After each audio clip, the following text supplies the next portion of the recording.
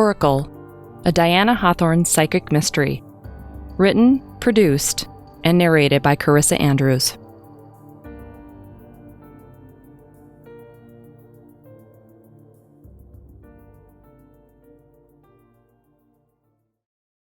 Chapter 1. Why the hell do I even bother being polite to people? Pretty sure I'd fall over from disbelief if even one of them could care about anyone beyond their own godly selves. Truth be told, being around most of them really kind of pisses me off. The arrogant ass who cut me off on the already narrow sidewalk continues on his way, oblivious to the rest of the world. He doesn't even spin his dark head of hair around to grace the woman he nearly toppled into the busy street with a passing look of apology. I ought to kick him in his annoyingly perfect-shaped ass. I give my sopping wet foot a shake, hoping it will alleviate the inevitable squish in my running shoe for the next 3 blocks. Of course it doesn't.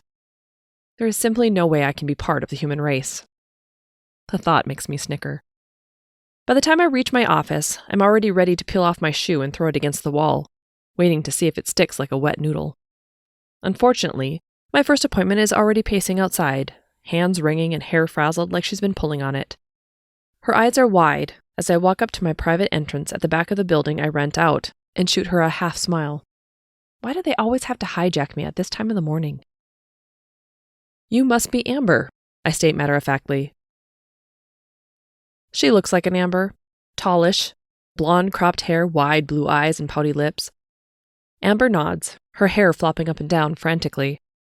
"Cool. Come on in," I tell her, nodding to the black abyss inside. I push open the door, flick on the low lighting, and take a seat to unlace my shoe. Sorry about this, but I'm going to need to go barefoot, or my foot's going to transform into a regurgitated prune. I toss the shoe aside and fling the sopping wet stocking over the radiator in the corner before starting on the other foot. Amber still hasn't said anything, not even a chuckle at my lame attempt at a joke. Instead, she stands awkwardly in the middle of the room, tugging on the frayed end of her sleeves and looking around. Ooh, this is about a man. I sigh deeply. Why does it always have to be so obvious? Just for once, I'd love a challenge. Okay, Amber, have a seat, I say, pointing to the chair beside her. I walk around the small table to position myself directly opposite her. If I had more time, I would have set out the ambiance. A little incense, some crystals. Maybe even a little Enya going on in the background. Who doesn't love Enya? She sits quickly, biting her lip and grimacing like she chewed on a box of nails. I brush the bright pink chunk of bangs from my face and tuck it behind my right ear. With a deep, cleansing breath, I close my eyes and clear my mind. Images rush in without restraint. Faces, places, hands holding hands, steamy sex with a dark-haired, green-eyed man. The green expands from his eyes, turning into flashing green lights. Green means go. I open my eyes, already aware of the answer. Go ahead. What's your question? I ask. Is he the right one? Should I stay with him? Does he really love me? The woman blurts out her first words of the day in one big jumble. Her eyes are glossy as she pleads with me, searching my face for her answer. Knew it. I grin, searching for the best ambivalent words. Well, he can be, if that's what you choose. I'm seeing green lights. They sort of mean universal energies are open to going forward confidently. However, the ultimate path will be decided by the actions you and he make, beginning now. Is that a yes? Her tone is desperate as she scrunches her face and leans forward and digs her fingertips into the table's edge. It is a yes, at least for now. Free will has a way of course correcting though, so be careful. However, that said, what I see presently is he is very clearly meant to be in your life, as you are in his. She nods, tugging her eyebrows in, clearly hoping for more. What I want you to do, I begin, is remember to take things one step at a time. Be present with him in this moment without jumping to the next. It's your job to ground the two of you because he can't. He isn't to your level yet. Do you understand? I found assigning a job helps ease a person's mind, gives them an active role to focus on. Her eyes gloss over and I reiterate, you need to enjoy each other. Be happy where you are in each stage with Jason because if you... Amber gasps. How did you know his name? I swear I didn't say it. I was trying not to give too much away. I wince. Even after all these years, I can still slip. As much as people want to believe what I say is real, they kind of don't want to know for sure either. I mean, what if it means I sense everything, you know? Like that extra piece of pizza they ate when they shouldn't, or the name of the man they cheated on with last night. The thought of it wigs them all out. And it should. Because I can. I'm sure you mentioned it in your phone consult, I lie with a cheesy smile on my face. Oh, yes, I must have.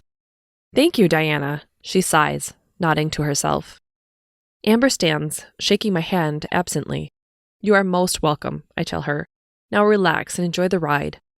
I will. I'll try. Thank you. Our exchange comes to an end and I find myself alone.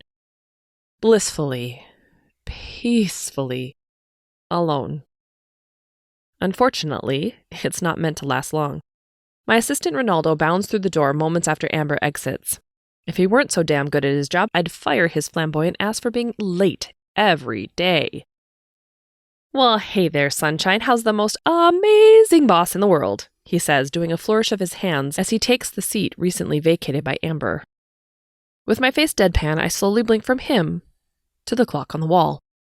He ignores me, as he always does. I sigh. I'd be even more amazing if I had a decent assistant who could tell time, or at least bribe me with coffee. If that's what you really wanted, you would have foreseen someone different to hire, honey. Instead, you're stuck with me, Ronaldo says, his pearly whites shining broadly. Besides, you know you love me, warts and all. I roll my eyes. Damn if he isn't right. All signs pointed to having him by my side, though I am still not sure why. The universe has a funny way of making paths clear for everyone but me. All I can figure is it must be some sick cosmic joke because I'm sure as hell not clued in. So how many lovesick birds have you dealt with in my absence? He asks, gathering his hands up by his chin and fluttering his eyelashes. Just the one, I laugh, giving him a knowing look and ending with, so far. And I am sure there will be many more for the day. It's almost Valentine's Day after all. I better get the front stocked up with lovers' potions and scented candles. I am telling you, we need some blindfolds and whips on display with the whole 50 shades of spanking obsession still sweeping the nation. We would make a killing. He winks, dashing to the front of our small store entrance. The instant he says it, I know he's right. We'd make a ton of money, but that would mean dealing with more people. I have enough to deal with, thanks. Then again, I suppose it's why I hired him. You're not paid on commission, I call after him, shaking my head. You get that, right? Maybe the idea of lust bunnies having passionate, kinky sex is enough mental payment for me, I hear him call back. Oh, Brody withholding again, I say, chuckling. Oh, honey, do not get me started, Ronaldo says, hands on his hips. Darling, I have already foreseen it. I poke my head through the doorway and watch his bright face freeze. I wait just long enough for the color in his cheeks to drain before finally adding, kidding. He lowers his eyebrows and starts dusting furiously. There is a special kind of hell for people like you, Diana Hawthorne. Don't I know it, I chuckle. Honestly, he has no idea how right he is. Whatever this is, this life I lead, it's like a Groundhog Day loop of hells especially crafted for me. I mean, ironic much? I can't stand people, but here I am, working in close proximity daily, as I try to do for them what I've never been able to do for myself. It's kind of messed up, actually. If I ever meet God or whatever, I'm going to give him a piece of my mind. The bell of the shop door dings, and a man and woman walk in. The man's a closed book, apprehensive and skeptical. His aura exudes disdain, while the woman, on the other hand, is drowning in grief and worry. Ronaldo shoots me a sideways glance before trotting over to them in his signature walk. Why, hello there. Is there anything I can do for you? He says, cocking his head slightly to the side. His perfectly groomed, dark hair flops slightly with the gesture, showing off his accentuated part he's had his stylist carve in. The man's left eyebrow twitches upward, but his lips tug down. I turn around and walk back to my reading room. There's no question they are headed my way, and I need to cleanse myself first. There's a hell of a lot of grounding I need to do before they invade my space. Standing in the middle of my mental circle of light, I call upon the universal energies to wash all the shit no longer serving me so I can become an open vessel to help those who need my gifts.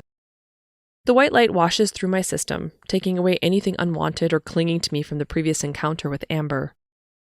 Not to mention discarding any of my own BS from the perfect ass man. Ronaldo clears his throat, but by the time he knocks on the door, I've taken my final cleansing breath before releasing the light. Turning around, I grin as genuinely as I can.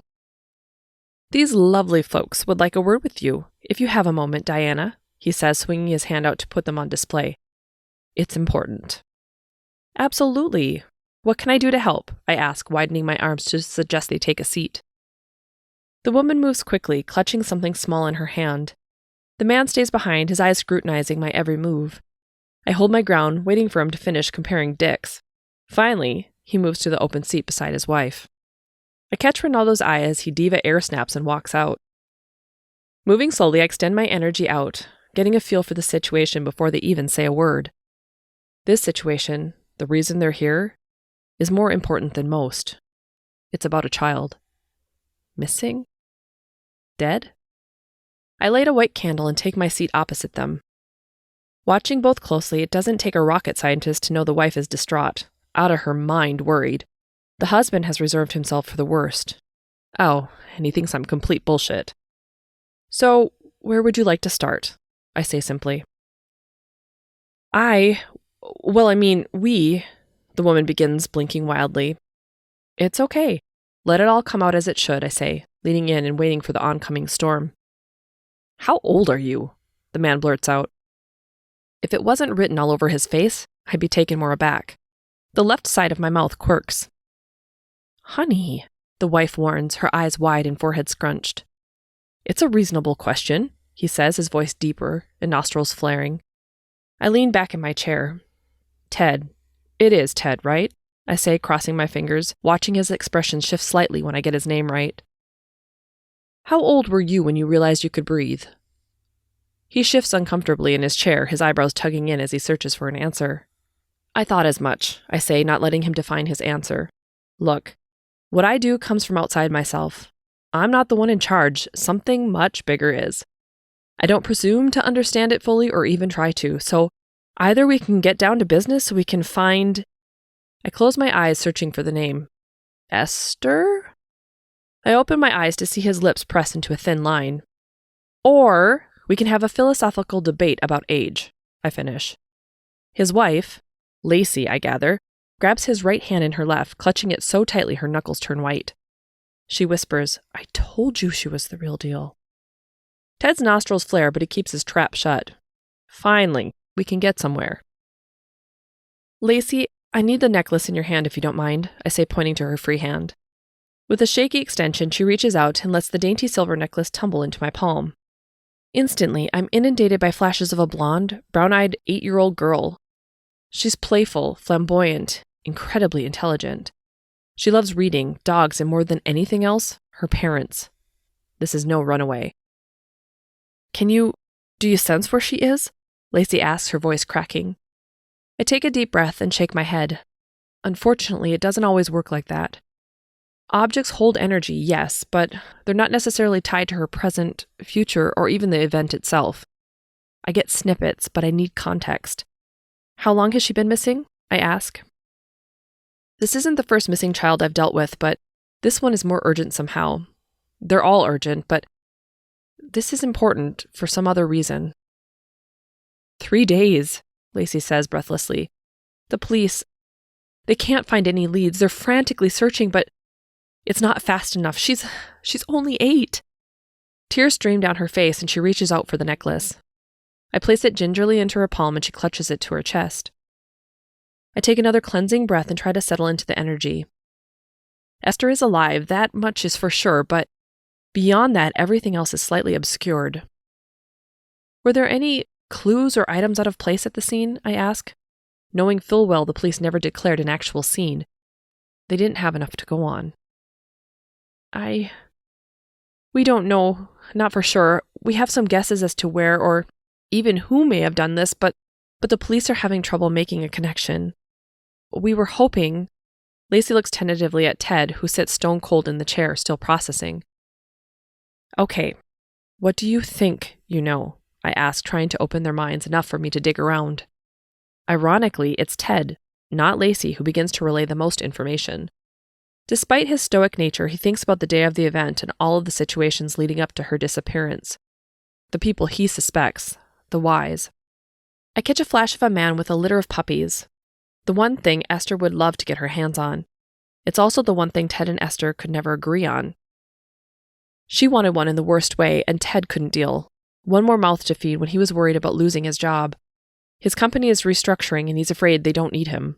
A puppy right now was the last thing they needed, especially since he hadn't voiced his concerns yet with his wife. Good, I say, nodding at Ted. His eyes widen and he glances at Lacey. What in the hell is this woman doing? What in the hell have you dragged us into? The man, the one with the puppies, who is he? I say, standing up and leaning with my fingertips pressed on the glass table between us. Ted blinks rapidly, clearly reaching his max spook point as his chair screeches backward when he stands up and backs away. I hold my hands up apologetically. It can be a lot to take in when you're expecting a fake. Tell her, Ted, please, Lacey begs. Ted glances from Lacey, back to me.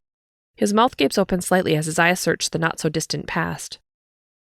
I don't know. He's a guy who peddles puppies in the park.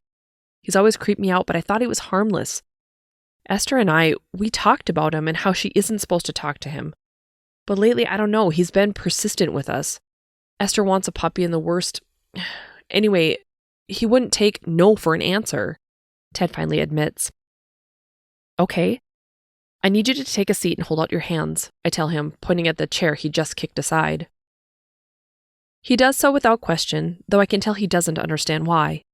His brain is on overload, but curiosity and a glimmer of hope starts to take seed.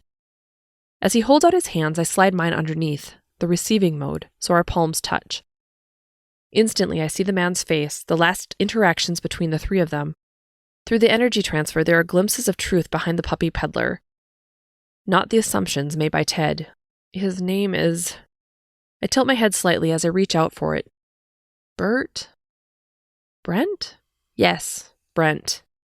He's in his mid-40s, but has a developmental delay of some sort. His mental age is still much younger. He loves puppies. And he loves little girls. Only recently has he learned to use one to get the other. My eyes flip open. We don't have much time. Your suspicions about Brent are spot on.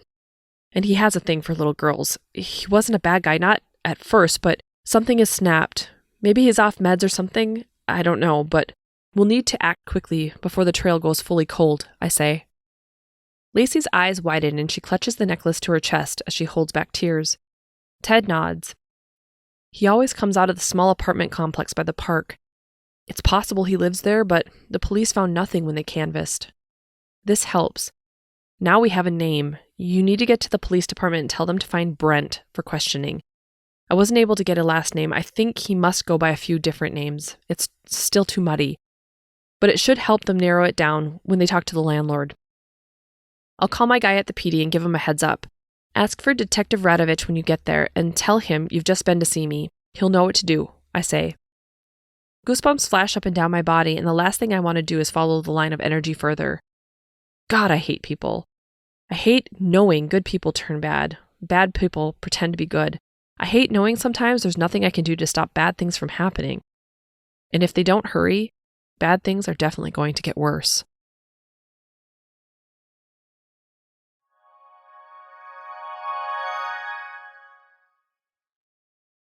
Chapter 2. I wish I could shut my mind the hell up sometimes. Instead, my thoughts refuse to stray far from the couple who came in earlier in the day, and the little girl who was missing. I gotta know if they've raided the apartment building yet. Has the detective been able to ascertain anything useful? Did they find the girl?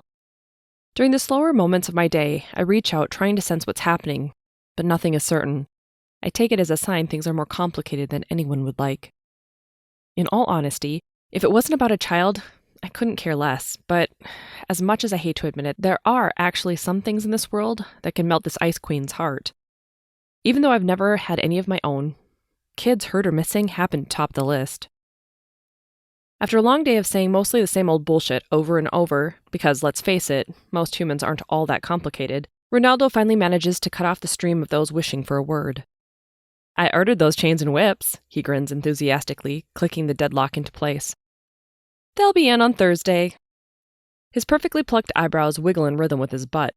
I shake my head and grin. At least he's able to be upbeat. Whatever you say. I trust your judgment with all this nonsense, I say, walking back to my reading room. He follows as I grab my previously soaked stocking off the radiator and pull it over my foot. Thanks for doing it, though. Do you have any plans tonight? Ronaldo sighs dramatically. Oh, I wish. We'll probably be staying in with a bottle of wine and Netflix on the ready. Again. How about you? He asks, his eyes rolling to the back of his head. Absolutely nothing. And it's going to be glorious, I say, exhaling. Any news on the little one? Ronaldo says, his tone edging on serious as he scrunches his nose and squints nervously my direction. I shake my head. Nothing yet, but give it time. The police are on it, I say. Yeah, 'cause they're so great at finding the bad guys these days, he snickers. That's gotta be hard for you, knowing bad things are happening or could get worse, and not being able to personally intervene. Well, at least, not without going all vigilante. Images of Batman flash through my mind. My eyes widen, and my lips purse to cut off a snicker. As much as I say I hate the mundane bullshit most days bring, he's right. I do hate knowing when something is really, really wrong and not being able to step in. Turning it all over to authorities can be one of the most difficult things to do. But then again, I've seen what happens the other way around, too. Yeah, it pretty much sucks, I finally admit. Biting my lip, I cast my gaze to the floor. Hey, you could become a superhero or something. Ooh, can I make a costume? Ooh, tights. A cape, he says, clapping. Okay, and on that note, see you tomorrow, Ren. On time this time, yeah? I say, quirking a smile. I catch his gaze, then lower my eyebrows and squint at him, knowing it will make absolutely zero impact. You bet, super boss of mine, he tips his chin, grinning sheepishly. Thanks for closing up shop, I say, casting a final wave. Oh, wait, that's my job? He says in mock surprise, fingertips pressing against his chest. Good night, I call out without another glance. I slip out the back door of the small cottage I rent as my place of occupation and take in the aroma of dusk. There's a magic in the air during these twilight hours. This is my favorite time of day. The earth's scent is sweet, and the cool breeze of evening is starting to settle in. It's similar during dawn, but there's something enchanting about the coming of night and the rising of the moon. The beautiful crescent is already peeking through the clouds, and acknowledging it makes me smile.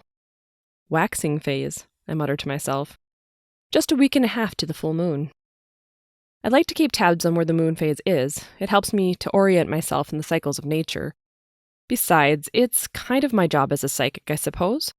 There are plenty of people who would have expectations of such things, as dorky as it might sound.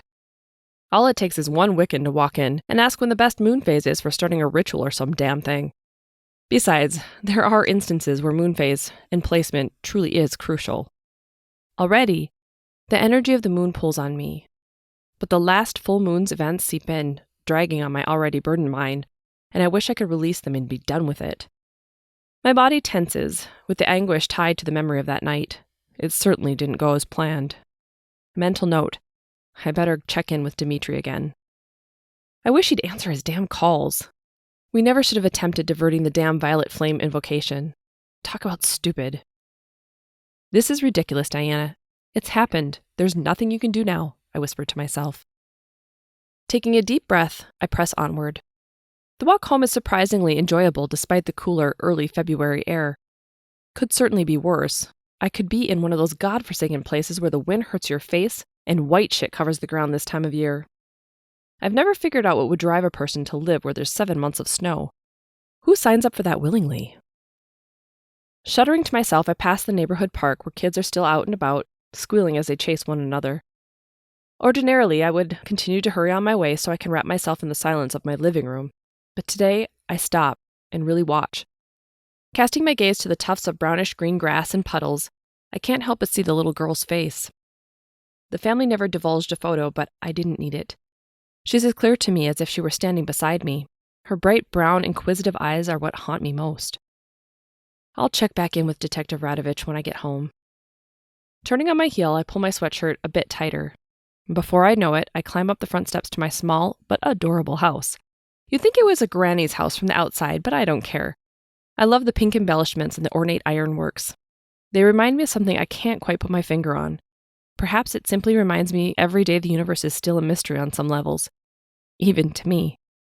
Because why else would those two things ever go together? With my key in hand, I reach for the door only to have the handle ripped from my grasp. As the intruder flings the door open, he pushes me aside with a sweep of his broad arm. I slam hard against the iron railing adorning the front stoop, and pain radiates from the middle of my back down my left leg. Oddly enough, I get no impression of who he is. Nothing about him at all, as I instantly push my abilities out in search of who the hell would be in my damn house without permission. Nothing. A big, fat zilch. Twisting around, I catch a glimpse of him before he disappears from sight.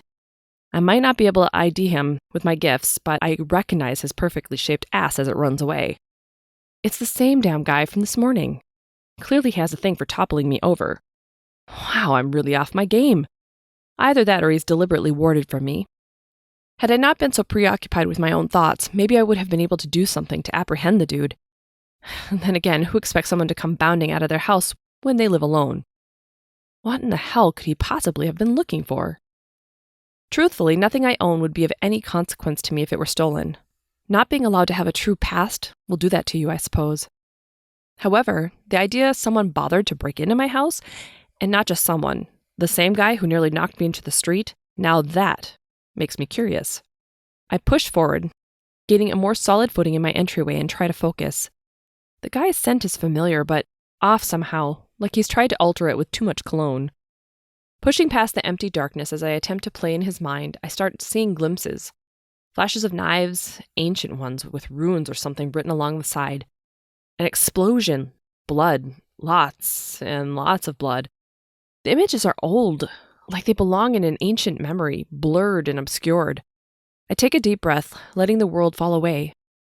Reaching out with all of my senses, I search the impending darkness as it threatens to consume me for going where I am not wanted. A moment later, the door to the memory slams shut. My abilities shut down, and I'm left grasping nothing but air, like every time I try to access my own damn memories. But it's never happened when I try to read someone else's. Interesting. I look down the road trying to get another glimpse of the man, only to find myself dizzy and disoriented. Stumbling myself inside, I close the door and have a seat on the couch. The exertion it takes to really dig in, it's almost too much at times, especially when the impressions are blocked. Once the room stops spinning, I stand up and make my way slowly to the small kitchen. It's barely big enough to open the cupboard doors without smacking to the other side, but I sort of love the coziness of it. I open the refrigerator, clutching the chocolate bar I'd been saving for when I was PMSing, and rip open the wrapper. I need to get my blood sugar back up, and this is as good a way as any. Besides, it has caramel in it, so you can't beat that. I take a big bite and edge slowly along, clutching the gray countertop until I can take a seat at the breakfast bar. Before I even settle in, I have another bite of chocolate in my mouth, and my head thumps down on the cold, hard formica. Colors roll into one another as my system tries to reset.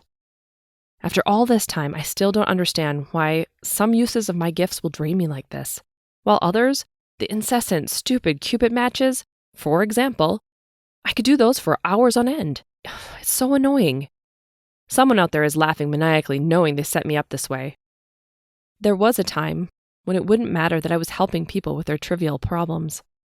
That was a long time ago. But good God almighty, it's getting old dealing with the same boring questions day in and day out for as long as I have. I'd give my left boob to finally be able to answer some of my own questions for a change. Today, I'd start with who the hell that guy is and why the hell he was in my house. Then I'd track his sorry ass down and make him buy me a new shoe and fork up the cash for some cranial massage work because damn, my head is killing me. Suppose after that I'd move on to the ones I've been trying to answer my whole life. The floorboard behind me squeaks a little too loudly, right as a sunburst flashes through my vision and darkness consumes it. Tap, tap, tap. For some reason, my head lolls to the side as I try to place the sound. It's familiar, but it doesn't register in my brain. My eyelids are heavy, weighted down by the overexertion of using my abilities, and something else. My forehead thumps, and I try to reach for it, only to find my arms as heavy as my eyelids. My eyes flicker open, but I can't keep them that way. They roll in my head, and darkness consumes me in twinkling bursts. After a few moments, I pry my eyes open again, raising my head to damn near upright. "Good Lord, took you long enough," a man says from across the room. He's sprawled out on my couch, one leg draped over the arm as he leans back, placing an elbow on the cushion behind him. He has an oddly put-together air about him as his leather jacket falls gently open, revealing his sophisticated style not many straight men know how to pull off. His arrogance rolls off of him in waves. He knows he looks good and is perfectly comfortable with it. Hell, I don't need to be a psychic to pick up on any of that. The guy drums his fingertips slowly across the single-pane window behind him. Tap, tap, tap. Who in the hell are you? I finally spit out. And why are you in my house? Finally removing his hand from my window, he spins around to face me head on. Now, here I was thinking you should know all of those details already, he says, as the corner of his mouth slides into an obnoxious smirk. The trimmed, dark goatee adorning his face accentuates his cheekbones and broad jaw. The deep brown bordering on black from the top of his head lacks the flashes of red his facial hair has pulled from his genetics. I glare back at him. Who the hell does this guy think he is? His dark eyes twinkle mischievously, inciting the desire to want to punch him right in his smug little face. Instead, I sit up a little straighter and fight to keep my head upright. I said, "Who in the hell are you?" I repeat, but more slowly with the hopes he'll actually understand the friggin' question. You have no idea who you're dealing with. Apparently, neither do you, he says smugly, shrugging his shoulders. He's right. I get absolutely nothing from him. No name, no general motive, not even the food he ate for lunch or the last time he took a piss. I tilt my head to the side, trying to clear the fog from my brain. I tried to tell them that you were likely a fake, but honestly, I didn't know it'd be so easy, the man says, his eyebrows furrowed. Kinda glad considering the time constraints and all. How about speaking in English here, buddy, because I am lost, I say through clenched teeth. Despite the complete zilch I'm able to read from him, there's a strange electricity in the room, almost as though he's blocking me with a feedback loop or some sort of electromagnetic something or other. Damn, I really should pay more attention to the newfangled science terminology. I don't need your damn help, he says, standing up from the couch in a single, graceful move, especially when you be wasting my time and their money. He flings a manila packet across the room to my lap and slowly crosses his arms. Pressing my hands to the envelope, images of the little girl from this morning suddenly start rolling in. Esther. She's not alone. Someone has moved her. Nearby is a false door of some kind, probably the one she was led through. She's not hurt, but I sense plans being made in the room adjacent to hers. She is scared shitless. She knows she's been gone too long and her parents are going to be so worried. The truth is, she doesn't have much time. They're planning to move her again, sell her to someone who takes children for a living and prostitutes them. The man with the puppies, Brent, he's not the real man the cops should be even looking for. He was a patsy thanks in part to his naive nature. Now that I'm away from Ted's guilt, I see that now. There's a small home by the river. It's not one of those fancy new multi-million-dollar builds, though. It's a well-kept 1980s style, complete with original orange shag carpet and olive green walls. Oh my God. She's not with the man with the puppies. He was the lure. They're looking in the wrong place, I say without being able to stop myself. The smug man pulls up short, and for a brief moment, I fight the urge to be the one to smirk. What did you say? He asks, his eyes wide. I don't have time for this. I have to get this information to the police, I say, unable to shake the vision of the carpet. There have been many kids who have been kept there over the years. Far too many. The man rushes to my side, concern sweeping across his features. You'd better not be pulling my chain. How would you know that? He asks. I saw it when you threw the packet at me. Esther's in a cabin by the river. I need to get these details to Detective Radovich so we can locate it. She doesn't have much time. There's a man. Someone the family's never seen. He's the one who, I say, pulling up short. I blink back the surprise. Don't stop there. What else? The man says, leaning in. Hang on. Who are you? I say. I don't even know why in the hell I'm telling you all of this. You could be part of the whole scheme for all I know. I clutch the packet and stand up. Backing away, I hold a hand out as he tries to follow. Back the hell off, I warn. Okay, he says, holding his hands up. Name's Blake Wilson. I'm Ted and Lacey Trundle's friend, he says. For a far too long and awkward moment, he holds my gaze. Friend? Since when do friends break into other people's houses? Well, I'm also a private investigator. I cast my eyes to the floor, absently consuming this new information. Why on earth are you wasting your time with me? Shouldn't you be out there doing your damn job? I say, anger suddenly welling up. As a matter of fact, I am. I needed to know for sure you could be trusted, he says. You may have convinced Ted with whatever parlor trick you had up your sleeve today, but I can't have someone working with me I can't trust. I needed to know for sure. Hell, I'm not even entirely convinced. Trust for what? I say, pressing the packet to my chest.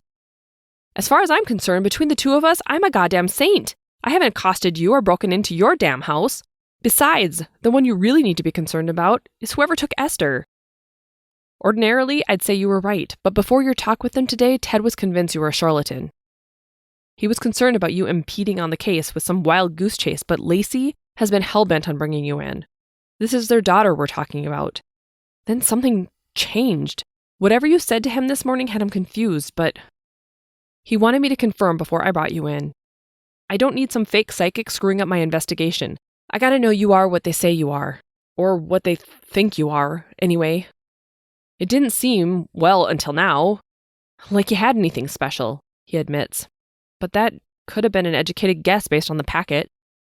Gee, thank you for your thorough analysis, I say, making a face and flipping him the bird. You know what I mean. Every interaction with you has yielded absolutely nothing. You didn't even know I'd come back into the home, Blake says, reaching for his cell phone. No offense, but it doesn't always work that way, I say, glaring at him.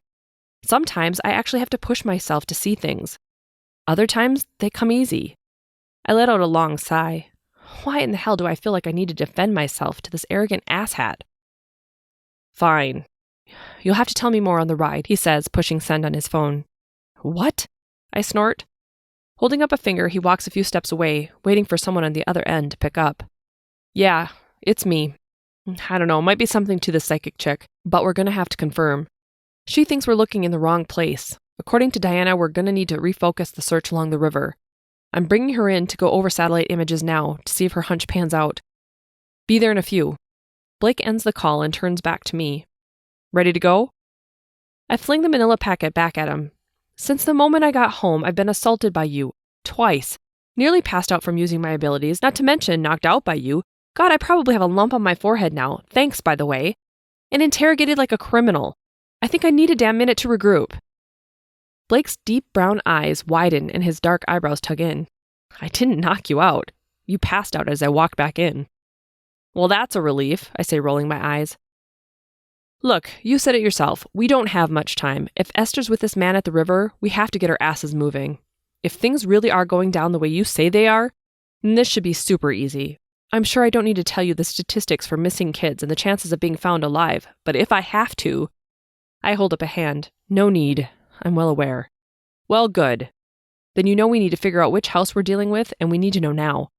If you're as real as you claim to be, I need you to come with me so we can corroborate your story. Story? I say, my mouth popping open. You know what I mean, Blake says. We gotta help her. His eyes plead with mine, and I can't help but be a little bit moved by it. I mean, here's a guy who has only a friendship connection to the family, but he's genuinely concerned about finding her in one piece. It's written all over his face. Yeah, okay, let's go. I agree, walking over to him. Don't get your panties in a bunch. As soon as I walk toward him, I'm instantly dizzy and reach out for the front of my head. You okay? Blake asks. I swear, I tapped you on the back to get your attention and you passed out. Your head slammed on the kitchen counter. I didn't expect you to pass out like that. He reaches for my arm, hoisting me up and helping me walk along with him. I swear you knocked me out, I say, shaking my head. I don't know what kind of man you think I am, Diana, but I don't make a habit of knocking people out when I don't have to, he says, snorting. Is that so? I say, crinkling my face and shaking my head. Cobwebs and tendrils from passing out threaten to consume what's left of my consciousness. Just because I didn't knock you out doesn't mean I wasn't going to take advantage of the situation. There was information I needed, so I set you on the chair and waited for you to come round, he says, reaching for the front door. Smooth. So you're a take advantage kind of guy, I mutter.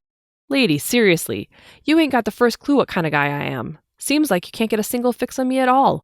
Which is a bit questionable as a proclaimed psychic, don't you think? He growls. Clearly, I touched a nerve. You know what? Let's get moving. The sooner we're there, the sooner I can identify the property, and the sooner Esther can be found, I say. And the sooner I can get the hell away from you and never have to see your sorry, perfect ass again.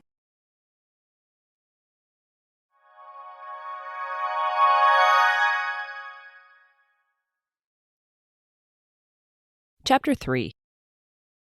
Maybe it was stupid to assume we were heading down to the police station. But that's exactly what I did. What a moron. I blame it on my post-ability blackout or something. We've left the safety of the city I know and love, only to enter a wooded area with winding dirt roads. Where in the hell are you taking me? I ask when I reclaim my bearings. Blake sighs deeply and shoots me a sideways glance. What? It's a reasonable question, I say, not even trying to mask my alarm. We're heading back to my place, Diana, he says, keeping his eyes on the road. My fingertips fly to my forehead and I scratch at my eyebrow. The lump on my forehead itches. Damn it. My abilities have certainly picked a fine time to go on hiatus. Never, not once, have I ever been caught off guard quite so many times. Especially not in one day, and sure as hell not by the same damn person. How do normal people do it? Why exactly are we going there? I say, squinting my eyes at him. I have all of my specialized equipment back there. If you think we're going to get the details we need out of the Helena PD, you've sorely overestimated the intelligence of their detectives. Why do you think I was brought in? Blake says, a hint of amusement playing at his tone. He clearly enjoys making me uneasy, as well as flashing his high regard for his own intelligence. Narcissistic ass. You know, you could have been up front to begin with, I say, my eyes flitting to the passing trees beyond the confines of his Range Rover. I coulda, he says, nodding in agreement. But then again, you never asked. Ugh, I groan. Taking a deep breath, I lean back, pressing hard into the headrest of the seat. More than anything, I want to find the little girl, make sure she's safe, and then slide back into my ordinary, everlasting life. Not to mention, get away from this guy. I take back everything I said about wanting more of a challenge than ordinary people in their mundane requests. I take all of it over this, any day. Could my abilities be on the fritz now, or worse, slipping away after the ritual last month too? Would that really be so bad? I mean, after all these years, it might actually be a blessing. I sit up straighter in my seat, suddenly curious. What are you doing? Blake asks, his eyes flitting to me. What's it to you? I say, casting a glance of indignation. Oddly enough, he chuckles. Fair enough. We're almost there, you know, in case you were curious. Well, yippee skippy. If we're going to take much longer, I would have said there was no point in looking for the girl, I say, far snippier than I originally intended. Still sitting upright, I close my eyes and focus on Esther. Can I sense her if I try? Instantly, flashes inundate my mind. Moments of calm before the oncoming storm. She sits alone in a room playing with a puppy. Her insides are coiling with guilt and worry, knowing exactly how much trouble she could be in, but still trying to believe it will all be okay. The sensations are odd, a juxtaposition of her innocence and something much more malevolent lingering on the outskirts of her awareness. The man on the other side of the wall has horrible intentions, but she doesn't have the frame of reference for any of it. Shuddering, I wrap my arms around myself. Blake pulls the car up to a small Tudor home, partially hidden by the large oaks in his front yard. Light cascades from the oversized windows illuminating the dormant grass and guiding the way to the front door. I reach for the car handle, but Blake hits the locks and grabs my left hand, pulling me up short. His hand is warm, bordering on hot, and it makes me shiver in the chill of the cold night. Do me a favor. Let me do the talking, okay? You're here to guide us to which house we need to get into, he says, his eyes suddenly serious. Any previous hints of mischievousness fading away. No promises. I'm not sure who the hell's inside he's so afraid I'm going to talk to, but I hope it's a wife or something. I'd love to watch him squirm after the hell he's put me through today.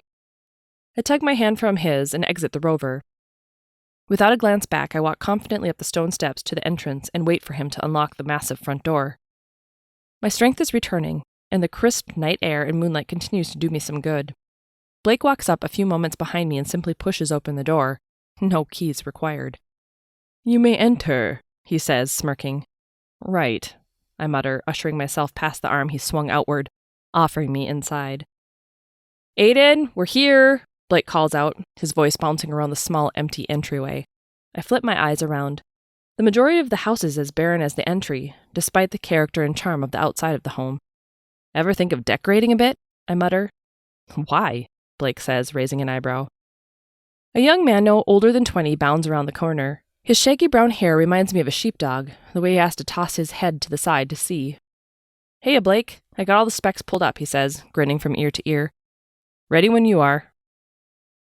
The young man's eyes bounce from Blake to me and back to Blake. Great, Blake says, walking out in the entryway and down the hall Aiden just came from. The two of us stand together in the entryway, staring at each other for a long, awkward moment. Hi, I'm Aiden, the kid finally says, holding out a hand. I look down at his outstretched limb and take a second to decide if I want to follow through with the mundane ritual. His blue eyes latch onto me expectantly, so I take his hand in return. Diana, I say as our hands lock. Before I can catch a breath, Aiden, as a young child, floods into my consciousness. He's no more than 8 himself, playing with a toy robot. In the room with him, adults talk in hushed whispers. They all think he's too young to be alone in this world. His parents are dead and there's no one left to take him. They need to find a solution, poor boy. Without hesitation, Blake offers himself, his home, and opens up his life to an unexpected single fatherhood, despite having only been in the Special Forces for a year and a half. The vision is ripped from me and Aiden removes his hand. I step back surprised, not only for the insight of Blake and Aiden's interesting dynamic, but by the selflessness of Blake's actions. It doesn't jive at all with the man I've met thus far. Aiden's eyebrows tug in as he eyes me curiously. Let's head this way, he says, putting his hands behind his back as he walks out after Blake. Suddenly left alone in the entryway, I take a final glance around, then follow after. By the time I reach the hallway, both men have disappeared, so I follow the sounds of their voices to pinpoint their location. Ordinarily, I'd have gotten far more details with my abilities by now. My gifts would have told me how long Blake has been here, why he did what he did for Aiden, hell, how often he brushes his teeth, works out, or has sex, but just like the starkness of his home, nothing. Everything is utterly, completely, blissfully silent. Even details surrounding Aiden seem to be short-lived and limited. As I round the corner to where the men's voices are the loudest, I notice an open doorway, the only room adorned with things on the walls. Stopping for a moment to have a better look, I'm abruptly cut off as Blake rushes past me and closes the door right in my face. That's private, he says, his eyes shifting from me to the door and back again. We're this way. Blake turns my shoulders to square up with the walkway and gently nudges me along. What are you hiding back there? I ask, curiosity getting the better of me. Nothing, it's just nothing you have to worry about. Has nothing to do with the case, he says. Ah, so it's a sex dungeon or your My Little Pony collection? I say, raising an eyebrow. Blake's left eyebrow quirks upward. Wouldn't you like to know? He says, ushering me to the next room. I vote My Little Pony collection, Aiden chimes in. Blake rolls his eyes. I stop abruptly, surprised by the sheer amount of technology crammed into the 12-foot by 12-foot space. Wow, I say, my eyes opening wide. Yeah, you see why we don't leave this kind of thing to the cops? Blake says, smirking. On the wall directly in front of me is a large monitor with a satellite view of the Mississippi River, and each of the houses along the route flash brightly. Beside it are 3 more screens, all operating on their own, searching for something I wouldn't even have the first guess at. Okay, Diana, we need you to help us narrow down where along the river you think you're seeing Esther. Was there anything that stood out about the house? Blake asks, his face serious and his stance wide. Right now, we have more than 400 homes along the shore, and there's no way in hell we're knocking door to door. I take a step forward and nod. Yeah, actually, it was an older home, but not so old you'd think the creep would be holding a little girl against her will in there. It was blue outside with white shutters, and it had an early 80s vibe to it. Orange shag carpet kind of stuff, I say, remembering back to the vision. Good start, Blake says, turning to Aiden. On it, Aiden mutters, turning to his keyboard. His fingers fly expertly, and within seconds, lights along the river go out. Another moment later, 5 homes load on the monitors in sequence, each showing the front face of a blue home with white shutters. Holy shit, I mutter under my breath. That was fast, like blink and you'll miss it kind of fast. The irony of how similar technology has become to my abilities is not lost on me. A shudder skitters down my spine. Technology creeps the hell out of me. No wonder people don't want to believe in psychics. Any of these? Blake asks, intensity rolling off him in waves as he points to the screens. I take another step forward, peering at the monitors. Yep, That one, I say, raising my arm and touching the one on the bottom left. Aiden whimpers, "Please don't touch the screens." He gets up, grabbing a small black cloth, and wipes furiously. I back away and stifle a small chuckle. "You sure?" Blake says, his dark eyes monitoring my every movement. "Dead sure," I say, returning his intensity. Blake turns on his heels and heads out the door. "Stay here with Aiden," he calls out over his shoulder. "Haha, what?" "Like hell I am," I say, rushing after him. "I'm coming with you." Near the front door, Blake stops dead and squares up with me. "What kind of training do you have?" His eyes are deep, dark pools of serious desperation. There's something hidden in there, something buried deep and separate from this case. If my abilities were working with him, I'd know instantly what it was he was trying to hide. I blink back in surprise. That's what I thought. Stay here and leave this to me. You've done your bit, assuming you're telling the truth. Aiden's already calling in backup. The last thing I need is you getting in the way, or worse, getting yourself into trouble. I'll have enough to worry about going in. Suddenly my brain kicks back in. Who the hell does he think he is? I'm freaking Diana Hawthorne. I'm not some pretty face incapable of handling myself. I've seen more than this man will ever witness in all his years, and then some. Look, Blake, I may not have any specialized training I'm assuming you've undergone, but I've assisted in over a dozen cases in the past 2 years alone. All of them ended up with good results because I was with them. I don't need you to save me or worry about me. I can handle myself. But Esther, I can help you locate her. I've seen where she's playing, where he's hiding her, I say, grabbing his arm. What if you get in there and it's not obvious, and I'm sure as hell you don't have a warrant to search the premises, unless you happen to have a cop in your back pocket. I can get the dude to invite us in and never even know what hit him. Blake looks down at my white-knuckled grasp clutched across his forearm and sighs. You're not going to take no for an answer, are you? Nope, I say, jutting out my chin. Fine, he concedes. You can come with, but you'll stay in the rover until I need you. Got it? Whatever you say, I say, nodding and holding up my hands. What he doesn't know won't hurt him, right? Change of plans, Aiden. She's coming with, Blake calls out as he opens the front door. His eyes flip back to me as concern creeps across his features. In the distance, Aiden calls back, Got it. Grinning, I march out the door and head back to the front seat of the Range Rover.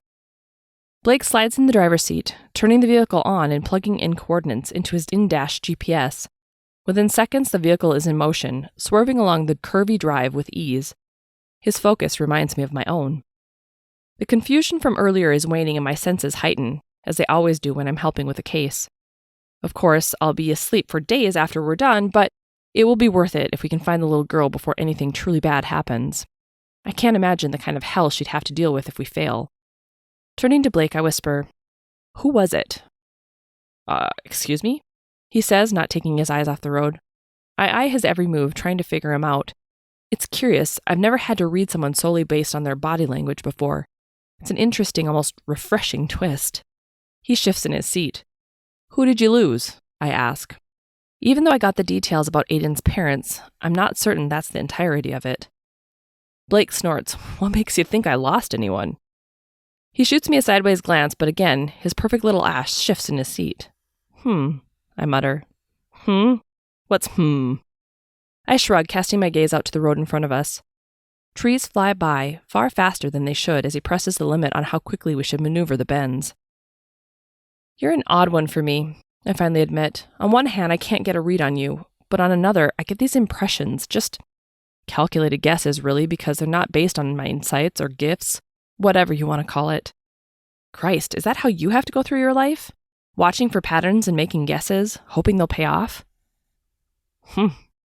Never thought of it that way before, he says, his lips tugging downward as his eyebrows flick up. It's excruciating, I whisper. Come on, you're telling me you never had to make a calculated guess before? He snorts. I'm sure even self-proclaimed psychics have their moments.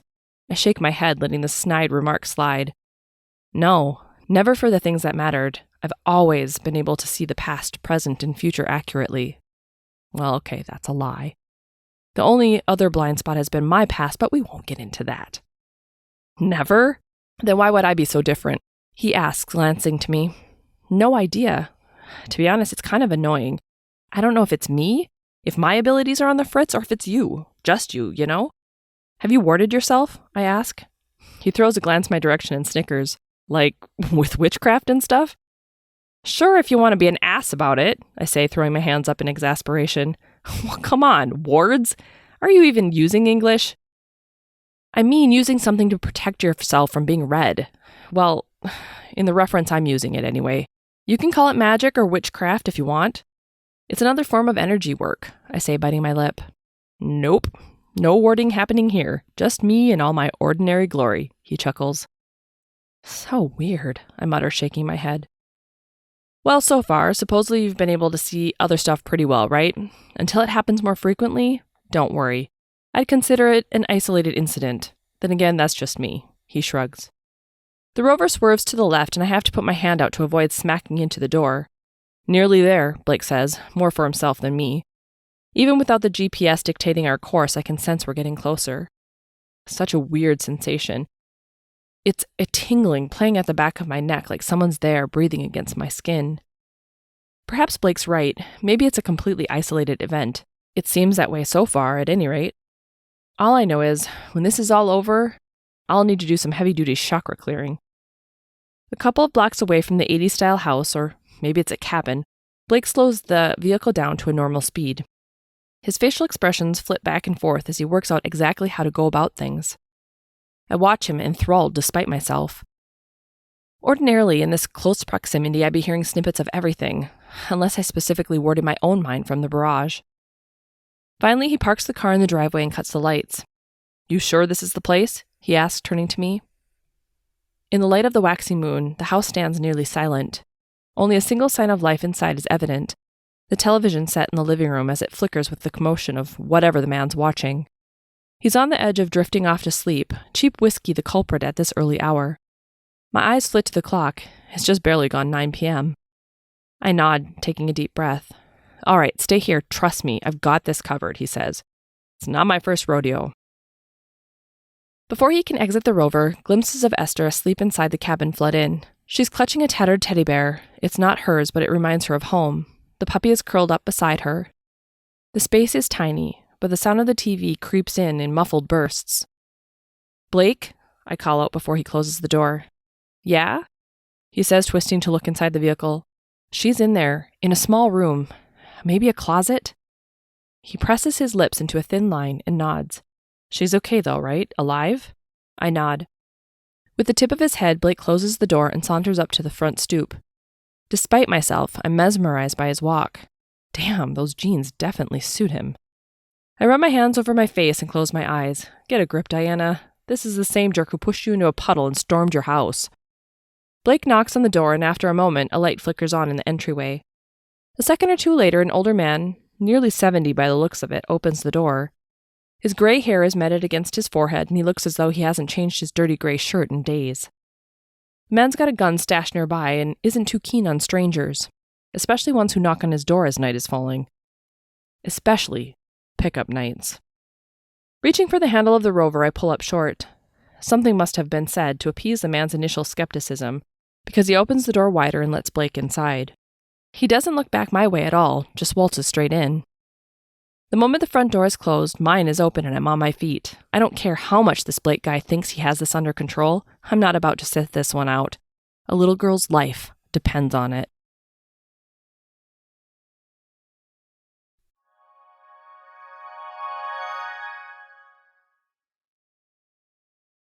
Chapter 4. Following my internal guidance, I creep from the Range Rover to the back side of the house. With Blake occupying the creep inside, I should be able to slip in and out with Esther relatively easily. In fact, I'd wager it'll be done way faster than Blake trying to fumble around in whatever manhandling kind of way he's used to. Thanks to Blake's stunt earlier on his own front door, I checked the handle on the back door, finding it unlocked. Images of sleeping children with pillowcases over their heads barrage my mind, but I push past them and shut their assault down. There will be time to deal and make this monster suffer. Just not yet. Holding my breath, I slip quietly inside. After all of these years, one thing I've learned to do well is sneak about unnoticed. Call it another one of my gifts if you want. The stench of alcohol and decomposing food assaults my senses as I enter the kitchen. Certainly a stark contrast to the outside appearance. Pieces of laminated floor are missing and others are peeling up in large chunks. It doesn't look as though anything has been cleaned up for years. Beyond the grungy kitchen, Blake and the man are discussing something in hushed voices. I try to reach out to get a better idea of his plan, as well as try to anticipate their next movements. Unfortunately, whatever block I have with Blake influences everything going on in the other room. Talk about inconvenient. Training my ears their direction, my eyes flit from wall to wall as I search for the hidden doorway for my vision.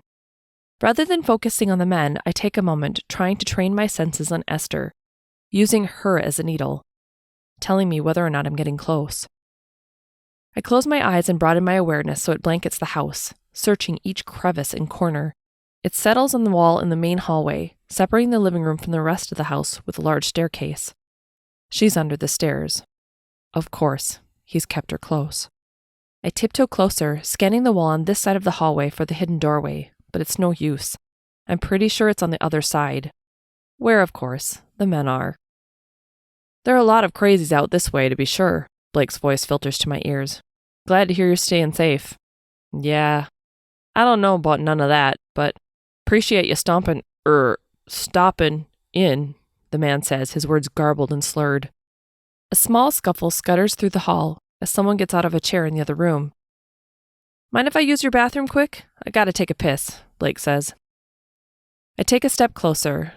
If the man shows him where the bathroom is, maybe, just maybe, I'll have access to the living room long enough to get Esther out. Do what you gotta do. It's down the hall to the left, the man says. Thanks, Blake says. Before I have time to back away and hide, Blake turns the corner and nearly topples over me. His brown eyes blaze into mine. What in the fuck are you doing here? He whispers through gritted teeth. My eyes widen, but I don't say a word. All I can think to do is shake my head and shrug. Without another word, he grabs me by the scruff of my jacket and hauls me with him to the bathroom and closes the door. I don't want to be in here when you're peeing, I whisper, grossed out. Are you trying to fuck this whole thing up? Blake whispers furiously, his hands flying to the top of his head. Excuse me? You're the one chatting him up. What the hell are you doing to get Esther out? I spit back. I've been waiting for the drug I slipped into his drink to kick in, dumbass, he says, throwing his hands up in exasperation. I scrunch my face up. Well, oh. What about backup? When are they supposed to arrive? Blake's hands fly up again, looking as though he's ready to strangle me, but he regains his composure and grits his teeth instead. Your nostrils are flaring, I mutter, pointing at his reddening face. Seriously, are you always this dense? I'm a private investigator. There is no backup. I scrunch my face.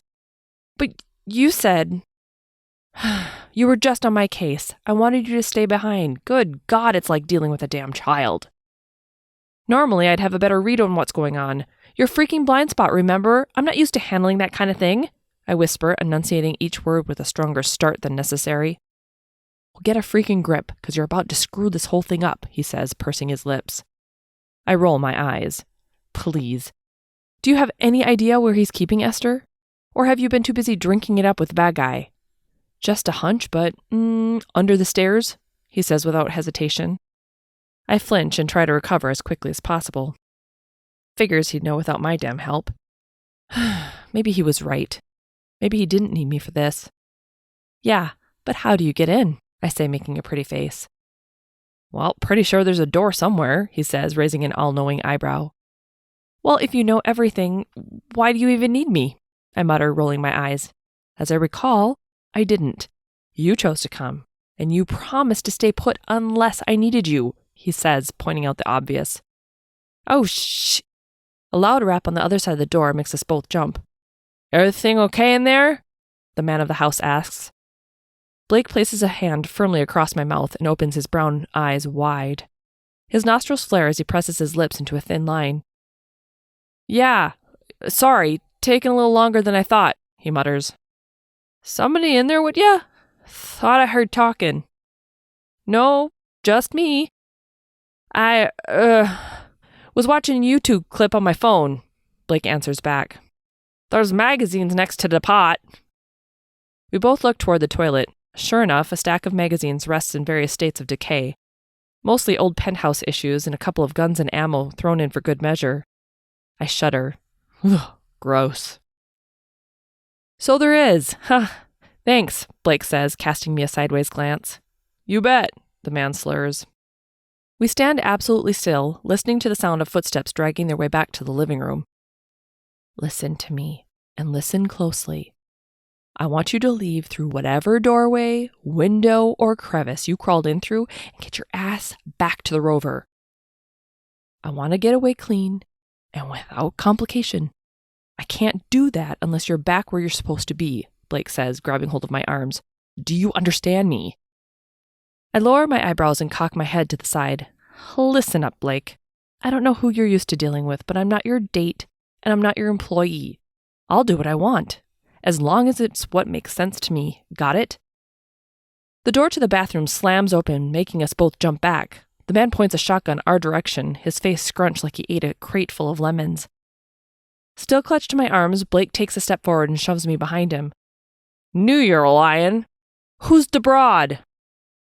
What's she doing in here? The man says, swaying in the doorway. His eyes blink slowly, trying to stay focused and alert. His trigger finger rests precariously on the trigger, not to the side as I wish it would be. Even I know better. All it would take is one drunken swagger, and he'll set off the gun. Sorry, my girlfriend was scared to come in. I let her in through the back door so she could use the restroom.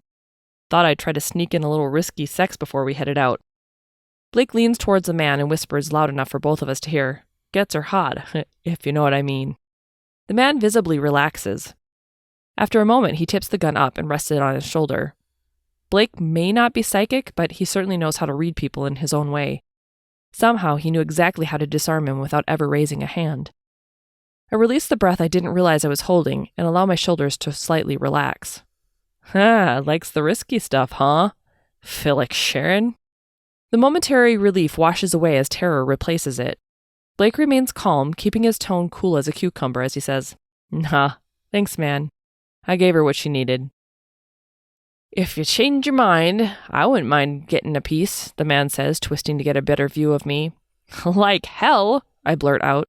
My hand flies to my mouth as soon as I realize what I've said. The man's face turns sour again and he braces himself at the doorframe. Say that again? He says. Blake turns around, his eyes wide. He mouths to me, Keep your trap shut.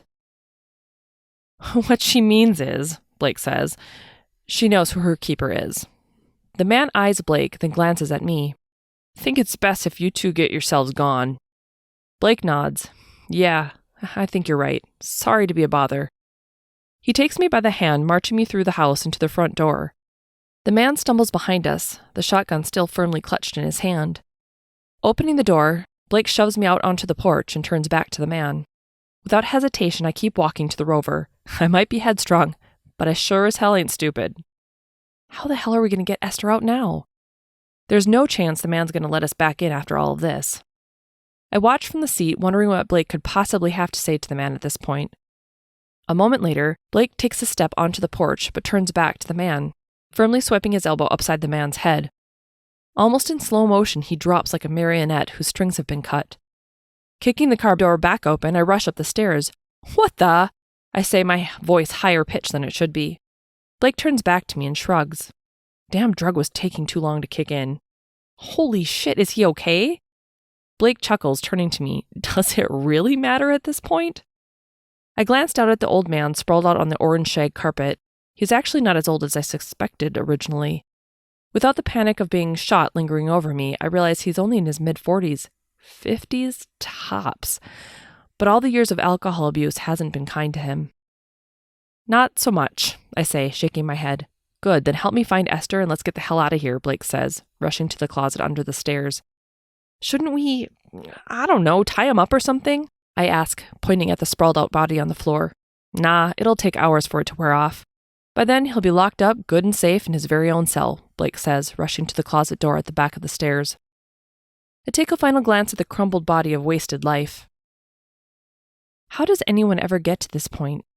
Alcohol, drugs, sex addictions, money problems. Human beings can be so easily warped and twisted. I don't know where to put the sorrow welling up. Not necessarily for the man, but for innocence lost. If I know anything about people, it's that they don't start out this way. They're made. What the hell? There's nothing back here. It's just a coat closet, Blake calls back, an edge of panic playing at the edges of his rough exterior. Shaking my head, I walk to the doorframe and have a look inside. He's right. There's nothing. Flinging apart the drabs of old coats, flannel shirts, and overalls, I trace the back wall. There's no door, no buttons. Step aside, I say, pushing past Blake and heading back to the man. So help me, Diana, if I knocked out some poor old drunk dude for no reason, Blake warns. It's him. I know it is. She's here. Walking over to the man, I lean down and place my right hand over his. What are you doing? Shh, just give me a minute, I tell him as I close my eyes.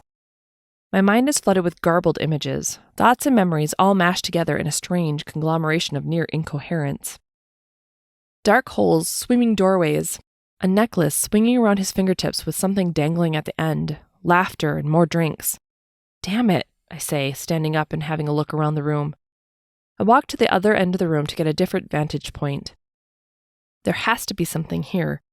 Something to clue me in. What's going on? Blake asks, following me. Diana, talk to me. Where is Esther? I don't know, Blake. I'm trying to read the room. Can you shut up and give me a minute, please? I say, casting a back the F off glance his direction. Unbelievable. I knew it, he says, walking away and reaching for his cell phone. With him out of the room, colors, sensations, and impressions clear up. I hone in on the ones related to Esther because I can sense her here. Now and before. The echoes and impressions of when she first arrived are muddled with the excitement she was feeling about finally getting to cuddle the puppy she'd been promised. Yet she also knew something wasn't quite right. She didn't like the smell of the house or the stench of the man's breath, and she knew she was too far and her parents were going to freak. All of my instincts and impressions are screaming she's close by, only the path to her is muddled. Blake, can you step outside for a moment? I call out. He steps back in the room, covering the end of his cell phone, and makes a face. Excuse me? He says. I need to get a clear read, and you're getting in the way, I say. Oh, right. So now this is my fault, he says, rolling his eyes. Yeah, sure. I'll step outside while I'm trying to find a way to clean up this mess. Super, I say sharply. As soon as he leaves the house, the back end of the room lights up like a Christmas tree. Red and green lights surround the grungy back wall of the living room. Standing up, I walk to the main entry to the living room, the one leading to the stairs in the hallway, then back around to the closet, and the second entry on the other side. There's way more space beneath the stairs than the tiny closet uses. I place my hands along the walls and close my eyes. Esther suddenly floods my mind as she slams on the other side of the wall. It's mildly soundproofed, but I can still hear her trying to get the attention of anyone on the other side. Pulling back, I search for how she got in there, remnants of energy used to bring us to the here and now. With my eyes closed, I continue to walk along, hands on the walls until my palms abruptly burn. Flashes of the old tongue-and-groove wall shifting aside slides into my mind and I open my eyes. I'm back in the living room, back to the grungy wall where I started. I search for a trigger, something that allows the wall to pop out or slide back. The man isn't that sophisticated, so it has to be something simple, something in plain. A small knot in the wood has been cleaned out, revealing a simple but open hole. It could be so easily missed or dismissed. Placing my right pointer finger inside, I grip the wood and pull. The facade easily pops off, and I nearly lose my balance as it lands on top of my feet. Throwing it to the side, I drop to my knees. Beneath the fake facade, set back half a foot or so, is a small insulated door, barely 4 feet tall. Tugging on the handle, it doesn't budge. Shit.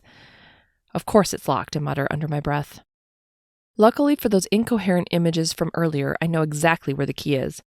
Scrambling to my feet, I rush over to the man.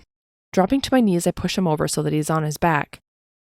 What in the hell are you doing now? Blake says, walking back into the house. His eyes are wide with surprise, and he steps forward with his hands splayed wide. Shut up and go take a look at the wall. She's in there.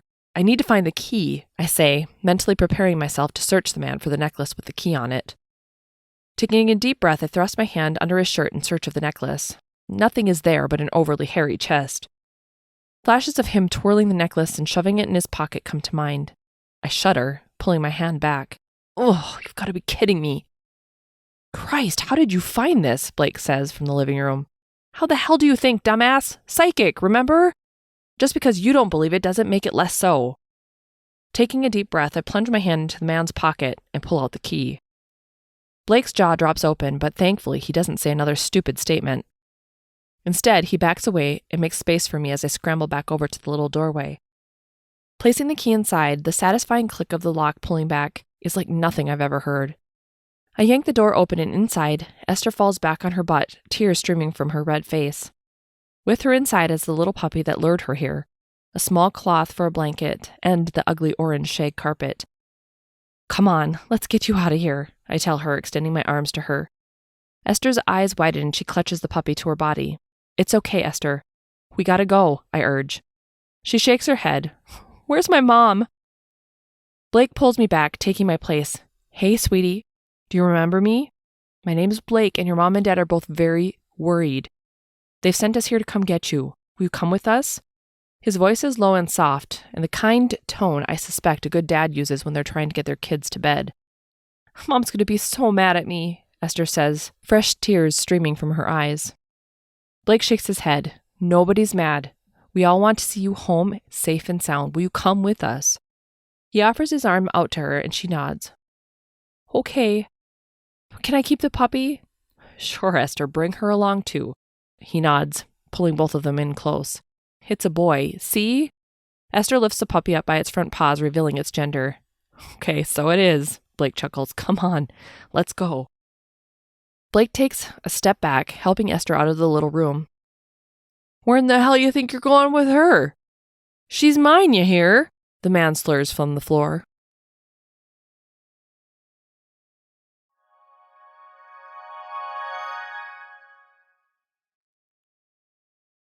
Chapter 5.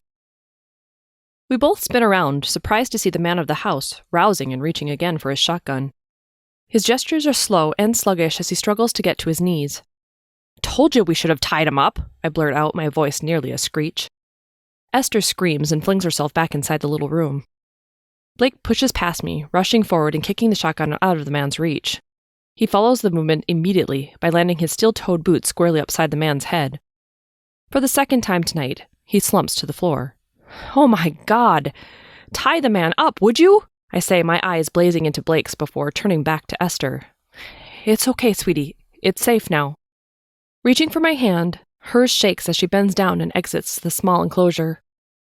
Her eyes widen at the sight of her captor on the floor, and she hugs the puppy tighter, who in turn squeals and tries to break free from her grasp.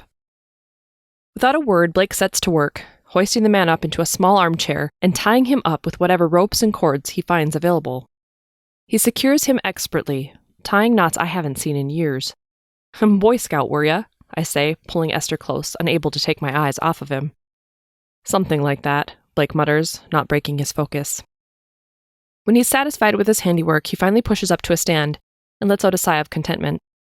For a moment, his dark brown eyes lock with mine. Something plays at their creases. Maybe it's more than simply relief. Curiosity, maybe? Borderline appreciation? All of it. In those brief seconds, I wish like hell I knew what was going on in his mind, what I wouldn't give to know what he was actually thinking. Such a strange sensation when your whole life you've never not known the ins and outs of someone else's mind. Hell, half the time I understand most people better than they know themselves. Makes for awkward and unusually irritating romantic entanglements, that's for sure. Blake pulls out his cell phone again and points to the front door. "Diana, can you get Esther out to the rover? I'm going to call this in to the authorities so that they can come collect this monster," he says, turning his gaze to the man. If looks could kill, I'm pretty sure the man's limp body was blazing in the 7th circle of hell for the 11th time. Turning to Esther, I wrap my arm around her shoulder and usher her past Blake and her captor toward the front door. Her little body tucks easily inside my own, and she continues to quake from the bizarre experience she's just lived through. Her feelings begin to emerge, muddied at first but clearer the further away from Blake we are. She's afraid of how her parents are going to react when they find out what she did. But at the same time, she's so happy to be out of the scary closet, and happy she still got her puppy. Her mind plays out other memories, ones she doesn't want to rehash but still flash through her. Groping hands and violent slurs. "Come on, Esther. Let's get you home," I say, my shoulders releasing a little bit of tension I didn't realize I was still lingering onto. I open the back door to the black Range Rover, and she slides inside. "Do you need help with your seatbelt?" I ask, reaching for the buckle. She instantly scoffs and makes a face. "Not 4. she says, reaching for the belt and aptly clicking it into place. Right, I say, nodding to myself. Clearly, my years of avoiding most human contact has me pretty clueless on the capabilities of an 8-year-old girl compared to those who are younger. As I close the door, headlights flash in the distance, and I instantly get the impression of 2 men coming to collect the girl. They're talking about how pleased their boss will be because I've been trying to move on her for ages. A shiver creeps down my spine, and I immediately race back to the house. Blake, we have to leave, I say, clutching the arm of his leather jacket and tugging him toward the door. Now. Diana, I'm on a call with the PD. What in the hell are you? See those headlights? I say, pointing in the distance. They're significantly closer, and if we don't leave now, we're going to have a hell of a lot more trouble on our hands. Well, yeah, so? He says, shaking his head. They're here for Esther, I say, yanking him out the door. Hang up the phone and let's go. Blake doesn't second-guess me, thank God. He crams the phone into his coat pocket and we race together back to the Rover. As we slide into our seats, Blake starts up the vehicle in record time. The nondescript van pulls up beside us as we screech into reverse. It takes a moment for the new arrivals to realize what's happening. As we hit the street, Blake spins the Rover around, slamming both myself and Esther against our doors as he makes his getaway. Shots are fired and flare off the back end of the vehicle. One bullet hits its target, shattering the back windshield into 1,000 pieces. Esther's high-pitched screams flood the vehicle as she grabs her head and tucks down. The puppy jumps at the opportunity to get free and scrambles off her lap to cower in the footwell. Stay down, I say to her, reaching around and holding her hand. She grabs on tight, but does as she's told. Hang on, Blake says, turning a corner faster than he should. Up ahead, flashing lights can be seen, and Blake noticeably relaxes. About goddamn time, Christ! What would we do if we really needed them? It's been nearly 5 minutes since my damn call.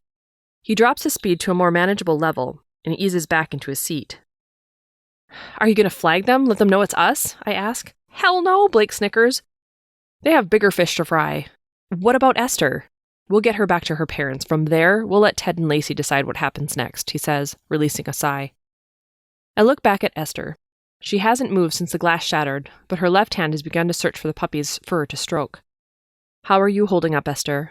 I'm sure this has been quite the night for you, I say, trying to put on an air of indifference. I mean, honestly, do we need to freak her out any more than she already is?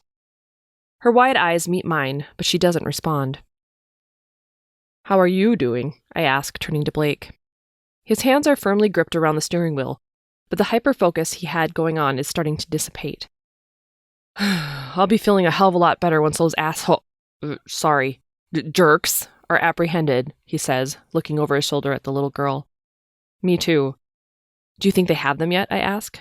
Sure as hell hope so. I mean, we practically handed them all over on a silver platter, Blake says, turning left toward town.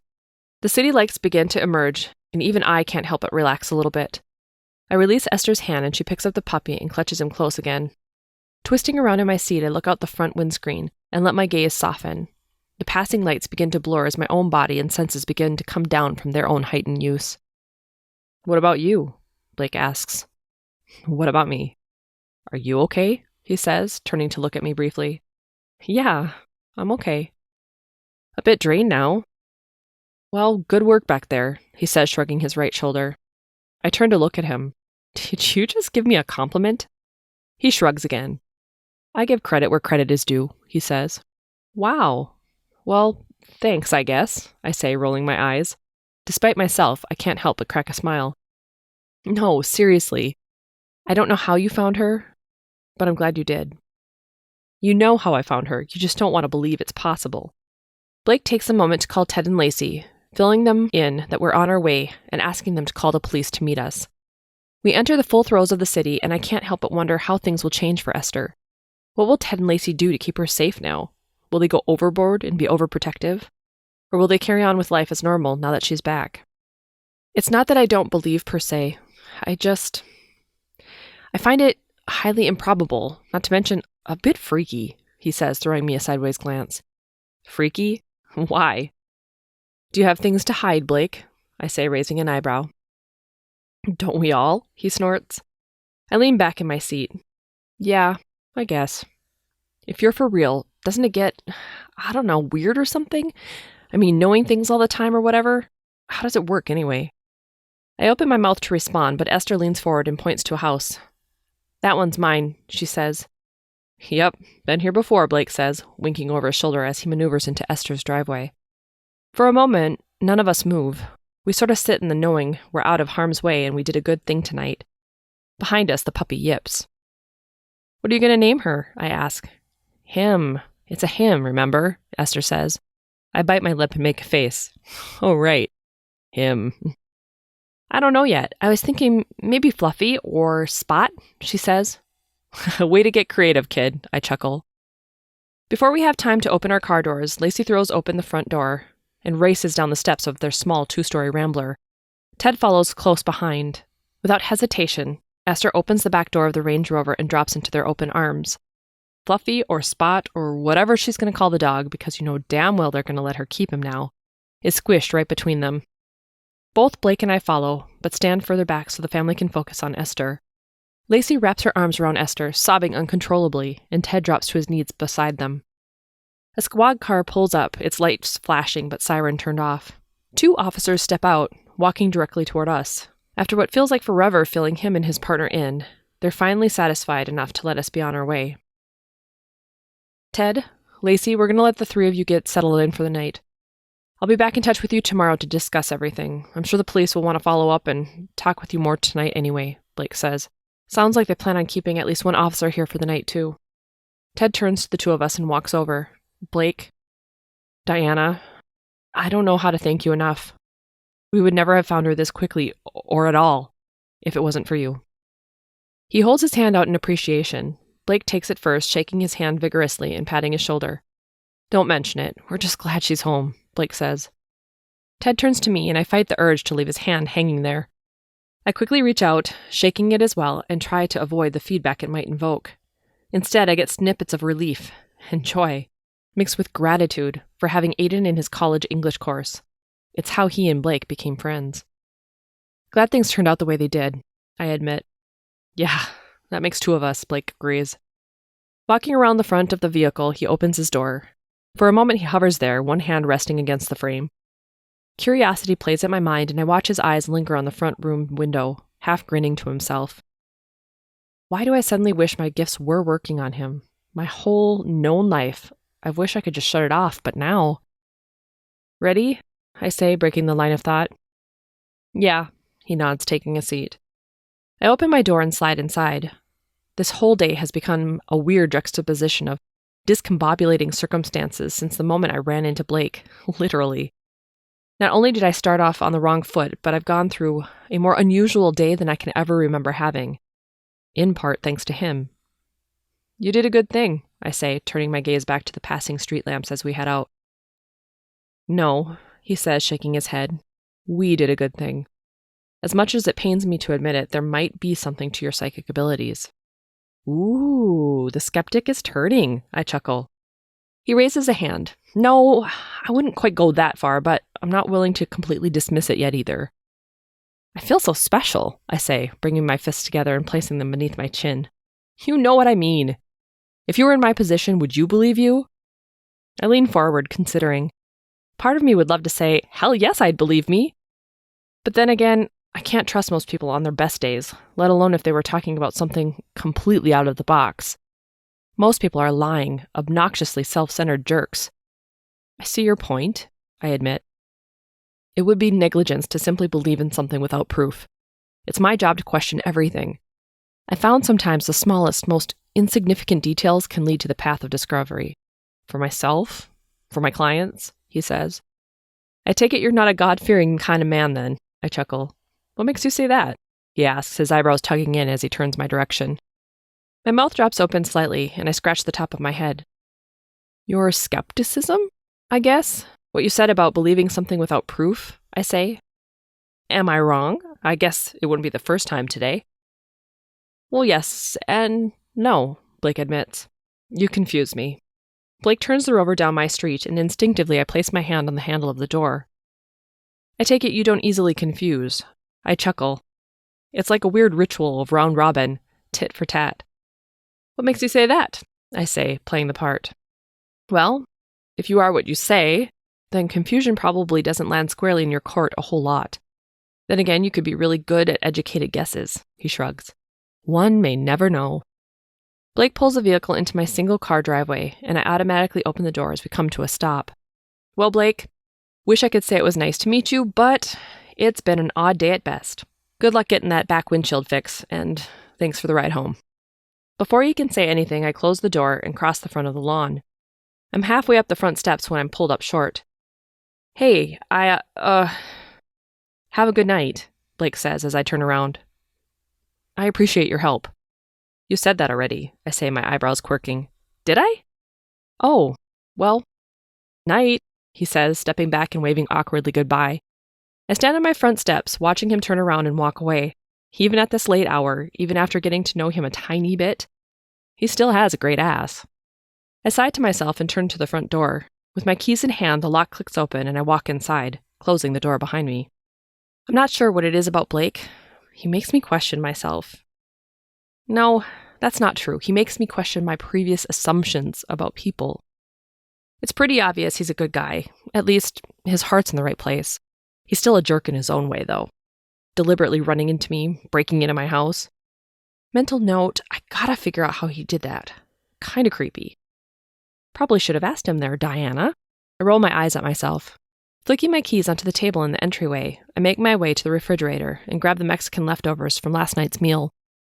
Until this moment, I didn't realize how hungry I was. I suppose being damn near kidnapped, the moment you get home will do that to a person. With lights low, I sit down at my dining room table and eat.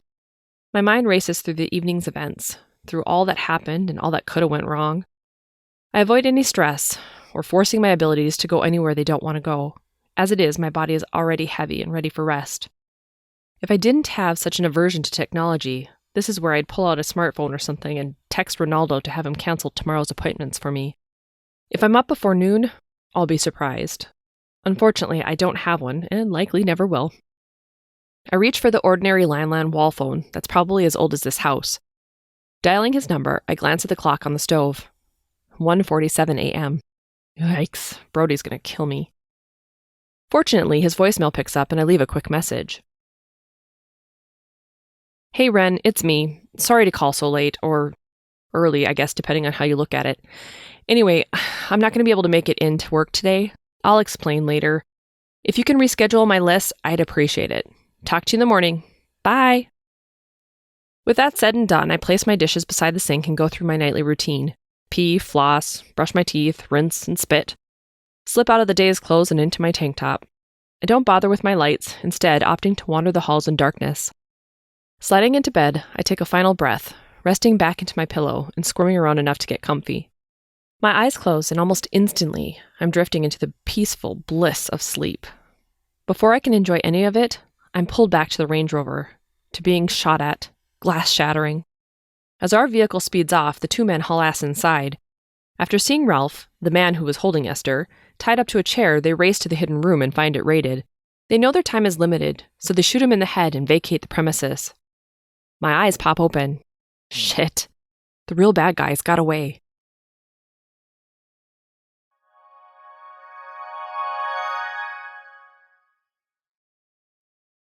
Chapter 6. Despite the revelation of the men getting away, I close my eyes and try to slip back into sleep. There's nothing I can do about it anyway, and besides, the cops should know by now. They were coming in right as we left. I'm sure they're already on the hunt, trying to locate and apprehend them. The best thing I can do is stay out of their way before someone freaks out at my gifts again. Darkness consumes me and I give in to its beckoning. For the longest time, I drift quietly and peacefully through a multicolored mist, re-energizing, reconnecting to the source of all. After a while, the energy shifts, molding into something familiar but distant, as though it's a dream I've walked once before, but have never recalled. Torches burn along the walls of a cavern. It leads somewhere important, but I can't place why. My heart thumps against my chest, because I already know the outcome isn't good. Somewhere within my soul, the awareness seeps in. He's gone. Someone's taken his energy and displaced him. Even though he means something to me, I don't know who he is or why. All I know is I need to make this right. At the end of the tunnel, light floods into the walkway from inside. Torches along the wall smoke and flicker, but within the chamber, it's utter silence. Before I can cross the threshold into the main chamber, I notice a symbol along the wall. It looks like a cross between the more modern male and female symbols I'm used to, but not. I reach out to touch the symbol, drawn to the power emanating from it. As soon as my fingertips touch it, I'm thrust from the cavern back into my bed. Knock, knock, knock, knock. My eyes flicker open, and I take in the streaming daylight cascading in from my bedroom windows. By the looks of things, it's mid-afternoon. Knock, knock, knock. I sit up in bed trying to place a sound until I realize it's someone knocking on my front door. Sliding out of the sheets, I reach for my robe and gingerly walk to the front door. Every muscle is sluggish, but light at the same time, as though I got enough sleep, but fought in a world championship boxing fight the day before. The cold floor seeps into my feet, making my entire body frigid. Before I even reach the door, I know who's waiting for me. Detective Radovich. I unlock the deadbolt and swing the door open. "Oh, come on in, Dan," I say, stepping back and swinging my hand out to offer up my living room. The detective's stance is wide, but timid at the same time, clearly conflicted with why he's here. His blonde eyebrows raise high above his dark blue eyes, and he lets out a relieved sigh. "Hi, Diana. Oh, so sorry to bother you this way. I've been trying to call you this morning, but you haven't answered. Your employee was starting to get nervous," he says, taking his hat off and stepping inside. "Huh?" I say, shooting him a confused look. "Ronaldo, I think his name is?" "Yeah, that's him. Well, what do you mean he's getting nervous? I called and left a message for him last night saying I wouldn't be in." I walk over to my recliner and take a seat. The detective does the same opposite me on the couch. "Diana, that was 4 days ago," Dan says. "I listened to the message myself. He's been here knocking at your door a number of times, but you've never answered." He got worried. My eyes widen. "What? 4 days? You have to be kidding me." "No joke. Wish it was," he says, his eyebrows flicking up to his head. The impressions of his own surprise are palpable. He's always been an advocate for my abilities, but he's still shocked I wasn't aware of how long I've been MIA. "Everything okay?" he asks, glancing around the room. Stifling back another yawn, I take a quick assessment of how I feel. Tired, but overall starting to regain most of my faculties. "I'm okay. I think I just overused my abilities." Needed to take a beat to catch up on rest, I admit. Dan takes a moment to consider, then nods his head. "You were awfully busy. In fact, we've been having a hell of a time with the case you and that PI were working on, too. Could have used some help these past few days," he says. "I know," I say, remembering the vision I had before I passed out. "You do?" "Yeah, the men got away, right?" I say, leaning back in the chair and tucking the bottom of my robe between my legs. Dan nods. "Yep, sure did," he says, pressing his fingertips together. "One guy's dead." "Well, I'm sure you'll be able to find them. At least Esther's safe now." "Very true. From the way your PI tells it, her rescue is damn near your sole accomplishment," he says. My lips spread downward in surprise. "He actually said that?" "Pretty much. He said you were instrumental in getting her out of there," Dan says, reaching for his hat. I didn't expect Blake to lie per se, but I've got to admit I'm surprised he gave me as much credit as he did. I mean, he's right. I was the one to figure out where she was and get her out of there. Not to mention warn him about the others, but still. "Well, I won't keep you any longer," he says, glancing at my robe. "Looks like you need to get dressed." I smile uneasily. "Yeah, I guess I do. Thanks for stopping by, Dan. I'll give Ren a call now so he can stop worrying." "You do that," he says, standing up. "Good luck on the case. I'm sure you'll find the other guys. They didn't seem like overly criminal masterminds, if you know what I mean. Mostly arrogant assholes who thought they could get away with anything," I say, remembering the impressions I got from the other two. "Thanks. Sure do hope you're right. Anyway, talk soon," he says, opening the front door and stepping outside. He closes the door behind him, and I walk up to it and lock the deadbolt into place. Looks like I have some explaining to do, I mutter to myself. "You're telling me some strange guy broke into your house and you decided, oh, what the hell, I'll go with him? And all this time you were sleeping?" "Like, actual sleeping?" Ren says for the second time, his eyebrows edging toward his hairline, as if it didn't compute the first time around. "Yes, for the love of all that's holy, I was sleeping," I say, enunciating slowly. "Why is that so hard to fathom?" Christ, what in the hell else would I be doing for 4 goddamn days? I'm not that kinky. Yeesh. I shake my head in disbelief. What a waste of 4 days. You could have at least lied and said you took an impromptu road trip to Cancun With that PI who broke into your house because you fell wildly, madly, deeply in love and wanted to live it up for a few days. That I could have believed. And at least admired, he says, slumping in his seat across from me. But this? He sighs indignantly. Sorry to disappoint you, Ren. No wild, mad love here. In fact, he was kind of frustrating more than anything else.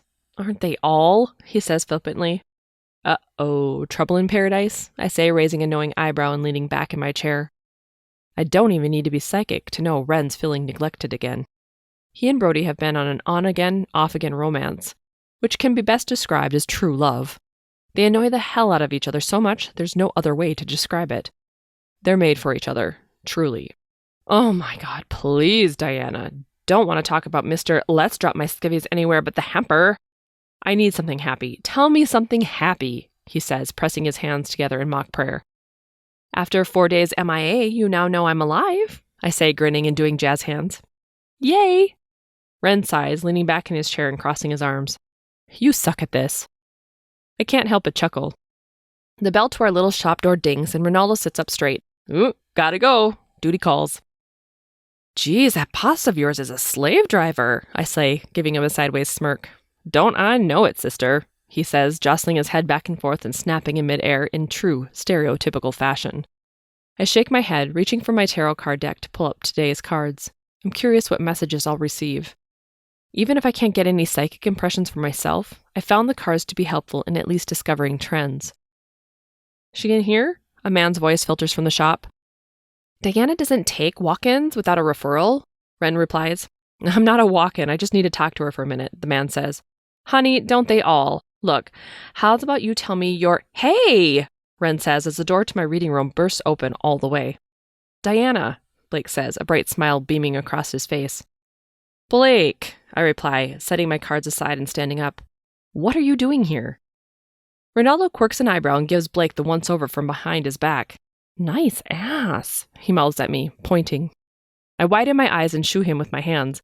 He, of course, closes the door only part way so he can stand outside and eavesdrop.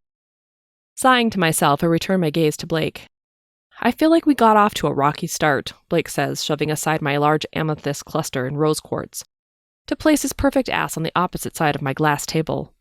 Oh yeah? I say, raising an eyebrow. Well, yeah, a little, he says, rubbing the back of his neck. Okay, I say, waiting. Granted, we did find Esther. I mean, what could have been better than that? Overall, I'd say we made a pretty good team. He grins, the hint of a dimple emerging from beside the edges of his goatee. My hand slides up over my face. Christ, he has dimples. How did I not notice this before? Yeah, we did, which is why I'd say our partnership has officially come to a close. I mutter, shoving him off the table. So pretty sure you can go on your merry little way, and I'll go on mine. Well, see, there's a problem, he continues. The perps got away, I finish for him. So you've heard, he says, leaning forward and placing his hands on the table instead of his ass. I glance at his hands, then back to his face. Something like that, I say. Well, aren't you the least bit interested in helping get these guys behind bars? I mean, if your abilities are really a thing, you could be the one to crack this thing open quickly, he says. Blake, you might be getting paid to go hunting for these guys, but the last time I checked, I wasn't employed by the police department, or you for that matter. I have a business to run and clients I need to contend with. I can't go on a wild goose chase just because you want to, what, get the credit? I say, sitting back down.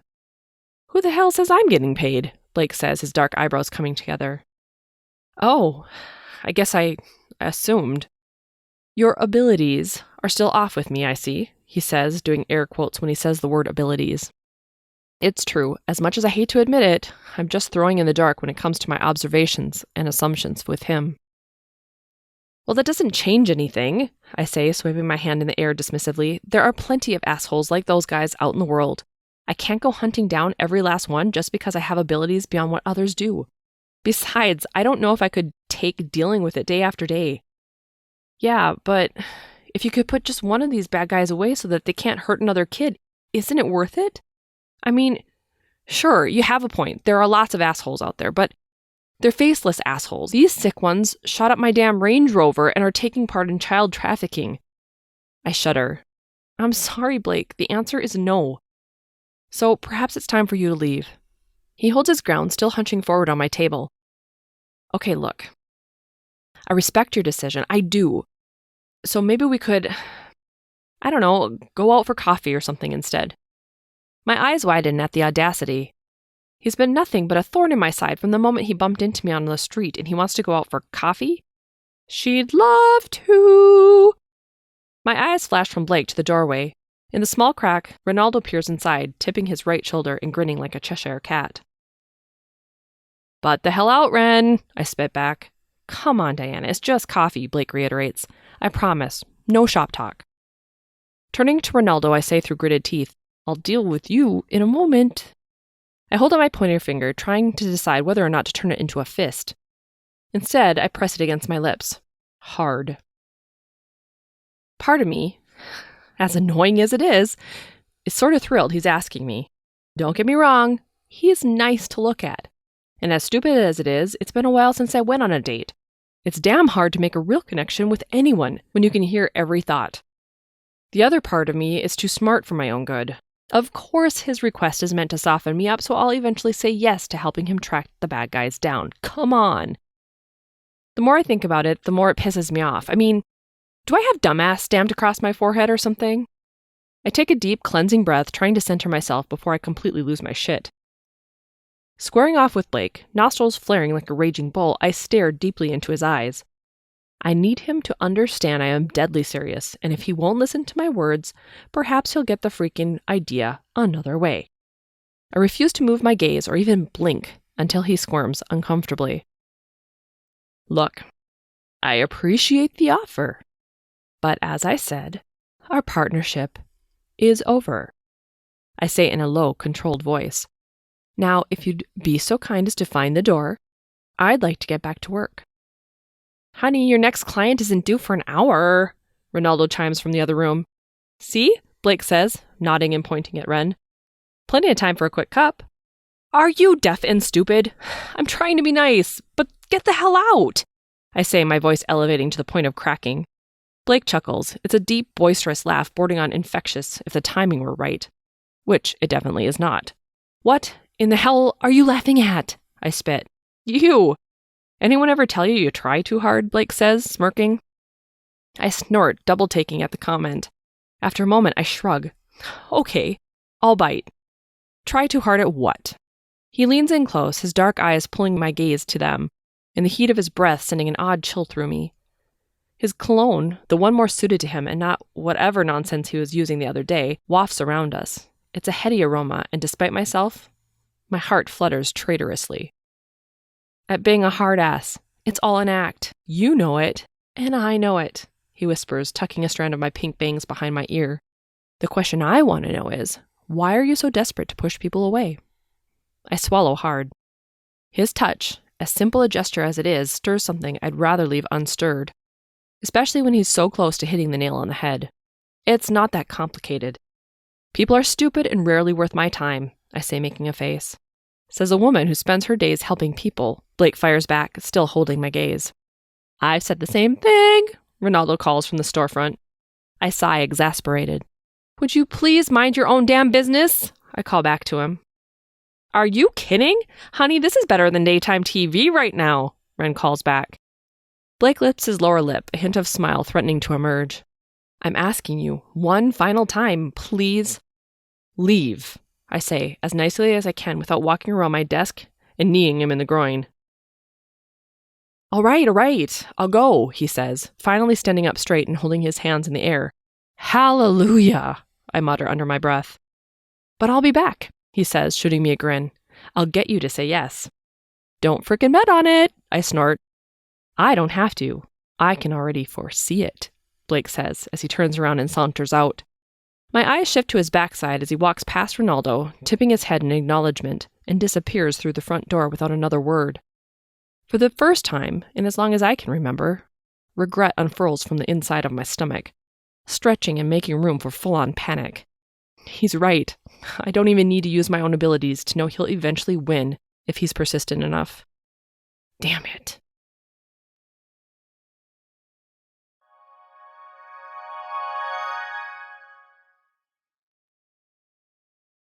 Chapter 7.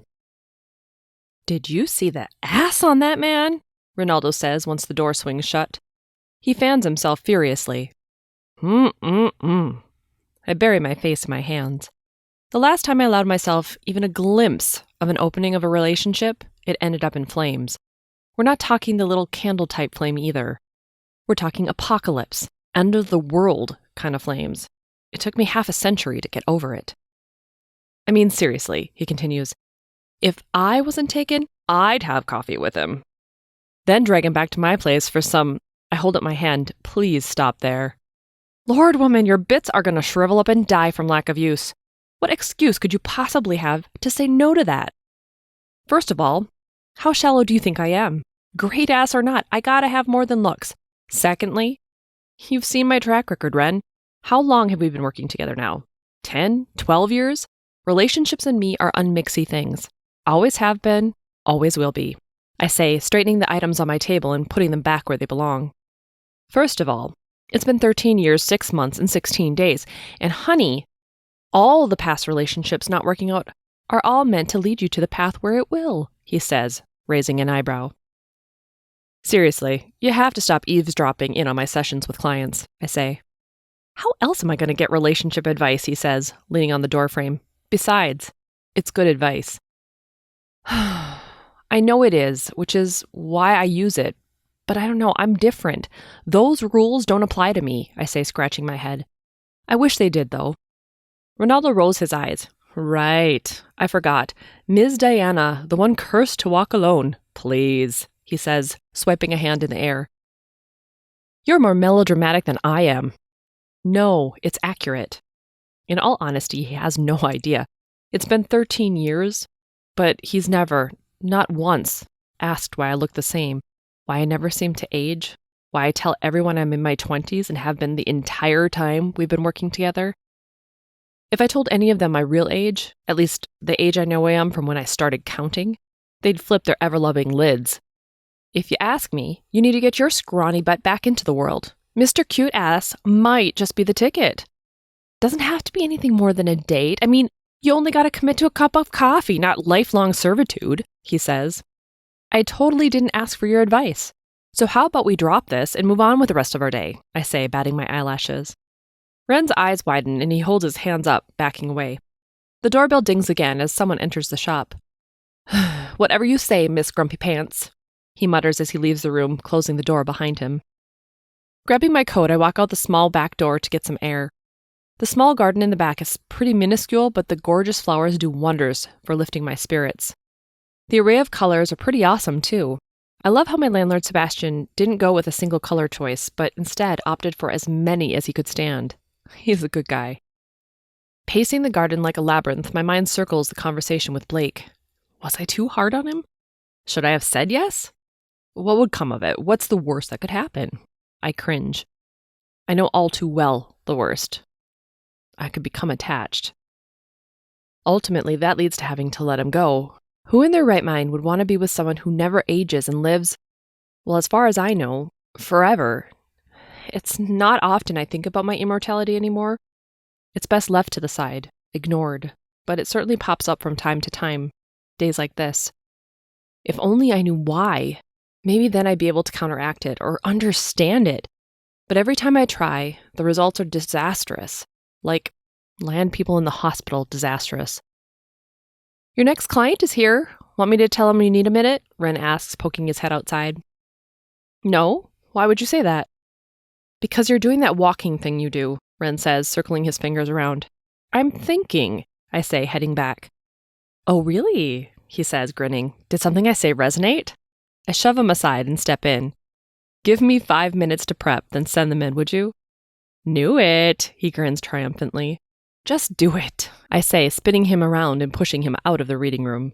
My God, his ego would explode if I told him I was actually mulling it over. Taking a few moments to center myself, I breathe deep and close my eyes. I inhale the scents of frankincense and myrrh, allowing them to transport me to a calmer mental space, one where I can be present for my clients and less focused on myself. I flip the switch on my desk, signaling Ronaldo I'm ready. I dim the lights and relight the candles around the room. After a couple of minutes, a small, meager man walks in. His timid stature is immediately disarming, but he's hiding something, or trying to conceal it anyway. His name is Lenny, and he steals from his boss. He then uses the money to go to the strip club on Fridays. "Please, have a seat," I say, pointing to the chair opposite my reading table. "Thanks," he mumbles, grabbing the chair and taking a seat. I take my position opposite him, quietly setting out the table before us. I place my tarot to one side, a couple of crystals to the other. His eyes widen, but he says nothing. "All right, there's a lot we need to cover," I begin, so I'm going to get straight to it. I wouldn't worry so much about your boss and instead start worrying about the coworker who's been watching you. Lenny's eyes widen and he bites the side of his cheek. "But that's not why you're really here," I say, staring deeply into his green eyes. They'd be pretty if he weren't so mousy-looking and unkempt. His dishwater blonde hair has been overcombed across the top of his head, and his outfit is disheveled. Almost as if he's been roughed up in the parking lot, but I already know it's because he doesn't pay attention to such things. The concept of dressing is pretty much lost on him. It's part of why his addiction continues to circle around. Lenny shakes his head. "No, I don't know what to do. It's sort of been..." A man with short, curly red hair flashes into mind. His smile is infectious, as is his boisterous laugh. There's something special about the man, and Lenny knows it. That's why he's fallen in love with him. "Oh, right," I say, nodding. Doesn't happen often in this small town, but with Ren in my circle, it happens more than you might think. "So you're wondering if he's noticed you too," I say. Lenny's green eyes go round as saucers, and he bites his lip and nods. Part of him is ashamed. He doesn't understand how the feelings were aroused for this man. He's always been heterosexual, or at least he thought he was. But now, it's thrown everything he's known into chaos. He can't sleep. He's tied up in knots as he tries to reconcile his feelings. "The first thing I need you to do is find someone safe you can talk to. Being attracted to another man, there's nothing wrong with it, and I'm guessing you have years of programming you need to unlearn before those knots in your stomach unclench. Do you have anyone you can turn to?" I ask. Do you count?" he asks, making a face. I shake my head. "No." And yes, I mean, you need to get into depth with someone, perhaps a therapist, to help you work through your feelings. This anxiety isn't doing you any good. "But how do I get him to notice me? Or how would I even know if he's interested?" he asks, his voice reduced to a hushed whisper. "You'll know, Lenny, trust me," I say, holding out my hands palm side up. He reaches out tentatively, placing his hands in mine. I close my eyes, trying to get a better feel for the orange-haired man. He's about the same age as Lenny, but much more outgoing. He spent time with Lenny, yet the situations are odd, like it's a weird cross between a work relationship and something more. There's a definite energy pull, but the other man's confused too. He's not sure whether or not to try to reach out to Lenny. He's noticed how he's gone downhill lately, and it's concerning him. Andrew, his name is Andrew. He doesn't want to see anything bad happen to Lenny. I'm not sure where his feelings are for you right now, but he certainly knows you exist. I'm picking up on a lot of platonic love and friendship, but at present time, that's all, I say, opening my eyes. Lenny smiles, tears on the verge of welling over. "He knows I exist?" "Yes, he really does," I say, nodding. "Thank you, Diana. Thank you. That's really all I needed," he says, smiling. Creases form in the corners of his eyes, brightening his face. "Now, if you can kick that bad habit at work, you'll be in a much better place. I feel if you continue down that path, you'll lose your chance with Andrew, and for sure, you'll lose your job." His eyes widen. "Whoa, you picked up on his name? Please don't tell the police," he says. "Everything in here is confidential. I wouldn't dream of intervening for something like this. It's not my place," I say, trying to reassure him. "But you're the one who's helped find that little girl recently, right?" he says. "I am, but that was a different type of situation. I was pulled in on that case, and your situation hardly requires me to step in for police interaction," I say, cocking an eyebrow. "Even if it's totally not cool." Lenny nods vigorously. "I'll stop. I'm done. I want my shot with Andrew." He stands up, brushing off his legs as he gets up, trying to decrease the wrinkles. It doesn't help. "Great. You'll come back and keep me posted, right?" I say. Sure, I'd love to, he says, reaching for my hand again. I take it, placing my other hand over his. Instantly, a much happier future for him opens up, as if the pathway he was on was leading him down the destructive path to heartache, but in the past instant, he made a new decision, a life-altering decision. These are the types of interactions that are the reason I continue to do this. When you can see a life shift from destruction to something far more pleasant, it's so strange how simple and how difficult that is. Choice. We're always one choice away from a completely different life. Smiling at him, I let go of his hand and I walk out of the reading room and into the main part of the shop. Ronaldo looks up from the gossip magazine he was reading and feigns surprise. It's written all over his face. He's surprised I left my reading room cave to enter the real world of the store. When I can help it, I generally avoid the front because you'll never know who might see me and want to attempt to weasel their way into a free reading. I roll my eyes and smirk. Okay, Lenny, Ronaldo here will get you all squared away, I say. As soon as I look at Lenny, a cord of energy bursts from his chest, linking to Ren's. You know what? I say, looking between them.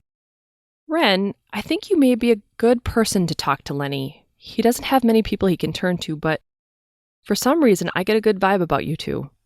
Ronaldo looks surprised at first. His eyebrows flick upward, but he's known me long enough to know when I say something like that, to go with it. Okay. I'm intrigued, Ren says, putting his magazine down and walking to Lenny. His flamboyant attitude is so similar to Andrew's, at least from what I can tell, and it instantly puts Lenny at ease. I'm Ronaldo, Diana's boss, he says, shooting me a coy grin. You wish, I say, chuckling and heading back to my reading room. I leave the two of them alone, allowing them some space to have the conversation they need to have. It's so interesting how this universe works sometimes. It all takes place in whatever orchestra it's meant to. Like every string is so carefully pulled so the timing is perfect. I stop walking, surprised at my own train of thought. As if all of this is happening, not just for Lenny, but for me as well. The color green floods into my entire perception, and I know it's true. I have hunted for so long for clues of my past, but this is a mixed message. Like it's made with invisible ink, and if I look at it too long, it will melt away. But what exactly is it meant to be? Am I supposed to be making the choice to be happy? To help Blake on this case? To, give love a chance? Again, green lights up. But not just for the last thought. For all of them. Damn it. Fear unfurls from my stomach again, twisting and turning. Being hard is easy. Having a protective shell is pretty much my thing, but learning to let go of all that? Can I even handle it? No, I'm not ready. Not yet. As much as I want to move forward, there's still so much from my past I need to have answered. I can't let it go and become something new until I know what I was, who I was, why I'm here, why I'm stuck this way. Oh, honey, I can totally help you with that, Ronaldo says to Lenny. His words pull me from my own thoughts. Really? You'd help me? Lenny says, surprise painted in his tone. Are you kidding me? Taking on a project like you is a dream come true. We can go shopping, get this haircut, and oh my god, a manicure. When was the last time you had your hands done? Ren says, gasping. I laugh to myself. If there's one person who can whip Lenny into shape, it's certainly Ren. And if he's the one guiding him to Andrew, it'll be perfect. Sitting down at my desk, I reach for my phone. Maybe I should call Blake. I don't have to commit to anything but coffee, right? I pick up the old-fashioned corded receiver, then set it back down. I don't even know his number. Placing my hand over my face, I chuckle to myself. What on earth was I thinking? It was like I was going to call him for the 100th time and I don't even have his number. Come on, Diana, where's your head at? Thanks so much, Ronaldo. I'll definitely give you a call later tonight. I really do appreciate you being willing to teach me, Lenny says. My pleasure, Len. You got this, Ronaldo says. The doorbell to the shop dings as Lenny exits. A moment later, Ronaldo bounds into my reading room. What a beautiful soul, he says, holding his hand to his chest. So you decided to help him, I say, already knowing the answer. Of course. Did you see him? He's hopeless. Lord, if someone doesn't show him the ropes, ain't no one gonna notice how beautiful his eyes are, he says, dropping into the chair across from me. Good. You both had a pretty strong cord. He'll be around for a while. Maybe this is an answer to your prayers too, I say. What do you mean? I'm not leaving Brody for... I wave my hand dismissively. No, not that. I mean, maybe once he and Andrew are together, if they continue on that trajectory, because it's not certain yet, I could see you all hanging out together. It would lighten Brody's load to keep you entertained. Ronaldo gasps. I am not that much of a diva, Diana. What are you saying? You know you're a piece of work, and damn lucky to have found Brody, I laugh. Humph, he says, crossing his arms. But at least it looks like you'll be on the upswing, I say, shrugging. Well, as long as someone lets me dress them, it's a start, Ren says, his eyes distant as he no doubt starts to mentally rearrange Lenny's wardrobe. Now, what are we going to do with you? Nothing. I'm going to go about my day as usual. In fact, when's the next client? I ask, glancing at my wrist. Ren's lips tug into a straight line, but he says, any minute, I suppose. Good. I'm going to go sit outside and enjoy the fresh air while I wait, I say, standing back up and heading once again to the back door. You can't survive on fresh air alone. Do you want me to call down to the cafe for lunch again? He asks, making his way to the front. No, I say, shaking my head. I think I'll go out today instead. Ren's jaw slacks open. Are you feeling okay? You haven't been out since... Good God, I'm fine. Now go wait for the next client, would you? I say, shooing him with my hands. You can run, Miss Thing, but you can't hide, he says. One of these days, all this running will catch up to you. Yeah. Going now, I say, slamming the door behind me.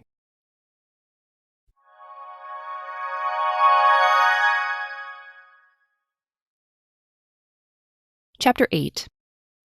The next few days drag by. I'm talking the pace a grandma snail would be proud of. My mind keeps toying with the idea of finding Blake, or maybe finding a way to call him. Of course, I always think better of it. I mean, who am I kidding? Even if I went for coffee or offered to help him on the case, having him around hinders my abilities anyway. Besides, it's not like he isn't capable all on his own. Daydreaming again? Ronaldo says, breaking my concentration and causing me to jump. Christ, don't sneak up on a person like that, I squeak.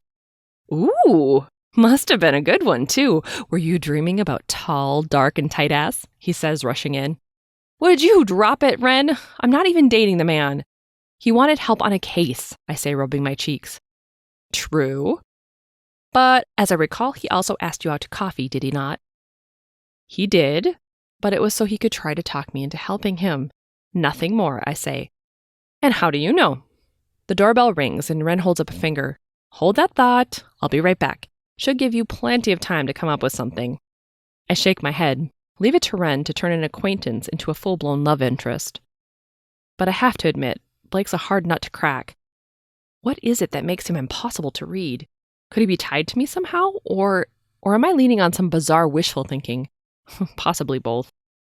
Ren bounds back in, a spring in his step and a box in his hands. The box of Valentine's goodies is here, he says, a chipper tone in his voice. He's always loved Valentine's Day. It's the one time of year when he can pretty much guarantee the attention he generally hopes for from Brody.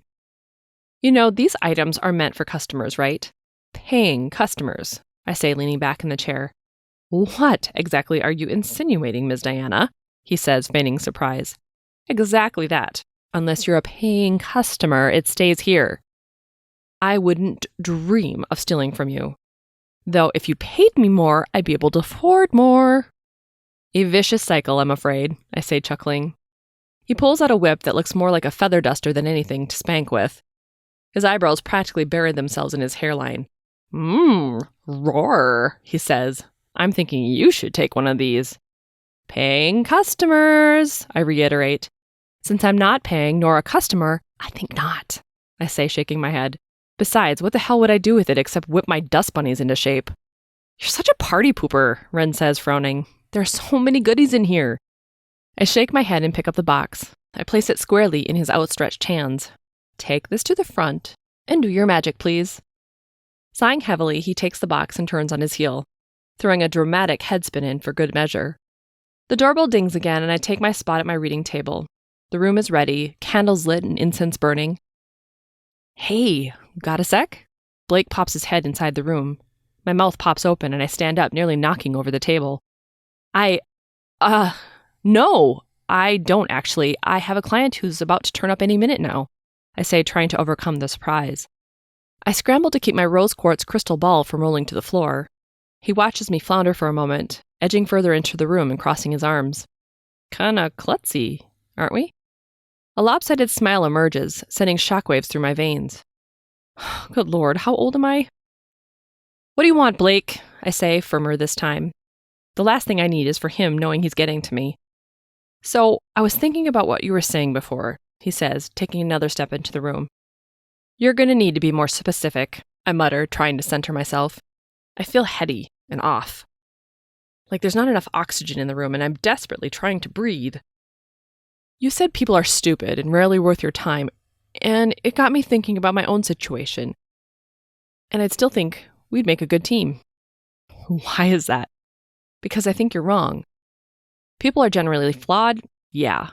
Plenty of them have issues, as you saw the other day, but I've also witnessed some pretty amazing people in my time. For whatever reason, I feel like you're missing out if you're not witnessing that side of people too, he says, taking a last stride forward and leaning on the back of the chair opposite me. I seriously doubt you've had enough experience with people, if this is your take, I say, leaning back. Come on, let me show you.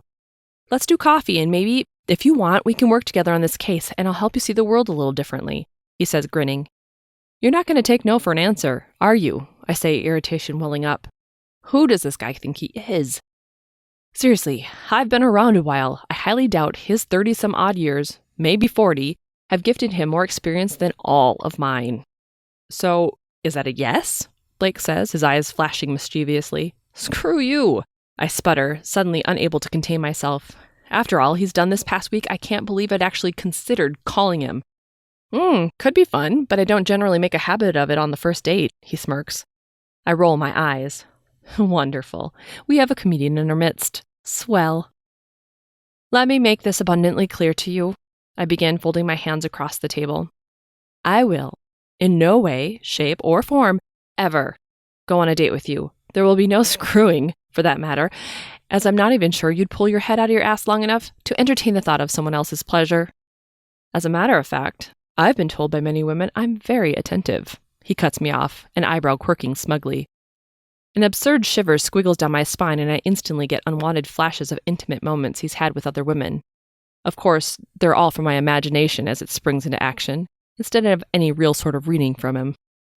Gah! I cry, throwing my hands to the side of my head and try to ignore my mind as it plays tricks. It's not the point. The point is, it will never, ever happen with us. So the sooner you can get it through your thick skull, the better off we'll both be. Blake takes a step around the table toward me, his dark eyes penetrating mine in the most intimate way. I can't explain it. It's like he strips me down to my bare essence. Not the naked me, but the soul-level me. The corner creases of his eyes deepen as he takes me in, and his lips tilt ever so slightly upward. Reaching his right hand out, he cups the side of my face without a word. Warmth radiates from the palm of his hand, making me shiver despite myself. My body suddenly craves to lean into it. Give me time, he finally whispers, winking. I glare at him, knowing full well my traitorous insides want desperately to give into it. Damn it.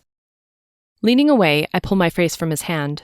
Listen, I don't know about you, but from where I come from, touching someone else without consent can be considered assault, I warn. My skin blazes, tingling from his touch. Blake chuckles, his dark eyebrows rising in a high arc. Oh, is that so? Well, I'll keep that under advisement, he says, tipping his head. It was good to see you again, Diana. Think about it. Without another word, he turns on his heel and walks out the door. My eyes stray, mesmerized by the way he walks. Ronaldo mutters, appearing in the doorway. Honey, I do not know what your dealio is, but damn, that man has a fine stride. Go away, Ren, I say, my eyes flicking to his from underneath my eyebrows. I don't know what kind of magic this guy has, but I'm not about to be his bitch. I've been around the block long enough to know when to stay the hell away. Everything about Blake screams run, even if half of me is in direct disagreement. I'm just saying, how long's it been since you... He wiggles his eyebrows. You know. I stare at him, unblinking. 4 years, 8 months, and 12 days, but who's counting? It wouldn't hurt you to get a little something and ignore the rest, if that's what floats your boat. I mean, your nether region is gonna atrophy if you're not careful. What I wouldn't give to have your kind of freedom, he says, his eyes going distant and a little giddy smile stretching across his lips. Oh, please, I say. You and Brody are perfect for each other and you know it. Even if you were able, you'd still be chasing him around like a little lost pup. Ronaldo snaps his fingers in the air. Oh, no, you don't, woman. Take it back. If anything, the lost puppy would be him. I chuckle and walk to the doorway. Sure, if you say so. Let me know when my next client is here, please, I mutter, ushering Ren out and slowly closing the door to my reading room so I can seal myself off. Walking to the window overlooking the garden, I stare out into the sea of color. If it were up to me, none of these flowers would have existed, and I'd have nothing to appreciate as I stand here.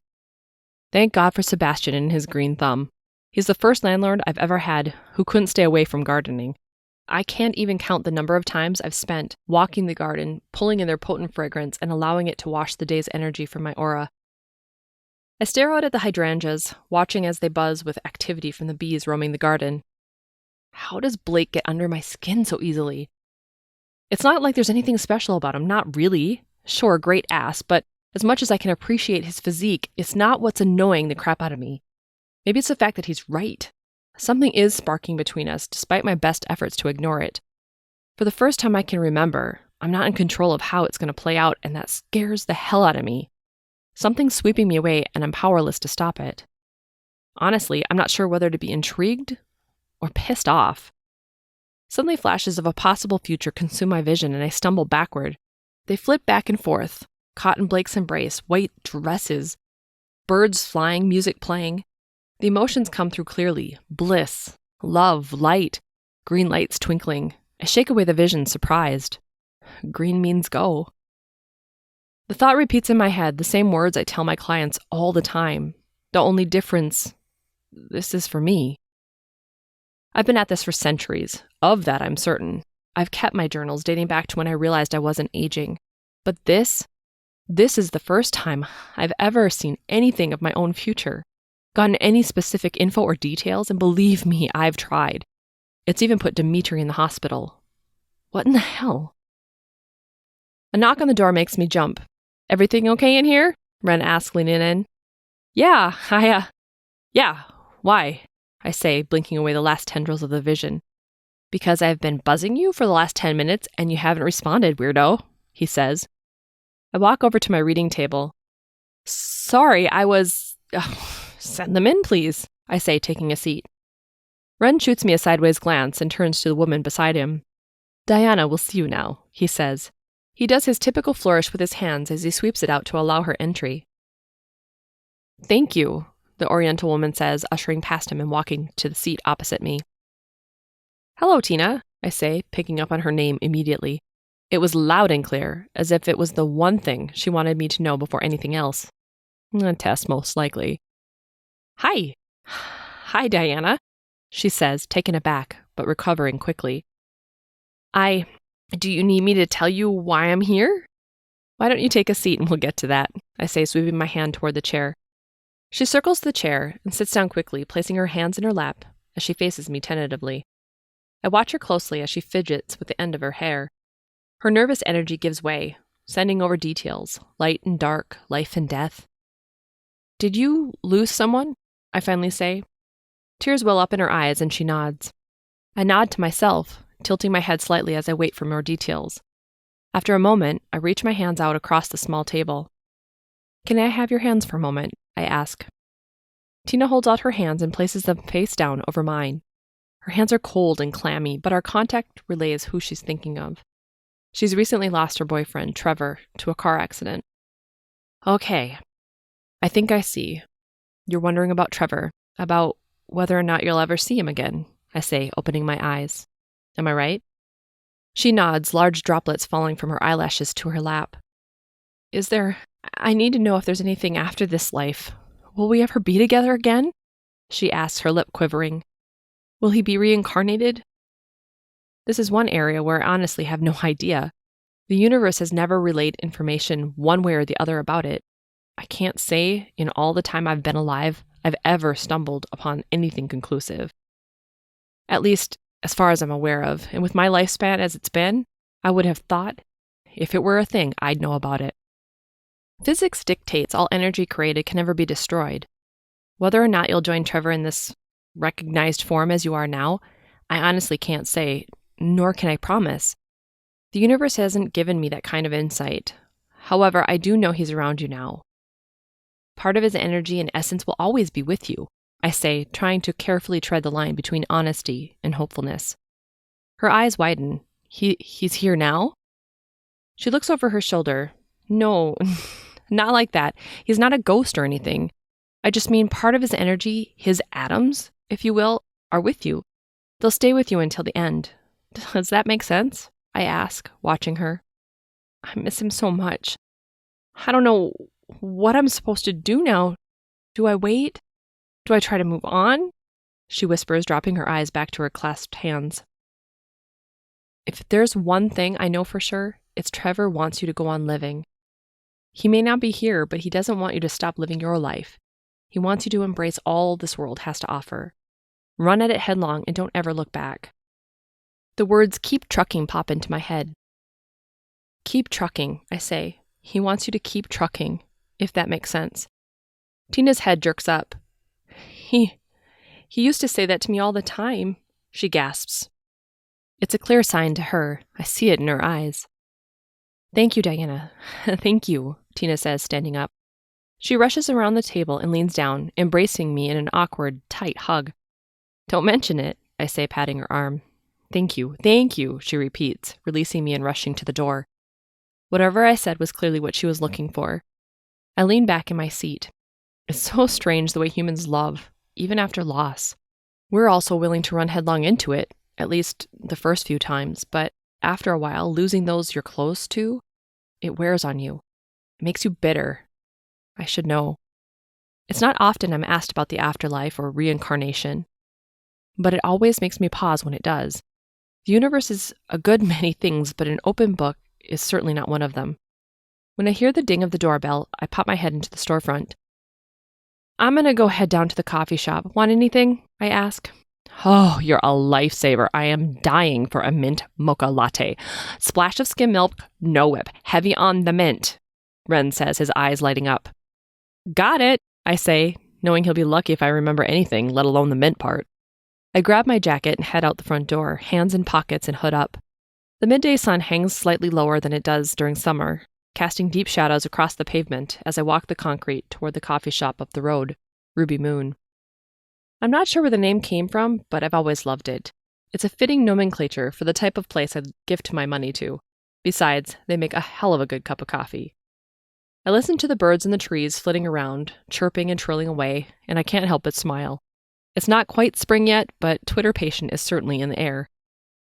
Walking up the front steps, I swing the door open and waltz to the counter. The owner, Maxwell, is stationed behind the register, and a young barista leans against the counter, picking at her fingernails. Only one other customer graces their presence as he rests belly up to the bar. Hey, Diana, the usual? Max asks. That'd be... I begin, glancing at the man at the counter beside me. I double take. Ah, right on time, Blake says, twisting on his pedestal seat and facing me.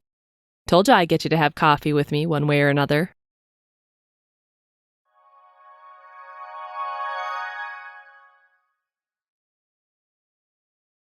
Chapter 9. My mouth drops open, and I'm at a loss for something to say. I've been to this coffee shop hundreds, scratch that, thousands of times, and I have never, not once, seen him here. What are you doing here? I ask indignantly, unable to help myself. Having coffee, he says, cocking his head. You? I step back, glancing from Maxwell to Blake, then the barista, who looks as bored now as she was before. Getting coffee for Ronaldo, I finally decide on. Isn't that sort of his job? Blake says, raising an eyebrow. I mean, to get coffee for you? It's true, ordinarily he'd be the one doing the running, but I wanted the fresh air for a change, especially after everything that's going on. Well, that's kind of sexist, I blurt out. Has nothing to do with sex, Blake says, his eyes twinkling mischievously. A shudder races up my spine at the way he says it, like he's deliberately taunting me and he wants me to know it. Turning from Blake, I square up to Max. Yes, the usual for me, please, and a mocha latte thingy for Ren. His usual? Max asks, grabbing a paper cup and writing something alongside it. Possibly, I say, dropping my chin and shaking my head uncertainly. It's never occurred to me to pay attention to what Ren's usual is. How terrible is that? See, you don't even know what the hell he's meant to drink, Blake laughs. I do too. It's a long, complicated order, I scoff. Shouldn't a psychic be able to pick up on what it was without a notepad to remind her? Blake taunts. Maxwell's eyebrows skirt up into his hairline, but he doesn't say a word. He passes the order on to his barista, who sets to work, her expression never changing. The only thing that could make her more cliché is if she were snapping gum, but she's not. We've been over this, Blake. It doesn't work like that, I say. I'm still human. Granted, if I really wanted to, I could probably pull up a mental recall. He sets his drink down. Seems I have something to learn about you and being psychic. Care to join me at a booth? Chat with me a bit? He grins, pointing at the booth near the window. I've got some time to kill and I could use a lesson. I can't. I have to bring Ren's coffee back to him, remember? I say, shaking my head and pointing to the coffee being made. I can have Amy bring it down to him if you'd like, Diana, Max says, a smirk spreading across his lips. He doesn't look up from what he's doing, a sure sign he wants me to take him up on the offer. Seems like everyone is trying to hook me up. See? Blake says, nodding and pointing at Amy. Amy will do your bidding. So it's a date then.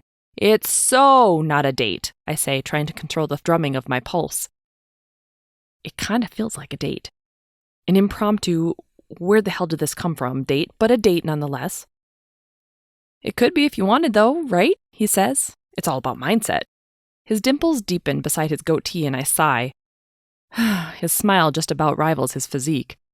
Would it be so bad to sit down for a cup of coffee? Fine, I say, grabbing my cup of coffee from the bored barista. I'll sit down with you for a minute, but it's not a date. Blake throws up his hands. Whatever you say. Turning to the nearest booth along the bank of windows, I slide into my seat and take a deep sip of coffee. The foam on top makes my lip tingle, and I set the cup down. Sliding into the spot right beside me, he forces me to shift over and effectively locks me between him and the window. You know, there's another seat on the other side of the table. Makes for an easier way to have a conversation, I say, pointing to the empty seat. Where's the fun in that? He grins. There's a strange playfulness in his energy, if I can call it that. I can't read his aura, but I still feel it somehow. Plus, the smirk on his face broadens the longer he sits beside me. Amy shoots me a strange, aren't you a little old to be so awkward, kind of look as she heads out the door with Ren's cup of coffee in hand. So, what exactly did you want to talk about? I doubt world peace, and I already said no to helping you on your case, I say, returning my gaze to him and feeling the need to throw that in there. Blake shifts closer, the scent of his aftershave or cologne wafting around us. It's a heady kind of smell, making me want to lean into him and take a better whiff. Before he answers, he grins again, then takes a slow, deliberate sip of his own coffee. What exactly is Diana's usual? He finally asks, pointing to my cup of coffee and ignoring my question completely. It's the campfire mocha, I say, raising an eyebrow. Why? Normal variation or your own special blend? I shift in my seat, twisting a bit to look him in the eye. White chocolate, not milk chocolate, I say, a slow grin spreading across my lips. Interesting, he says, nodding in approval. I happen to like my coffee black as my soul, but if I did add chocolate, it would be of the white variation. Ew. Black coffee? Really? I say, sticking out my tongue and making a face.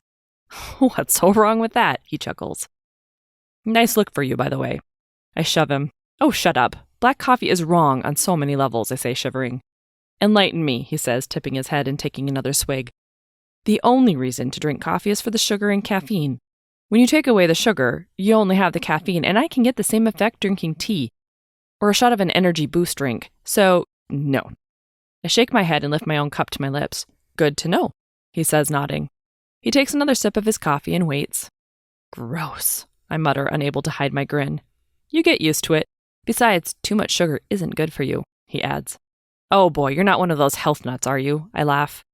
If I were, I wouldn't be drinking coffee. Caffeine is just as bad, he says. Really? I say, raising an eyebrow. And how would you know that if you weren't one of those crazy health nuts? Because I had a friend who blew out her adrenal gland with a coffee addiction, he says nonchalantly. Yikes. That sounds brutal, I say, glancing at my own cup of coffee. How much does one need to drink before it's considered an addiction? Way more than 1 cup, he laughs. Well, I figured, I say, rolling my eyes. Hey, you asked, he says, shrugging. His eyes fall to his cup while his fingertips fondle the handle. Can't stop staring at his dark eyelashes.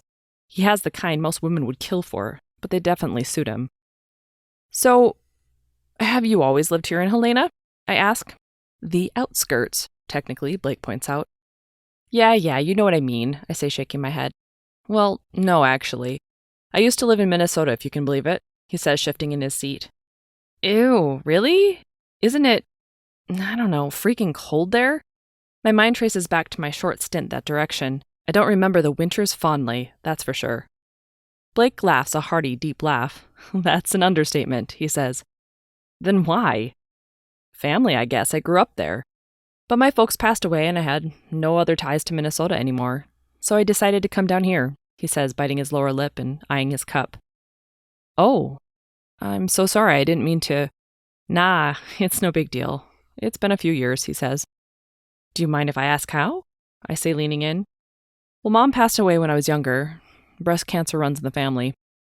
A heart attack got Dad, though, he says, his voice low. Reaching out, I place a hand on his leg closest to me. I'm sorry, Blake. I'm sure losing your parents was so hard. His eyes widen as he looks from me to my hand. He shifts his eyes slightly, but nods. It was, actually, especially at first. He clears his throat. So what about you? Are your parents still around? There it is, the dreaded questions about me and my life, the ones I hate answering because they can unravel so quickly into a complete cluster. I shake my head. No, they're gone too. It's the truth, though. I don't remember them at all, and for the amount of time I've been alive, there's no way they've managed to survive. Unless they pass down this insane longevity gene to me. Sorry, this has taken a turn, Blake says, scratching the back of his head. It's okay. It was a long time ago for me, too. I suppose it's what drove you to helping people, huh? Blake says, watching me closely. I pause for a moment, considering. For the most part, it transpired gradually. My gifts have always been around, and not adhering to them just didn't feel right. I suppose in a sense it did, but I don't really think I had a choice. When you know things, hear things, see things, ignoring them and going on with your own life isn't always an option. Well, as you know, I say, pointing to him. Blake's eyebrows flutter upward in surprise. I do? Well, yeah. Once I could see things more clearly with Esther, I couldn't not get involved at that point, you know? Oh, right, you're still talking about you. Got it, he says, shaking his head. I chuckle and scrunch my nose. What did you think I meant? I thought you meant me. That when I see things, ignoring them isn't an option. Well, I suppose that's right too, isn't it? I say, grinning. Yeah, I guess it is. So, I say, trying to fill the awkward silence surrounding us. What's the deal with you and Aiden? Blake quirks an eyebrow. What do you mean? Well, I got something off of him when we first met. You've known him a long time, right? I thought you couldn't read any stuff about me, Blake says, his voice a bit tighter than before. Well, I can't, but then I shook Aiden's hand and I got snippets. He must have been thinking about it, I say. What kind of snippets? Blake asks, his eyes wide. I blink fast, trying to recall. Something about him being little. He lost his parents too, right? A car accident, but you stepped in even though you were trying to work your way up through the special forces ranks, I say, biting my lip. He narrows his eyes, giving me a once-over. You're shitting me, right? This is some sort of joke? He says, shifting back a bit. No, I say, shaking my head. Why would you think that? Did he put you up to this? You asked me to sit down with you, remember? How the hell would Aiden put me up to anything? I say, suspicion arising. Blake's lips press into a thin line as he shifts away from me, facing the other side of the booth instead of looking at me.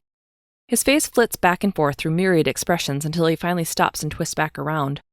You're telling me you picked up all that from shaking his hand? I roll my eyes. Duh! Psychic, remember? I say, pointing at my head for effect. I gotta go. Thanks for the talk, Diana. I'll see you around, he says, shifting out of the booth and out the door before I even have time to process what's happening. Shifting in my seat, I press my back into the booth. What in the hell just happened? Sure know how to freak a guy out, huh? Max says, wandering over to the booth. He grabs Blake's cup and wipes his spot with a wet rag. I turn and glare at him. Something in his smug grin makes me snap. Your girlfriend's cheating on you with the mailman, I blurt out, downing the rest of my mocha. I've known for ages, but it's none of my damn business. I guess now I just don't care. Max steps back, eyes wide with panic. I push past him and walk out the door before the backlash of questions can hit. Glancing up and down the street, Blake is nowhere to be seen. So I walk back to the shop on my own. Why would it matter if I knew about Aiden's parents or the way he gave up his military life?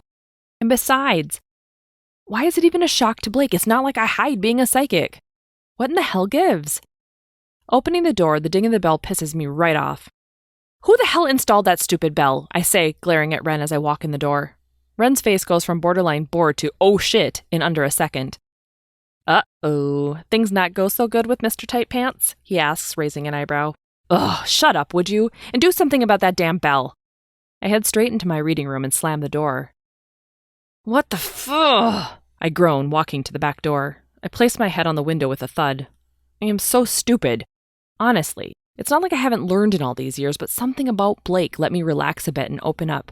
And why? To be bitten in the ass again? Stupid, Diana. What a naive, idiotic move. Ren knocks on the door. As it opens, he waves a white handkerchief from the crack. I roll my eyes and take a deep breath. What do you want, Ren? I say, walking to my desk and sitting down. Want to tell me what happened? He says, walking into the room tentatively. If I knew, I'd tell you. I honestly have no idea. Ronaldo grabs the chair from my reading table, dragging it over to my desk. He didn't try anything funny, did he? Ren says, crossing his arms over his chest and going all protective. In a coffee shop? I shoot him a look from under my eyebrows. He shrugs. You never know. Stranger things have happened. True. I bite my lip, trying to keep myself from combusting. For a moment, a simple, strange, beautiful moment. I felt like I was connecting with someone.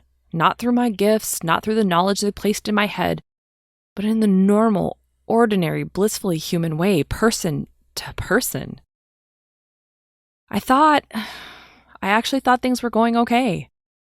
I drop my head to my hands, raking my fingertips through my hair as it falls forward. So, what then? Ren asks. Did you piss him off? I mean, not that you would, okay, maybe you would, but I told him about something I picked up at his house. An impression about him through his adopted son, Aiden. That was all. I mean, it's not like he... So you wigged him right the F out, huh? Ronaldo raises his eyebrows, casting a knowing look my way. How? I mean, it's not like I haven't been upfront about the whole thing from the start. For God's sakes, it's how we got put in each other's way in the first place. He needed my help. Did he really? Oh, would you stop with the cryptic? Just spit out what you want to say, I say, frowning. Well, okay. Here's the thing. And you know this better than anyone, but I'm guessing your emotions are starting to muddy the waters. You freaked him out because he wants to believe you. It's pretty damn obvious there's a vibe going between the two of you, and if you wanted, it might go flammable. But my guess is, as much as he wants to believe you, he sort of doesn't either, am I right? I bite the inside of my cheek. My abilities, they don't work when I'm around him. Ren shifts in his chair, his mouth popping open. And you're only telling me this now? When did you first learn this? I don't know. The first night, I guess? I didn't know what to make of it. It's never happened before. Well, no wonder. The man really didn't give you much credit because you didn't give him much to go on. Ren shakes his head and shrugs. So this is my fault? Hell no. Serves him right. You don't get to be as renowned as you are by telling bullshit. My eyes widen and I smirk. I'm renowned. Ren flicks his hand in the air absently, as if you didn't know. Please. Well, if you ask me, you have two choices. I do I? And what are they exactly? You have to decide, does it matter he thought you were full of rainbow farts, or doesn't it? If it does, and I'm pretty sure it does, then you need to go out there and show the man who's boss. I mean, you're Diana Hawthorne, damn it. He'd do well to remember it. He nods his head in final punctuation to his declaration. I think he's already acquainted. It's what freaked him out, remember? Then show him why it matters. Find those men. Close the loop on the case you both worked on. I can handle the fort here. And how do you plan on doing that? My lips flatten into a thin line, and I can't help but envision Ren throwing a party, Frat style, while I'm away.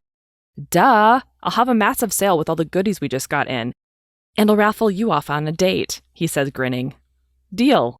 With everything but the date part, I say, standing up and pushing away from my desk. Where are you going now? Ren spins around in his chair as I make for my coat. Following your advice, I'm going to go show Blake who's boss.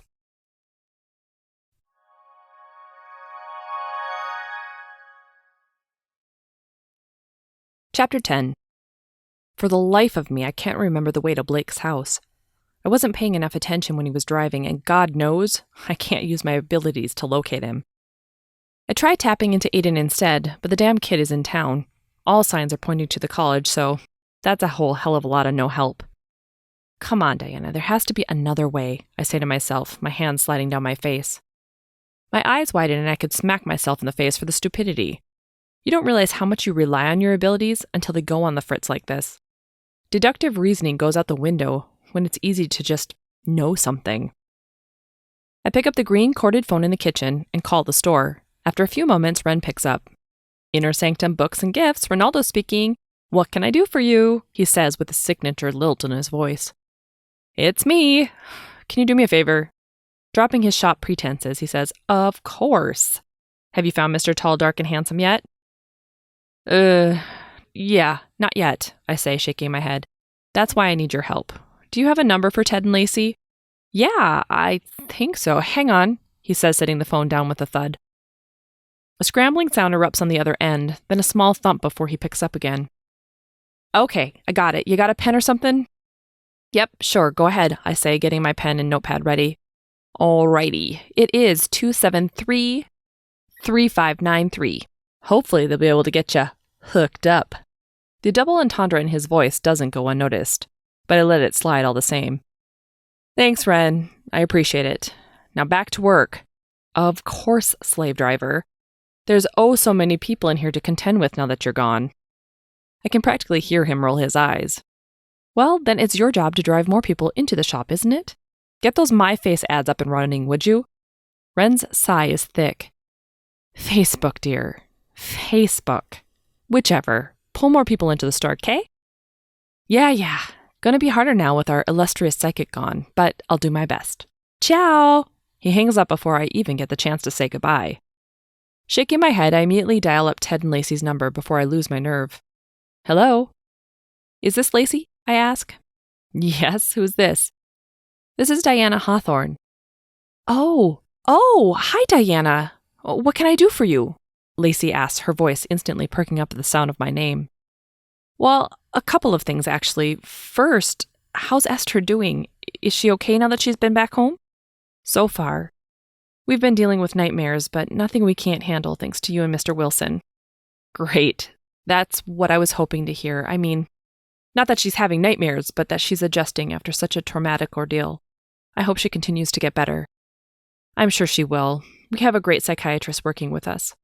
Good. I'm sure there's a lot all of you need to talk about. Say, the other thing I was wondering about, do you happen to have Blake Wilson's address or phone number handy? I'd like to get in touch with him, but I don't seem to have any of his contact details. Sure. Let me have a quick look. I'm pretty sure it's in my phone. Can I put you down for a second while I have a quick look? Absolutely. Take your time, I say, tapping the end of my pen on the notepad in front of me. After what feels like an eternity, Lacey comes back to the phone. Okay, I have both. His number is 273-4414, and his address is 22341 Wild Rebel Road. I snickered to myself at the street name. Thanks, Lacey. I appreciate it. Don't mention it. It's the least I can do. Is everything okay? With the case, I mean? Oh, yeah, everything's fine. I just have some questions for him. Don't worry, it's nothing to do with you or Esther. Okay, thank goodness. Lacey's sigh of relief is palpable. Well, thanks again. We'll talk to you soon, I say, hanging up the phone. I stare at the details on the page. Do I call, or do I just show up unannounced? The social anxiety in me says to call and be done with it. The psychic in me wants to see his reactions and get a better read on him and the situation. Damn it. I rip the piece of paper off the notepad and grab my car keys. Walking out the back door, I head to my tiny garage. My itty-bitty Prius has sat dormant for months, resting inside the barely wide enough space. Seriously, whoever built garages in the early 1900s didn't expect people to be able to open car doors once they were finally inside. Sliding behind the wheel, the car still fires up on the first try, no problems whatsoever. I rub the steering wheel, giving a little silent praise before shifting into reverse. It isn't until I've left the confines of my back alley that it occurs to me I have no clue where this wild rebel road actually is. And without the creepy assistance from a sat navigator, I need to do things the old-fashioned way, with a map, especially with my intuition on the super fritz when it comes to him. Pulling into the nearest gas station, I fill up on gas and yank the map of Helena out of the glove box. It takes ages to finally pinpoint the street on the map, but thankfully, the course is relatively simple. In fact, now I can see why alarm bells didn't go off right away. We drive right by the Helena PD on the way to his place. Taking a deep breath, I lay the map on the passenger seat and climb back inside. Okay, Diana, let's do this, I whisper under my breath as I put the car in gear. The roads look different during the day, far more relaxing as I leave the confines of the city for a more open layout. It doesn't do much to chill out my nerves, unfortunately. I take a deep breath and roll my eyes. For God's sakes, you're not asking the man to marry you, Diana. Would you get a grip? I twist my fingertips around the steering wheel and concentrate on the road. The drive there is fairly easy, now that I have a clear direction, thank goodness. Before I know it, I'm already turning down his twisting, long driveway. The Tudor-style home looks impressive in the daylight, and the massive trees in the front yard are probably gorgeous come summertime. Putting the car in park, I kick open the door and walk to the front entry before I can talk myself out of it. I rap on the door hard, then step back and wait. Crossing my hands behind my back, I pace the front stoop for a moment, before deciding it's been long enough and try again. When still no one answers, I try the handle, hoping for an easy win. Unfortunately, this time the door's locked. Damn it. I should have called first. Leaning toward the narrow window beside the front door, I place my hands on the glass trying to get a good look inside. Unfortunately, the narrow access only grants a view of the entryway wall. Well, now what, Diana? Wait around like a lost puppy or go home and give him a call like you should have done to begin with? As I start walking down the steps and toward my car, a dark red beat-up pickup drives up. It comes to a halt beside the garage door. Hey, what you doing here? Aiden asked, throwing open the door. Was Blake expecting you? I shake my head. No, kind of an impromptu meeting. Is he home? Tipping my head toward the house, I keep my eyes trained on Aiden. Dunno, I'm here with you, he smirks. One way to find out, come on.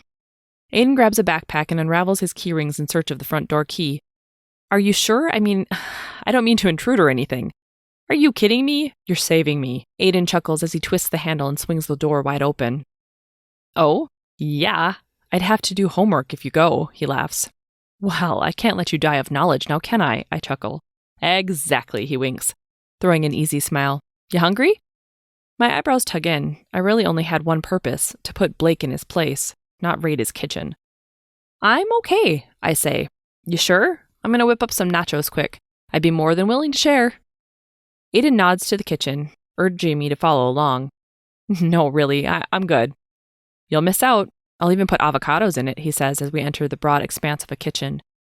It's still as sparsely decorated as the rest of the house, but you can tell a lot more care and consideration has gone into this space. Things are laid out very precisely, and the stainless steel appliances are meticulously clean. Oh, and there's coffee, he adds. All right, you twisted my arm. Coffee would be lovely. I take a seat belly up to the breakfast bar the way I would at home. Aiden's energy is very easygoing and relaxed. Surprisingly, he sets me at ease right away and dispels some of the anxiety I was feeling about coming here. Aiden sets to work, maneuvering the kitchen like a true pro, grabbing pans and fresh ingredients from the refrigerator. So you said you were here for Blake, right? Yeah. I need to talk to him about some stuff. We kind of got off on the wrong foot the last time we were together, I say, leaning forward. Yeah, he has a way of putting people off at first, but once you get to know him, he's really a big teddy bear. I smile, getting impressions immediately from Aiden of all the good times he's had with Blake. Christmases, surprises, special treats, and birthday parties over the years. The images flash by quickly, so quickly, in fact, he probably doesn't even know he's conjured them with such potency. You've known him a long time then, huh? Yeah, guess you could say that, Aiden nods, stirring some sort of black bean mixture and adding cheese to another pan to start melting. How did you first meet? I already know the answer of how they got thrown in this situation together, but not how they initially met. I don't know. He's always sort of just been in my life. He was best friends with my parents, so he was kind of like Big Uncle Blake from the time I could walk and talk. And your parents, they're not with us anymore? No, they died when I was pretty young. 8, I think. I'm so sorry, Aiden. That must have been hard for you. Yeah, it was. A lot of people weren't sure this was the right path, going with Blake, you know?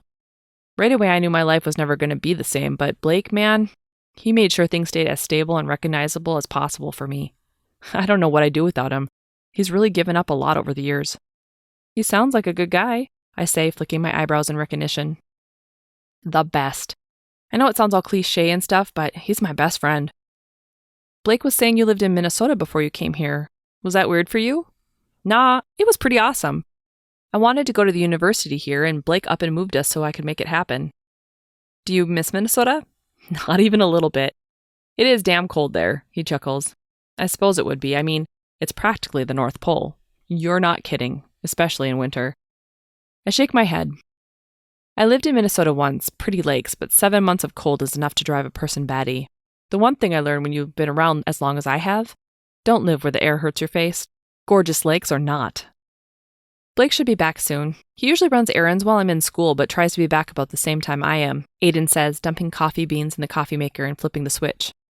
The room fills with the sounds of beans grinding, then subsides to the percolating noises I'm used to. I gotta get me one of those fancy coffee pots. I still grind my beans by hand, I say, chuckling. Ooh, hardcore. Yeah, compared to that crazy thing, I say, pointing. The room begins to fill with the smell of coffee, warmth, and kindred spirits. I'd forgotten how easy it can be to talk with people sometimes. Not everyone is as laid back as Aiden and Blake. So, you go to school around here? Aiden asks. Me? My hand flies to my chest and I try to digest the question. I forget sometimes how young I still look, despite my super advanced age. Yeah, you're what, 25 or something? I suppose you don't need to with your line of work. No offense. I run my hand along the back of my neck. Yeah, no college necessary. He nods, handing me the first cup of coffee. You take sugar or cream or anything? All of the above, I nod. I grab hold of the handle, pulling it in tight to me so I can inhale the aroma even more. There's something magical about the scent of coffee. Even after all this time, I don't quite know what it is. Sure, the caffeine buzz is nice, but it's deeper than that. Aiden takes out the milk and sugar and hands them over to me, along with a spoon. The front door creaks open, and my heart kicks things up a notch. We're in here, Aiden calls out, continuing to work on his nachos. There's some scuttling in the hallway, but Blake calls back, Who's we? He enters the kitchen, bags in hand from his grocery shopping excursion. The smile on his face fades as his lips form an O. Diana, he says, recovering. I flip my eyes from him to Aiden, and back again. Aiden continues to cook, oblivious to the awkwardness permeating the room. Hey, Blake, I say, trying to force my lips into a genuine smile. What? Not that it's not great to see you, but what are you doing here? I came to talk to you. Do you have a second? I say, hopping off the bar stool. Blake strides quickly to the counter, placing the bags down. Aiden, would you mind putting this stuff away when you get a second? He asks. Sure thing. Great. Diana, do you want to follow me to the study? I nod, sweeping my hand out to suggest he lead the way. Blake bites his lower lip and takes the lead. We walk down the narrow hallway past the room with all the computers and gadgets and into a large study on the opposite end. Books adorn the walls and floor-to-ceiling shelves spanning the entire room. By far, it's the most decorated room I've seen. I walk up to the shelves, my fingertips grazing the spines. You like books, huh? Blake nods, his eyebrows raising up quickly. You could say that, I guess. He asks, standing in the doorway. Look, I didn't mean to upset you the last time we talked. I forget sometimes to dial down what I know. I guess I thought you could handle more than you could, I say, leaving the books and walking back to him. Blake's face flashes between expressions quickly, as if fighting internally with himself. Look, you just caught me off guard. I've had some time to work through it now, though. So, don't worry. I let out a sigh of relief. Oh, good. I mean, once I realized you and I aren't all that different, it all made sense. I blink, confused. I'm not following. You did your homework, right? I mean, after you met me and Aiden, You what, use Detective Radish or whatever his name is to pull up our records? No. First of all, I'd never invade your privacy like that, I say, indignation rising. I take a step forward, invading his personal space a little bit instead. Come on, you can't possibly expect me to believe you're really psychic, he says, making a face. No, not at all. I expect you to know it. Where the hell were you when we got Esther out? Do you think it was just an educated guess? Educated, perhaps. Mostly I figure it was more like a lucky guess. It happens sometimes. Oh my God, please. I roll my eyes and lick my lips. How on earth can someone be so dense? The evidence is right there in front of him, but he's oblivious to seeing it. Blake keeps his eyes trained on me, his intense brown eyes wide. You're a moron. You know that? I spit, pacing back and forth like a caged animal with him hovering in the doorway. Excuse me? You heard me. You're dense if you think it's all lucky guesses and wool pulled over eyes. What about the warning I gave you about the car? Why bother asking me to help you with the men who got away? I mean, what in the hell? Honestly, I have no idea why it bothers me so much that he doesn't believe me. It's his prerogative, I guess. It wouldn't be the first time, but for some reason his rejection stings more than most. Blake doesn't say anything. He simply watches me like a hawk as he crosses his arms over his chest. I stop pacing and turn to face him head on, widening my stance and refusing to look away. Suddenly I know what I have to do to convince him once and for all. What are you doing? He finally asks, quirking an eyebrow. After a long pause, I say, Fine, I'm in.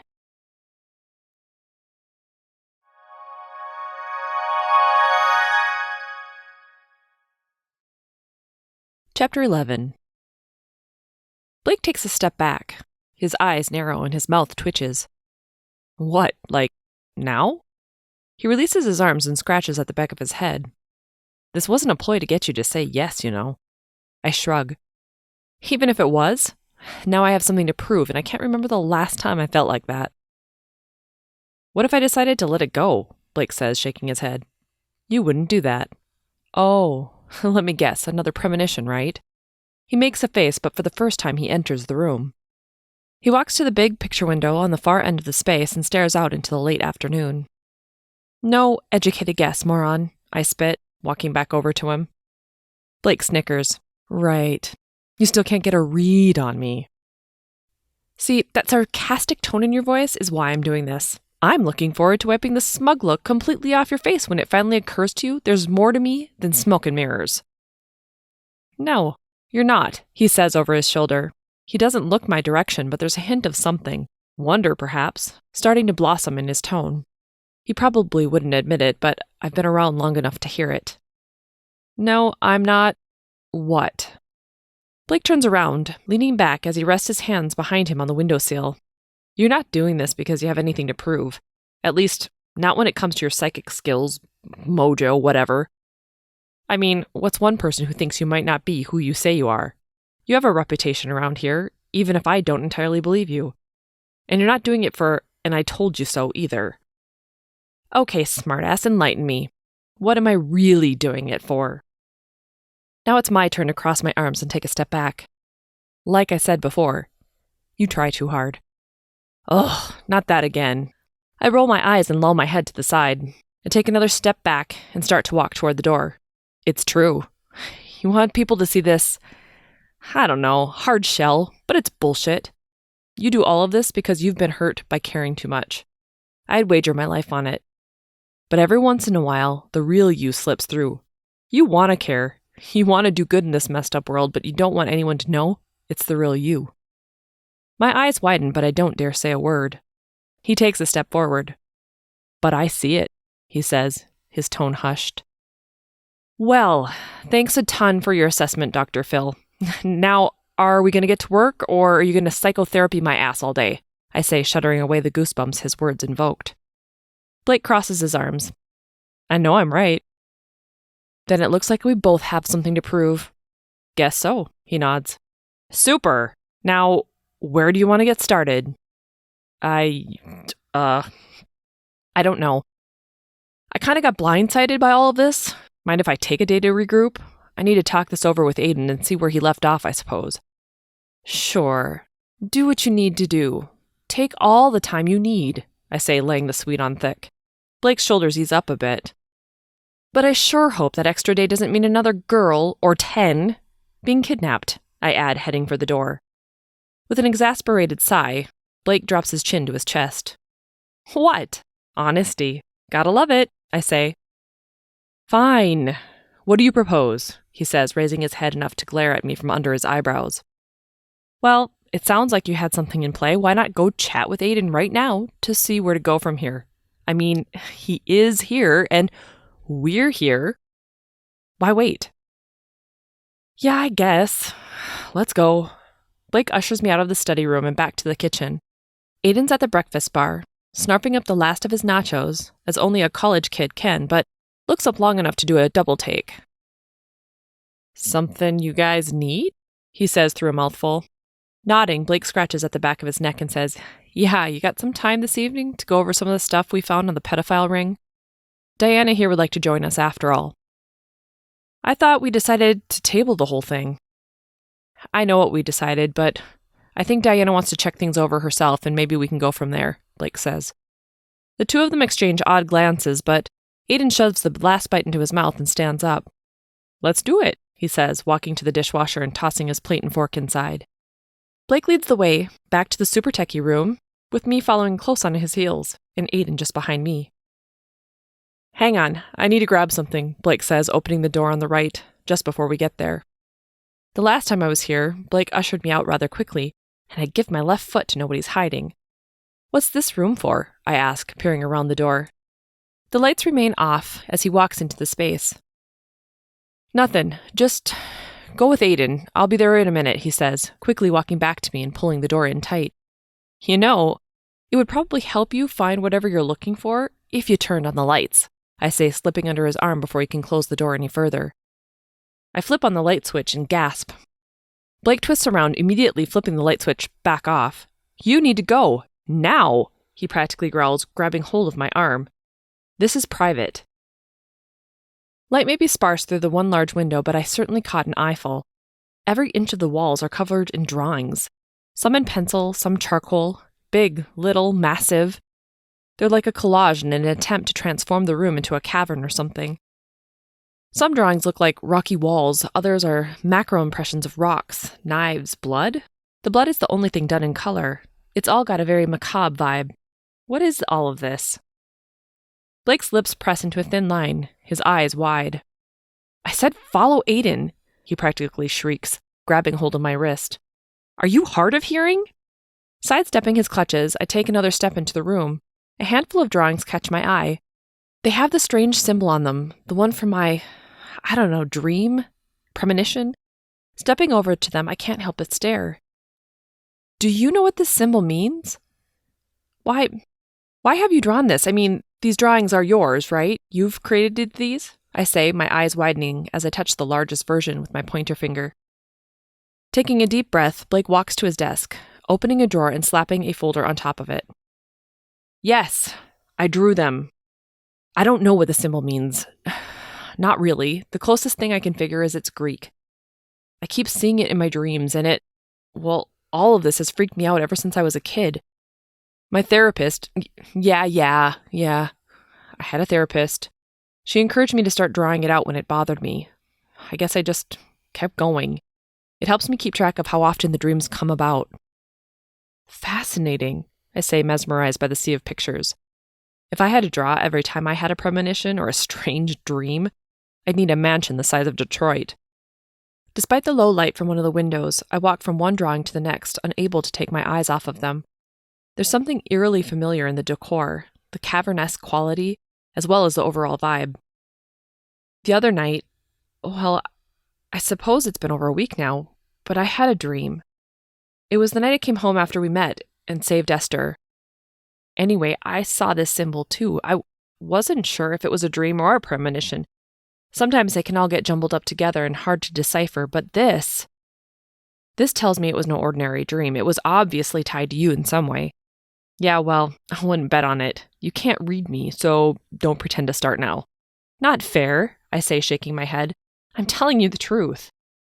Aiden pokes his head into the room after a few minutes. Hey guys, you coming? I have everything up and ready. Yes, we were just leaving, Blake says, grabbing the manila folder and taking me by the arm. Still stunned by the imagery in the small office, I allow Blake to lead me down the hallway to the tech room where Aiden has all of his computer stuff set up. Even though I've been through the evolution and very inklings of computers and technology, there's something about it I simply don't trust. Not that I'm not grateful for those who can wield it, though. Aiden watches us enter the room and gives us a moment to get situated on the chairs opposite his. The monitors behind him each have their own thing going on. Some are static, others are displaying constant movement. Truth be told, it's rather distracting. All right, so here's where I think we should start, Aiden begins. I've tracked the pedophile ring to a group operating out of Europe. Based on the images from the Range Rover's cameras, I was able to track the guys who shot at you and pulled up some of their aliases. The good news is, I cut faces to go along with the false names. But the problem I've run into is my facial recognition software caught a glimpse of them in the airport. Isn't that a good thing? I mean, didn't you let the police know? I say, leaning forward and placing my elbows on my knees. In theory, that would have been smart, had I been keeping a watch on it. Unfortunately, Blake had already decided to let things go. I literally just got this info as I was waiting for the two of you. So how long ago were they at the airport? Blake interjects. A day and a bit? Aiden shrugs. So they could be anywhere by now, I sigh, leaning back into my chair and glaring at the ceiling. Well, not anywhere. I mean, I was able to track the flight. I have a general idea, but I don't know where within the vicinity without a little more research. Where were they headed? Blake says, mimicking my movement and leaning forward. Italy, he says, making a face. So? I say. Well, tickets to Rome run between $1,500 and $2,400 per person, Aiden says. That's not including rental cars, hotels, other stuff. So? I repeat, eyeing them both. Blake scoffs. It'll take me a few days to pull together that kind of cash for that big of a withdrawal on my debit card. My bank has a waiting policy, he says, leaning back. Unfortunately, I can't magic it out of nowhere. And before you ask, no, I don't have credit cards. They're shit. They're just corporate control meant to keep people down. I shoot him a sideways glance. I'll pay, I say, shrugging. My bank has no problem letting money leave my account. Aiden's eyes widen as he looks from me to Blake. Blake's eyebrows scrunch in, along with his face. That's the most ridiculous thing I've heard yet. I wasn't trying to get you to pay. I roll my eyes. Oh, come on. You're not one of those macho guys who feels emasculated when a woman pays, are you? Blake shifts in his chair. It's not that. I just don't think it's fair. That's all. Do you want to find these guys or not? I say, standing up and crossing my arms. Well, sure, but... Good. Then it's settled. Aiden, I say, turning to him, can you pull up those ticket details for me? Let's get tickets booked. Holy shit, this is happening a little fast, don't you think? Blake says, standing up and walking to my side. No, I don't. These guys are on the run, and the only way we're going to track them down is to get our asses on a plane. I know the area. I've spent a year in Italy. The trail will run dry, even with my gifts, and I won't be able to locate them, which defeats damn near the entire purpose of this. If this is all about you showing me that you're really psychic, you don't have to do this. I mean, that's a ridiculous amount of money to put on the line just to prove me wrong, Blake says. Then I better be right, I say, cocking my head to the side. Besides, if it really freaks you out, you can pay me back. Aiden's blue eyes flip back and forth between me and Blake like a ping-pong ball before he shakes his head, the shaggy hair flopping from side to side as he finally turns around to face the computers. You'll see. We'll get the bad guys, and they won't be able to hurt anyone else, I say. Ugh, that's so cliché, Blake says, a hint of a smile causing the dimple on his left cheek to emerge. I run my hand along the side of my neck, taking a small step back. I don't know what it is about his smile, his authentic smile, but it coils inside my gut. Yeah, well, it's the truth, and lucky me, I'll get to show you I'm not just a charlatan. Blake takes a breath and exhales deeply. I don't know if proof will make me feel better or worse, he says. Only one way to find out, I guess, I say, smirking. Okay, I have a couple of flight options, but it doesn't look like there are any direct flights happening in the next week, Aiden says. What are the options? I ask, turning to him. Do you want fastest or cheapest? Fastest, I say with a nod. Cheapest, Blake says at the same time. Fastest, I say, punctuating the end of the word and eyeing him from beneath my eyebrows. Yes, ma'am, Aiden says, twisting back to the screen. The fastest has 2 stops, one in Atlanta, another in Paris. You're looking at nearly 16-hour flight time with the layovers. All right, let's do it. What do you need from me? Just your card? Aiden says, making a face. Sure. Let me go grab my purse from the car. I walk out, past Blake, whose face is as pale as the entryway walls. Trotting to my car, I grab my tiny purse and head back inside. Part of me is excited for this adventure. It's been years since I was in Europe, let alone Italy or anywhere near there. When I get back to the room, I take my seat and open my purse. Here you go, I say, handing Aiden my debit card. If there's one thing that matters least to me, it's money. With thousands of years of accumulation, I have far more than any one person ever needs, even an immortal one. Aiden takes the card, eyeing it suspiciously. You know, this is your debit card, right? I raise an eyebrow and stare at him unblinkingly. Okay, he says, turning back to the screens. Blake crosses his arms and starts pacing the room. With incredible ease, Aiden's fingertips fly across the keyboard. Okay, last chance to back out, he says, his pointer finger hovering over the enter button. I'm good, I say, shrugging. You both have passports, right? Yes, we both say in unison. Good, Aiden says. His finger taps down, effectively booking our flight. Your flight leaves tomorrow at 11, but you need to be at the airport by 9. Aiden, use my card to book the hotel and car, would you? Blake says, reaching for the back of Aiden's chair. Where you want to stay? Any place centrally located. Find the ring's last known location or track any potential haunts. If we need to move around, we will, but it'll be nice to have a hub to start with. Got it, Aiden says, nodding and handing me back my card. I put it back into my wallet, just as Blake taps my arm. Can I speak with you for a moment? He says, tipping his head toward the door. Sure. We'll be right back, Blake calls out. Aiden lifts his hand, giving a thumbs up. Oh, and you'll want to let Interpol know about the men, I say, speaking over my shoulder at Aiden. They'll want to know what's going down, especially if they can help. More than likely, they'll have a team on the case already, so we don't want to be stepping on anyone's toes. Aiden nods. Sure thing.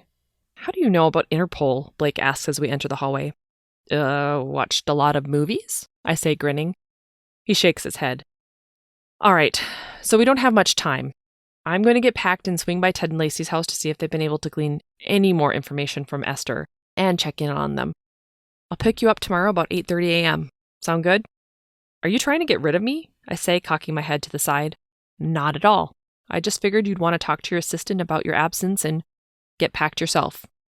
I totally hadn't given any thought to how this would affect Ren. He's going to flip a lid.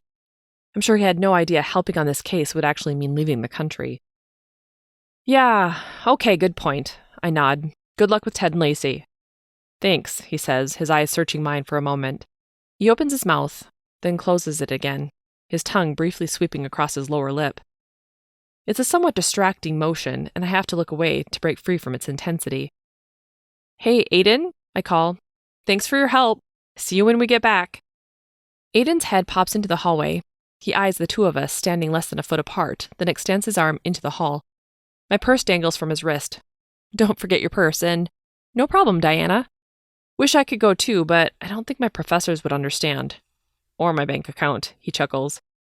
At least you have our backs from here, right? I say, smiling. Always, he says with a single nod of agreement.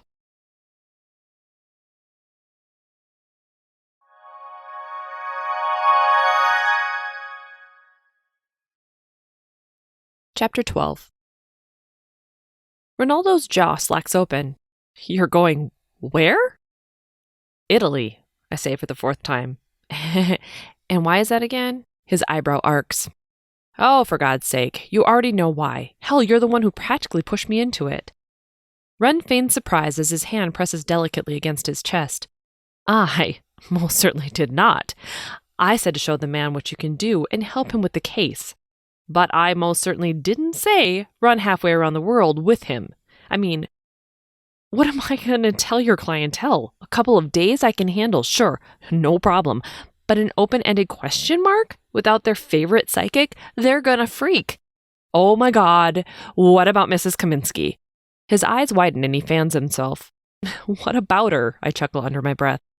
Don't you give me that, Diana Hawthorne. You know damn well that if that woman doesn't find a way to connect with her cat every damn week, she'll be haunting my stoop daily until she can.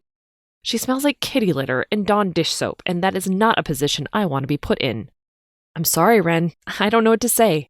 unless we can find these guys quickly, and I'm hoping we can, we could end up being there a little while. I don't want to lie and say it'll be quick.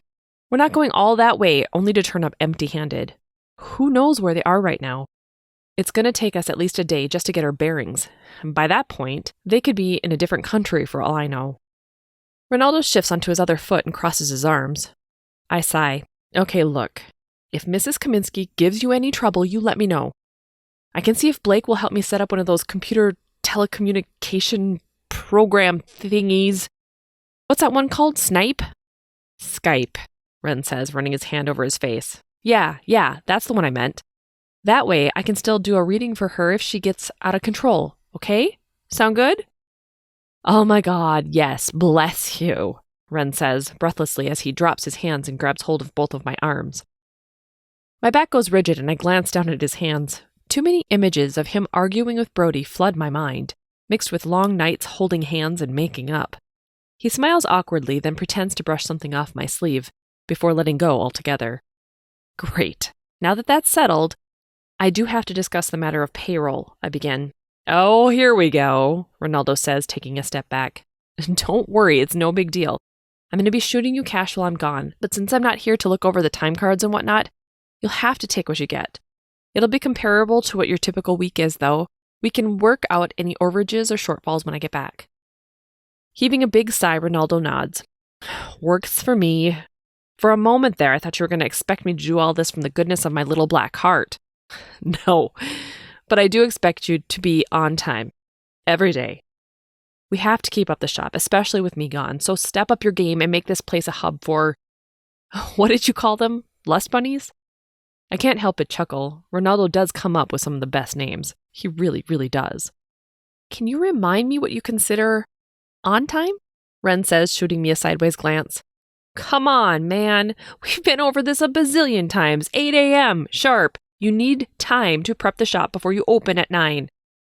Feel free to open the doors a little early if you're ready. Really? 8 in the morning? Has it always been that early? He says, scrunching his nose. Yes, for the love of God, yes. I reach up, tugging at the roots of my hair. This is my ultimate battle. All the crazy people, the nonsense with my own life and amnesia from way back in the day. Whatever, I'll take it. But this, one day I swear I'll get back at the universe for this. Huh. Wouldn't it make more sense if I showed up at 8:30? I glare at him, knowing anything I say is pretty much wasted breath. Whatever, I mumble, dropping my hands and reaching for my purse. I gotta go pack. Ooh, it just occurred to me. Where are you staying? Are you guys, staying in a hotel together? Ren's eyes are wide and his lips curve upward. I widen my stance, taking my best pothead approach. No, I figure we'll hit the streets, wander aimlessly, maybe sleep in the piazza when we get tired. I roll my eyes. Of course we'll be in the hotel together. But no, before you get excited, not in the same room. We each have our own spaces, thank you very much. Ren's face falls slightly. Pity. I was about to break out the pom-poms and send you off with a good luck cheer. Maybe give you one of these. Ren grabs a beginner BDSM kit, clutching it to his chest. On that note, I say, taking a deep breath, I gotta go. Thank you very much for your help, Ren. Take care of everything like I know you will. I'll call in as much as I can. I'm sure Blake will let me use his cell phone. I walk to the front door and reach for the handle. An odd sensation rushes over me, like for some reason, this hunt for the pedophile ring, the way everything is playing out means more than I can completely fathom right now. When I get those types of feelings, I know to stop and take a beat because they're significant. It might not make sense now, but I have no doubt it will. Turning back around, I pause and take everything in. The way the small shop is laid out, the lighting, the bookshelves, the herbs and crystals, and Ronaldo's Valentine's Day merchandise. Ren's eyebrows tug in, but he doesn't say anything. He just watches me as I tune in. The pungent smell of frankincense permeates the air, mixing with lavender and sage. I've become so accustomed to those smells, I hardly even notice them anymore. But now, it all seems significant somehow. Everything okay? Ren finally says, breaking the silence. Yeah, I don't know. Something made me pause, I say, shaking my head. What is it? Not sure. Just a feeling, I guess. This trip is going to be significant, perhaps life-changing. I just don't know how yet. Ooh, maybe you and private-eyed tight pants will end up in one hotel room, Ren says, smiling sheepishly. I chuckle. Don't count on it. But whatever it is, I wanted to take a mental inventory of things so I know what's changed when I come back. It may be nothing, or it could be everything. Who knows? You better take care of yourself, Diana. Be safe for the love of all that's holy. Don't put yourself in any unnecessary danger or anything. Yes, I know you, Ms. Run and Jump Before She Looks. Ronaldo rarely goes all paternal on me, but when he does, it's because I've spooked him. I walk over to him, putting my arms around him. I'll be safe. You better be too. You hear me? Don't piss off Mrs. Kaminsky, or Brody, for that matter. I hear you. And I'll try not to. Good. With that, I pat him on the back and turn on my heel. I don't stop as I fling the door open. I don't turn around as I walk out onto the sidewalk and down the street. Instead, I make my way deliberately forward, knowing full well when I return, things will be very different. When I'm back in my house, the strange sensations of significance hasn't subsided. If anything, it's gotten more potent. Shivering away the energy, I instinctively flip my eyes to my calendar. 1 day to the full moon. Perhaps that's all it is? Glancing at the clock, I set down my purse and keys. I take a deep breath. It's only gone 5:30 p.m. I need to call Dimitri. There's still plenty of time to pack, and if for some reason anything goes wrong, I need to say my apology out loud. Walking to the corded phone on my wall, I pluck it from its holder and dial his number. Hello? The woman's voice on the other end answers. For a moment, my heart skips a beat, then plummets into my stomach. Dimitri and I were never a thing, not like that, but he's always had a special place in my heart. He's helped me through so many rough patches over the years. If he has a new woman in his life and he didn't tell me, things are worse than I thought. Hi, I say, recovering. Is Dimitri there? Sure, the woman's upbeat voice responds. Can I tell him who's calling? It's Diana, I say. Oh, is the response. Not the upbeat gotcha kind of oh either. It's the holy shit, it's her kind of oh. I wince. After a bit of scuffling and voices muttering under a muffled receiver, the call clears up. Hi, Diana. What do you need? Dimitri's rough voice answers from the other end. Hey, Dimitri. You doing okay? Silence greets me on the other end, and I wince again. Look, I know things didn't go so well last month.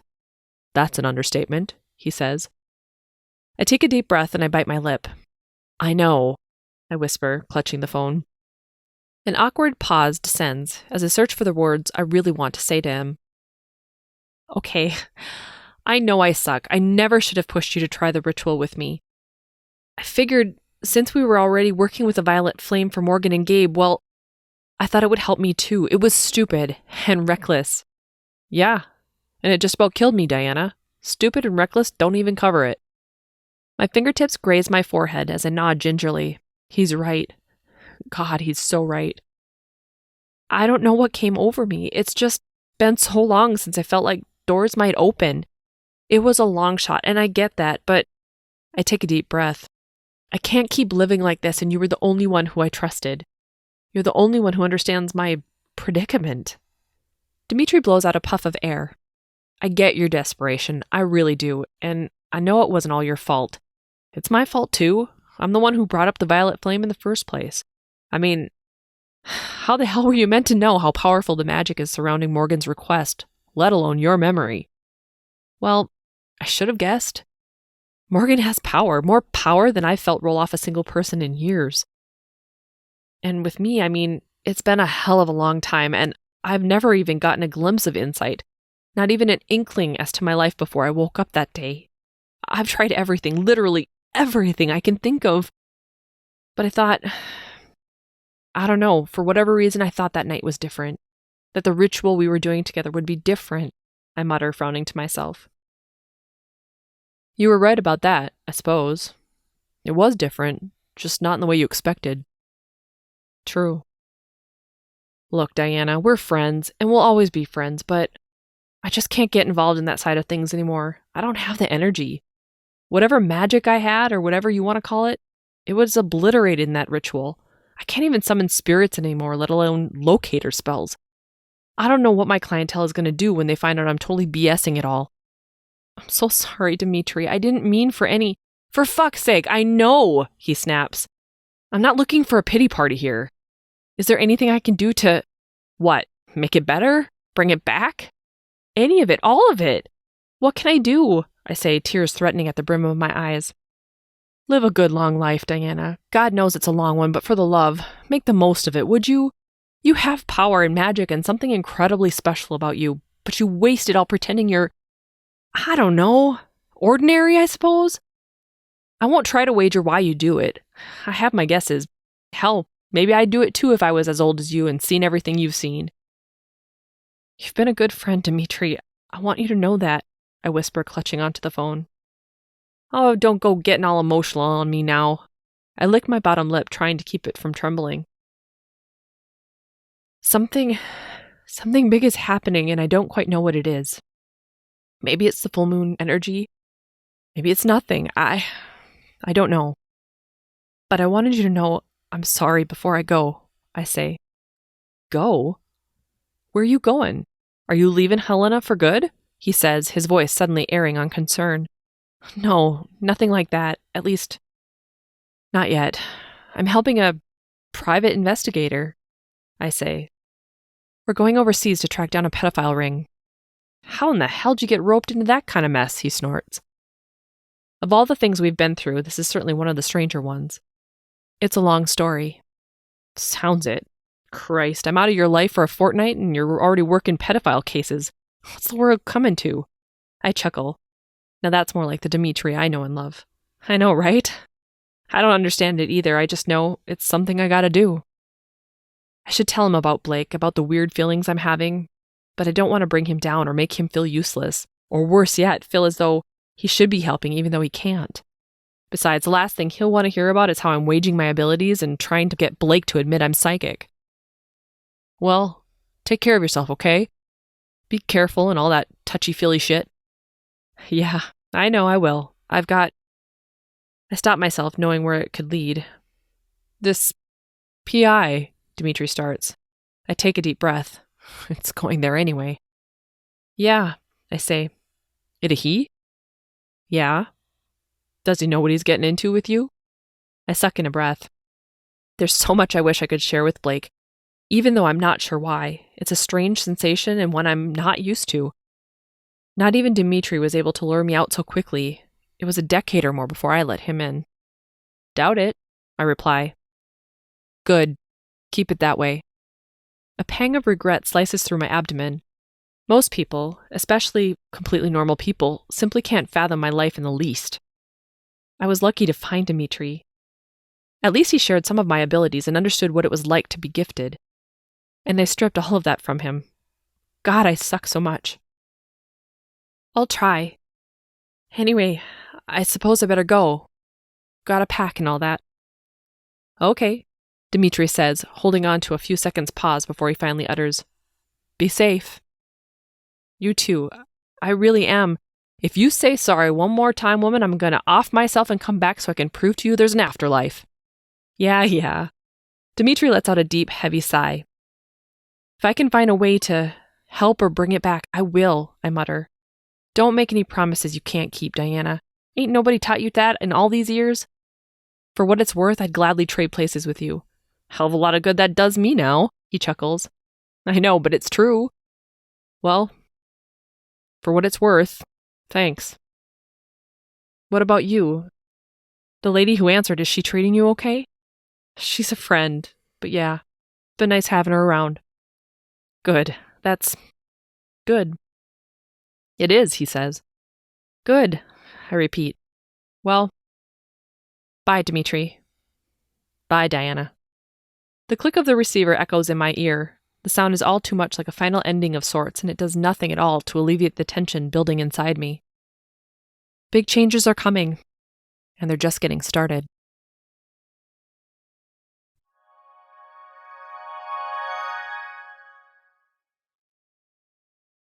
Chapter 13. The knock on the door tells me it's time to get a move on. Luckily, I have all the stuff I need.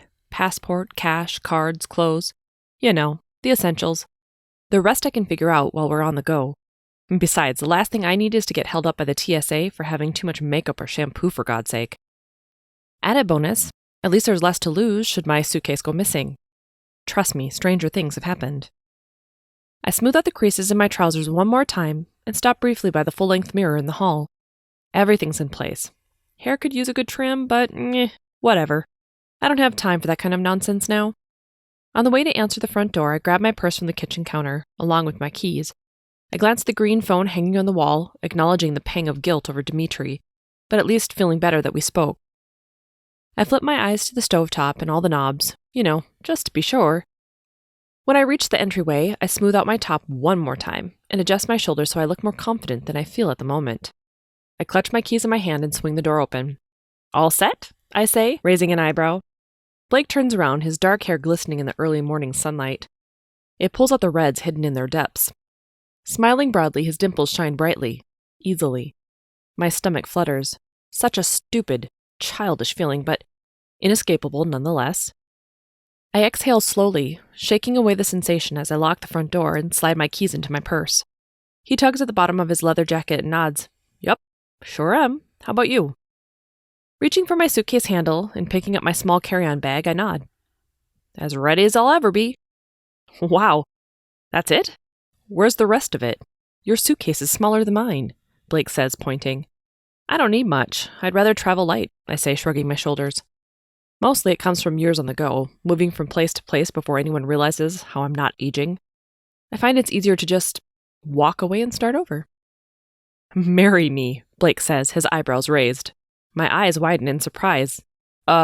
Excuse me? I mean, I have never, in all my life, seen a woman travel so light. You're an enigma, he says, flushing. He reaches behind his head, rubbing at his neck. Oh, right. Well, occupational hazard. Enigma is pretty much my middle name, I chuckle. Come on, let's go. I clutch the handle of my suitcase tighter, trying to steady my heartbeat and relinquish some of my surprise.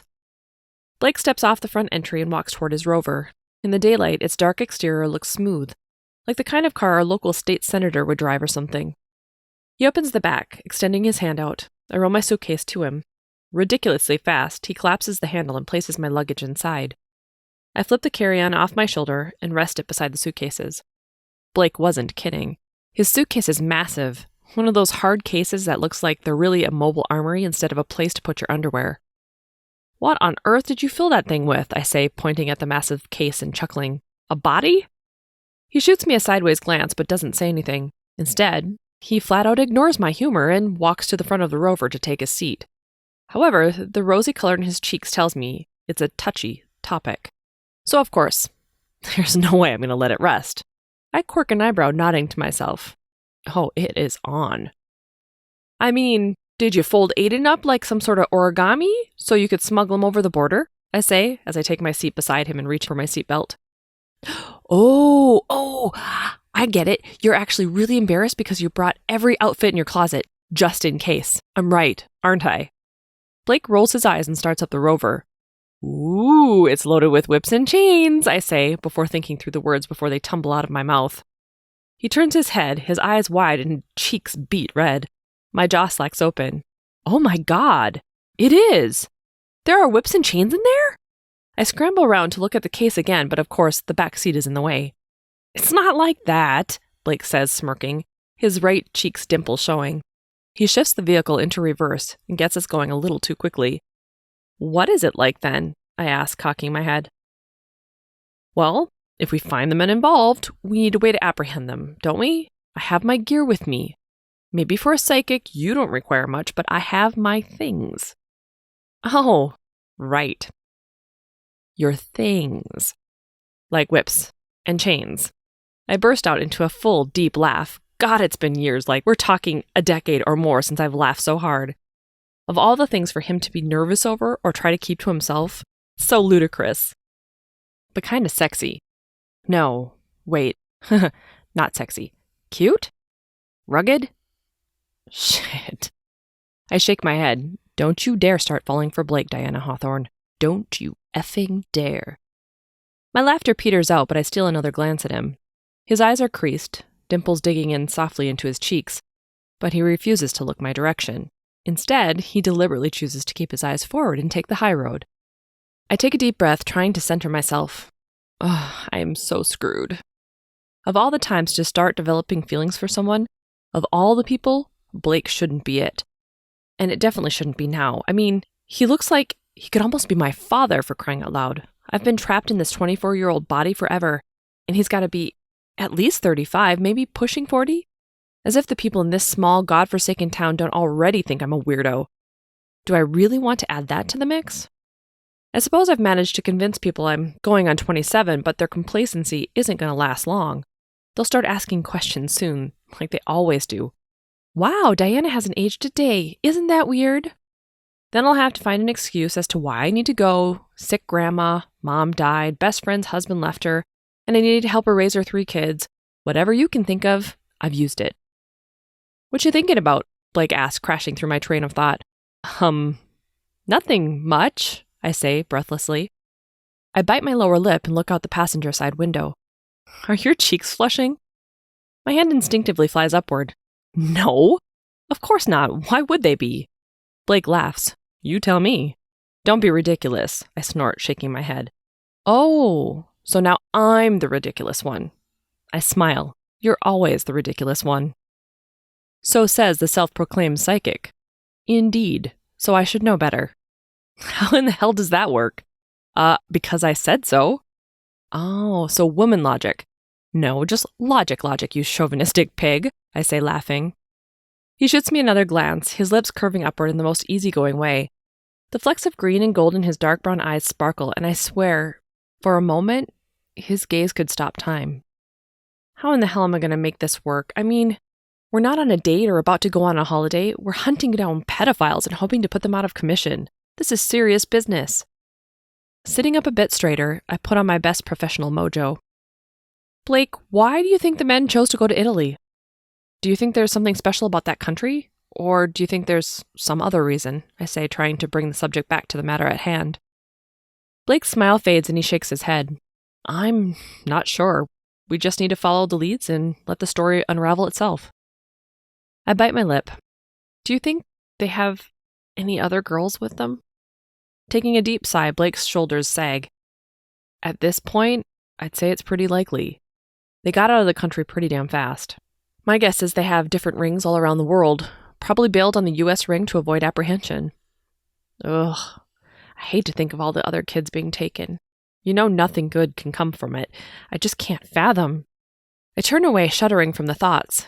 Even after all these years, I still don't get it. Unfortunately, I totally can fathom. Men haven't changed a whole hell of a lot over the centuries. The good news is we're on to these assholes. If they do have others, at least there's that. We can save them the way we saved Esther. I sure as hell hope so, I whisper, a shudder running up my spine. See, there it is. There what is, I say, turning to face him. The real you, he says. Oh, shut up. He grins a lopsided, goofy grin. I roll my eyes and sigh.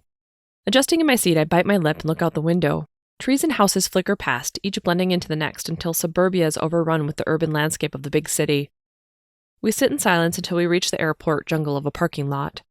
Blake pulls us into the long-term parking area and I reach for my purse. Ready for this? Blake says, shutting off the Rover and unbuckling his seatbelt. Yep, let's go get some bad guys, I say, nodding. It's been ages since I last took an international flight, but I can tell you one thing. Things have certainly changed over the years. For starters, they serve alcohol in flight. There's Wi-Fi and tiny TVs on the headrest in front of you. Talk about small miracles. In some strange way, it feels like I'm returning home. I don't really know where my place of origin is, but overseas was certainly where I started my journey, at least the part I can remember. After trying for years to uncover my past or remember who I was or why I can't remember anything, I finally had to give up and start just living my life. I figured if I have eternity, there was no point in standing still. Blake shifts in his seat, though clearly at ease on the plane.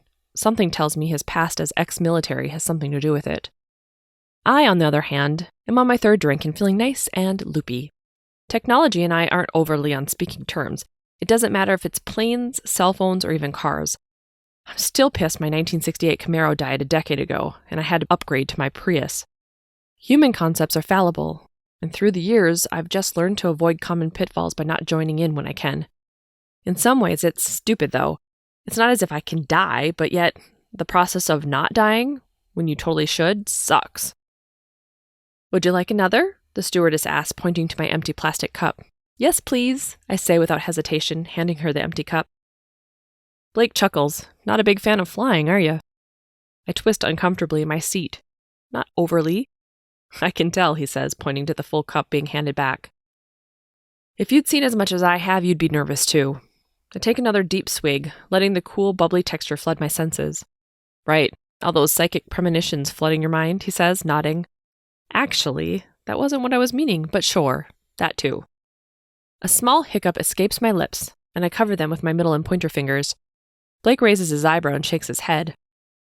I fight the sudden, overwhelming urge to tell him everything. The immortality, the years and years of experience. Everything. But somewhere in the back of my mind, I know it's only the alcohol talking, and I would regret it if I did. What's our first plan of action when we get to Italy? I ask, switching around the contents of the cup. I suppose get set up in the hotel, check in with Aiden to see if he has any new leads, and, I don't know, see if you can get any sort of read on things. I nod, keeping my eyes fixed on my drink. Yeah. Certain amount of sense there. I blank out for a moment, considering his words. I cock my head to the side, making a face. I haven't had a single read on things since we got on the plane. Not one. Usually I get snippets here and there, but this time, nothing. Casting my gaze to the aisle, I sit up straighter. Everything okay? You're not going to be sick, are you? Blake asks, suddenly serious. No. I shake my head. At least, I don't think so. No, it's just... I'm not picking up anything on the plane. In fact, I haven't gotten anything since we got on board. Hell, I don't even remember the last time I got a reading on anything. You know, if you're just trying to cop out so you can't prove me wrong, you can just say so, he smirks. Shut up, it's not that, I say, smacking his shoulder with the back of my left hand. Look, there's been a lot going on. A lot to digest and take in. Maybe your senses, or whatever you want to call them, are just overloaded. Maybe. Give it until we're settled into the hotel. Then, if things are still not working out, you can freak. Gee, thanks for the vote of confidence. Well, you are on your 5th drink, Blake says, his eyes twinkling. This is my 4th, thank you very much, I say, holding my chin up higher. I still know how to count. Blake squints, shaking his head and pursing his lips. My mouth drops open. 5? Really? Yup. Oh well, bottoms up, I say, downing the contents. Wake up, Sleeping Beauty. Time to get off the plane. My eyes fly open and I instinctively wipe at my mouth. Holy shit. Where are we? I say, shaking away the cobwebs. Instantly, I regret it. My brain thuds against my skull, making the world spin. Ugh. I close my eyes, raising my hands to either side of my head. Blake chuckles, patting me on the shoulder. We landed a couple of minutes ago and we're just waiting for the seatbelt light to turn off, Blake says. Oh my God, why did you let me drink so much? I mumble. I don't think it was a matter of let, Diana. You're a big girl, he casts a knowing look, who apparently can't handle her alcohol. I groan. I don't remember the last time I had a drink. It's been years. Well, that would explain the lack of control. I pop one eye open and glare at him. What's that supposed to mean? The seatbelt light clicks off and a loud dinging broadcasts over the speakers. Welcome to Rome. The weather outside is 46 degrees and sunny. You're now free to unbuckle your seatbelts and make your way to the front exit. The perky flight attendant announces. Saved by the bell, I say, shooting Blake a sideways glance. He quickly unbuckles his seatbelt and leans over me to open up the overhead compartment. I shift back in my seat, all too aware how close his torso and nether regions are to my face. The thought makes me squirm in my seat. You know, I could have gotten our stuff, I say, clearing my throat. Blake looks down with a crooked eyebrow. Have you stood up yet? He asks, sarcasm dripping from his words. Don't be a dumbass. You know I haven't. Well, I figured I'd save you the uncoordinated attempt as you try to get your land legs back. He drops my carry-on in my lap and throws his over his shoulder. Thanks, I mumble. I feel like I'm swimming in space and time. Light from the cabin meshes all around me in strange swirls, and I close my eyes again. It was a bad idea to drink. After a few minutes, the doors open and a mad dash exodus occurs. I stay in my seat, refusing to budge until the last person has been herded from the innards. I think it's safe to go now, Blake says, gently reaching under my arm and lifting me to stand. He's right. Standing is worse than sitting, and I rock slightly from side to side, trying to awkwardly stay vertical. I hate that he's right. This whole standing thing sucks. Stumbling down the aisle with Blake, dragging me along, I can't help but long for somewhere flat to rest. She'll be okay. She's with me, I hear him say. Yeah, I'm okay. I hate flying, I say, trying to sound more aware than I feel. Welcome to Rome, the flight attendant says, shaking her head. A coffee pot whirs to life as it grinds beans somewhere nearby. My eyes fly open and I bolt upright. The blankets fall to my lap, revealing my torso in all its undergarmented glory. Why am I in my underwear? Where are the rest of my clothes? I screech, clutching the blanket and pulling them up close to my chest. The maid service has them, Blake says unfazed, stirring sugar into a coffee cup. Why? Because you threw up on them in the taxi and I figured you wouldn't appreciate sleeping in regurgitated stomach acid. My eyebrows tug in and I make a face. Great impression, Diana. Oh, I sigh. Well, thanks. Don't worry. I didn't look. Much, he grins, walking to me and handing the cup over. Wonderful, I glare back, taking the offering. They should be back here soon, he says. Where's our luggage? I could just change. Blake shakes his head. Didn't make it. The airline's looking for our stuff. Guess you had the right idea. See? This is why I pack light, I say, flipping up my hand. Just as well anyway, once we got through customs. Thanks for holding it together until then, at least. You pretty much turned into a jellyfish. I didn't know how the hell I was going to get you back here and have to deal with the luggage on top of it. I clutched the hair on the side of my head. God, I am so sorry. I don't know what came over me. I don't do well with flying or cars. It all makes me really anxious. Funnily enough, I did catch on to that, Blake says. I run my hand over my face. What a mess. How long was I out? I ask. Not super long. Enough to sleep it off, though, I'm hoping. Okay, Mr. Cryptic. Want to be more specific? Well, it took some time to finagle you into a taxi. You weren't entirely with it, you know. So, I suppose 13 hours, give or take? Holy shit, what? First of all, why the hell would you let me sleep that long? Second of all, how freaking slow are the maids at this place? It took us a couple hours to get here. I had to get you, situated, then check in with Aiden. I slept for about 5 hours, and now here we are. Aiden's just gotten a lead, so I figured it was time to get you up and moving. Shit, I mutter, sipping my coffee tentatively to test its temperature. The sugar content in milk are almost perfect. I blink up at him, surprised he can make a cup of coffee this good. Don't worry, it's not as bad as it sounds. I am such a dunce. I am so sorry, Blake. I never should have put you in that position, I say, biting my lip. It's no big. Really. We'd just be getting going now anyway. I close my eyes and ignore the thumping at the back of my head. You mentioned Aiden has a lead? Yeah.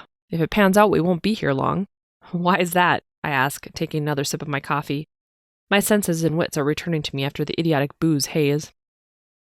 His facial recognition system caught something in Greece. One or more of the men are there, and it looks as though they're getting comfortable. They must have bailed on the U.S. girls to move to a different group here. I suppose it would make sense if they were worried about being apprehended. If we're careful, we might be able to move in on them, where they're feeling safe. That's great news, I say, my eyes widening slightly. Greece. A knock at the door makes me jump. Room service, the voice says on the other side. Ah, drat. Must be your clothes, Blake says with a mock frown, then winking. He walks to the door and opens it just wide enough for his body to block the doorway. Thank you, much appreciated, he says, handing the woman on the other side some money before he closes the door. He turns around, smiling triumphantly. Just in the nick of time, he grins, clutching my clothes to his body. Wonderful, I say, holding my left arm out for them.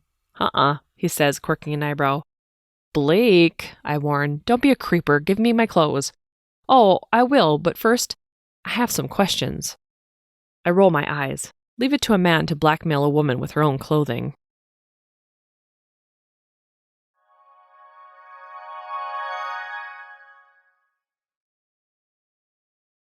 Chapter 14. Blake stands feet from me, holding my clothes just outside of my lunging distance. I consider reaching for them anyway.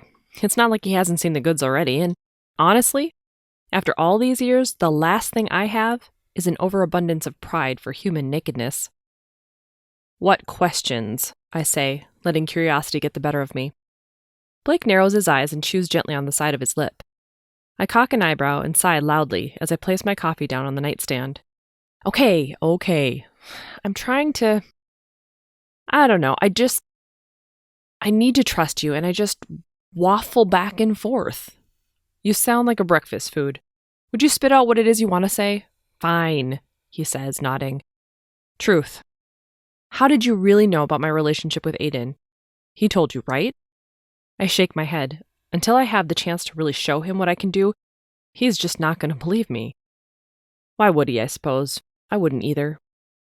Look, Blake, I get this doesn't fit in your worldview, but I am exactly who I say I am. I pick things up. I always have, and probably always will. Don't ask me why I don't get a read off of you, because I don't know. You are literally the first person this has ever happened with. The first. The only. In my whole life. At first, I thought it was nice. A breath of fresh air of not having to constantly ward myself. But now... Hell, I wish I did pick up on your shit because it's driving me a little bit nuts. Blake's eyes widen and then narrow. Can you... I don't know how this stuff works, but can you shut it off if you want? He asks. Did you hear me when I said the warding bit? I say. I know we talked about it when we first met, so don't tell me you don't remember. What happens when you're around a ton of people, like the airplane? Would you have normally just been flooded with their bullshit, or can you focus in on what you really need to, or not, I guess? The tone in his voice tells me this line of questioning is still all hypothetical to him, but he's playing along for the sake of it. I sigh again, trying to decide if I should quit while I'm ahead or keep going until I feel like bashing my head in. Depends, I shrug.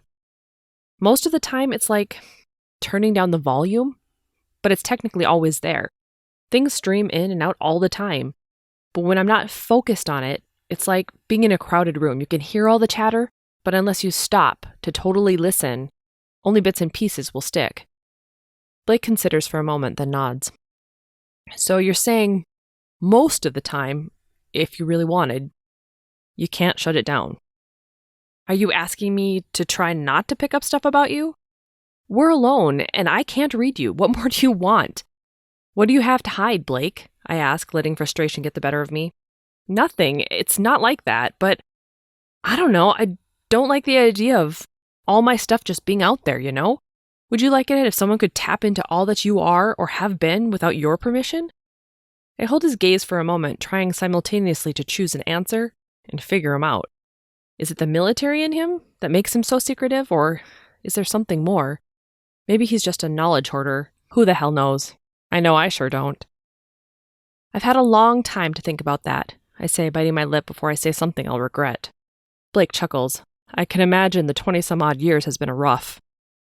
Oh, you have no idea, I say, casting my gaze to his feet. Honestly, at this point, I don't think I'd mind if someone could tap into my shit. But that's just me. It would be a hell of a lot easier than trying to explain my life at this point. If I could pass on this curse of mine or share it with someone else so that they could see all I've seen, I'd do it in a heartbeat. I actually envy Dimitri a little, even though I know I shouldn't. He'd tell me I was a damned fool. Kicking off my blanket, I stand up. I've had enough of this cat and mouse game. The only way for Blake to understand would be to walk in my shoes, and that's never going to happen.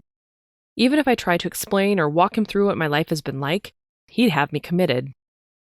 If he sees it in action, now that'll be another thing, but who knows if that will ever come if he's constantly blocking my signal. Stomping over to him, I thrust out my right hand. Clothes, please. Blake's eyebrows raise in surprise, but he hangs onto them for a beat longer than he should have. His eyes follow the length of my body before I snatch the clothes out of his grasp. He says, clearing his throat. Yeah, I say, tugging on my jeans and zipping them up. He stands like a statue, not moving from where I left him. He also doesn't turn around or shield his eyes. I pop an eyebrow. So Greece, huh? I say, lowering my eyebrows.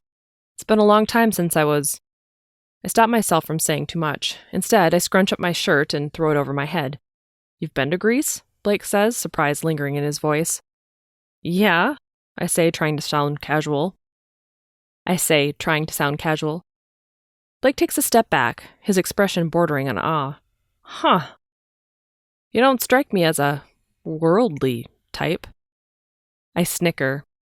Wow. That hurts, man, I say, clutching at my chest the way Ren would. Come on, you know what I mean. No, I actually don't. What do you mean? I say, placing a hand on my hip. Blake takes another step back, running his hand along the back of his neck. Well, you know, you're so young for starters, he says, flipping his hand out in front of him. Nice save, I say, nodding as I stick out my tongue. He shrugs sheepishly. Well, sorry to disappoint you, but despite my aversion to flying, I've actually traveled a hell of a lot. Thank you very much. His lips tug down as surprise flits through his face. So has Aiden sent over any more details? Do we know where in Greece we're headed? I know the place pretty well. I might be able to get a clear read on things if we have more specifics. It could narrow down our search. Well, assuming you don't get in the way. See, this is why I have a hard time fully believing the whole psychic thing. There's always the convenient out, he shakes his head. Anyway, yeah, the traffic cams and facial recognition caught them en route to Mount Parnassus, out by Delphi, I guess? Do you know where that is? We're not sure if they're using the ancient sites out there as a cover for a meetup and exchange, or if there's something else out there drawing them in. Aiden seems to think there are a number of caves out that way that they could be using to smuggle the girls. I nod. There are.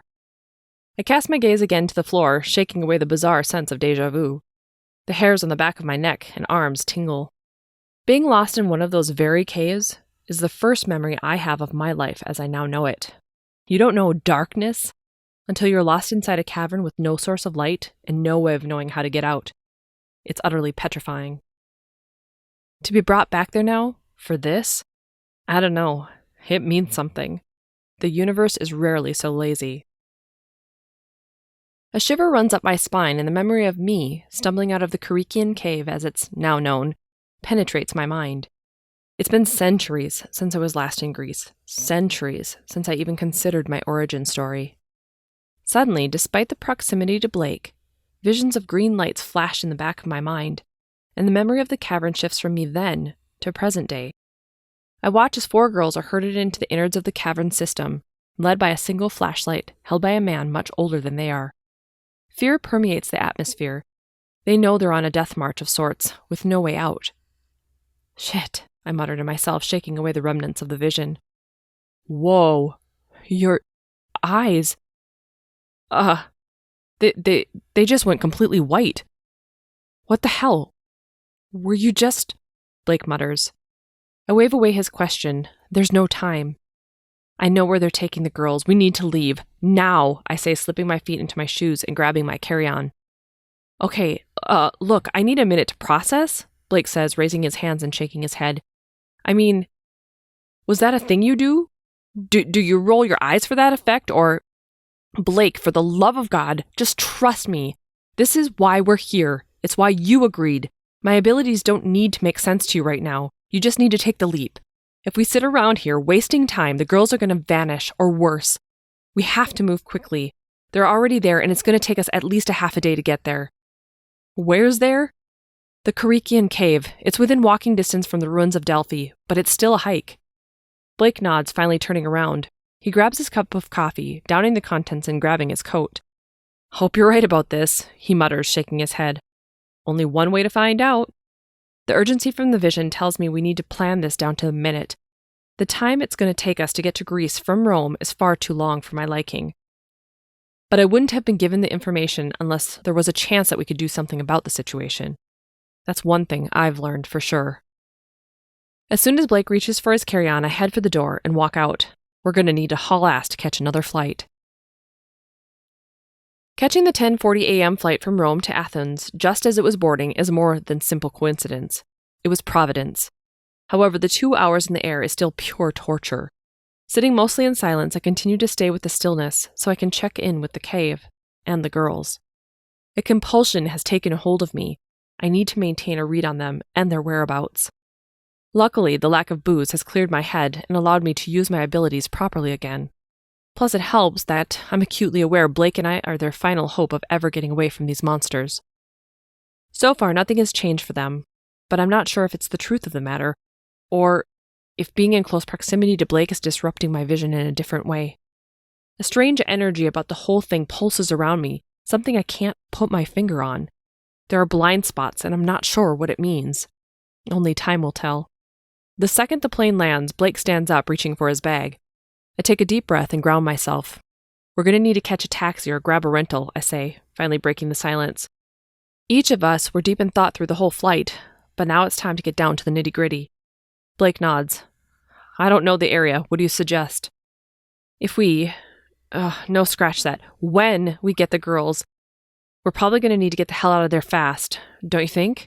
Best to grab a rental, I suppose. I can drive, I say, grabbing my bag and heading down the aisle once the seatbelt light turns off and the flight attendant flashes her signal. I don't want to just get the girls. I want the men apprehended, Blake says, his tone heavy. I don't want to come all this way only to have them do it all over again. Okay, you do the apprehending. I'll focus on the girls. Deal? Deal, he says. Damn, I wish my case would have made it with us. See? Pack light, man, I say, shaking my head.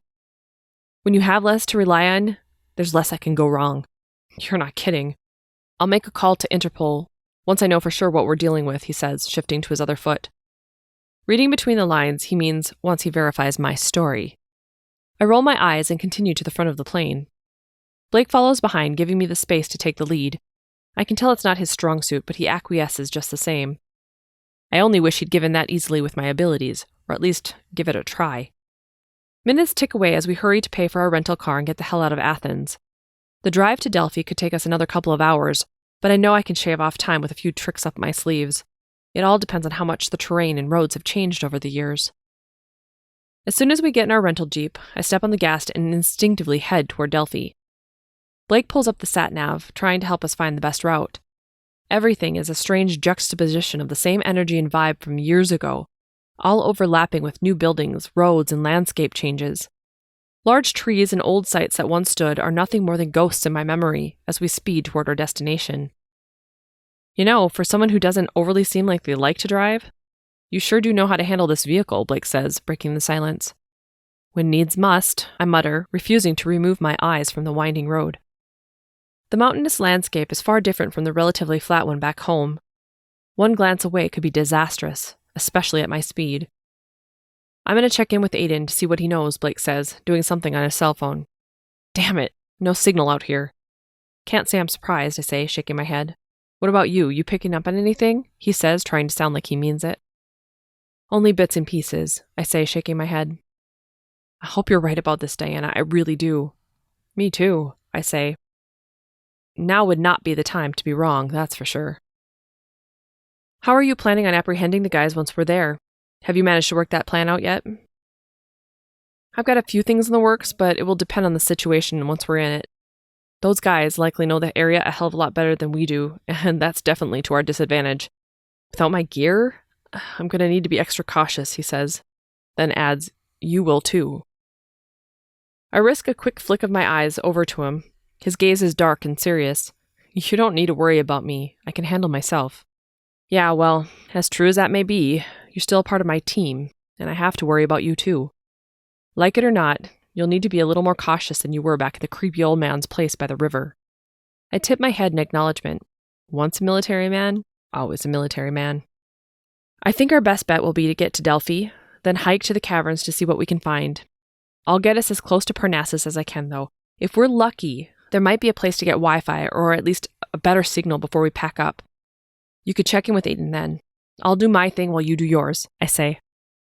Blake nods. Sounds good to me. I just hope we're not too late. So do I. I can't imagine how those girls must be feeling right now. Blake groans. How anyone could be this way. Do this to innocent little... They've got to have something evil inside them. A shudder rolls down my spine. He has no idea how right he is.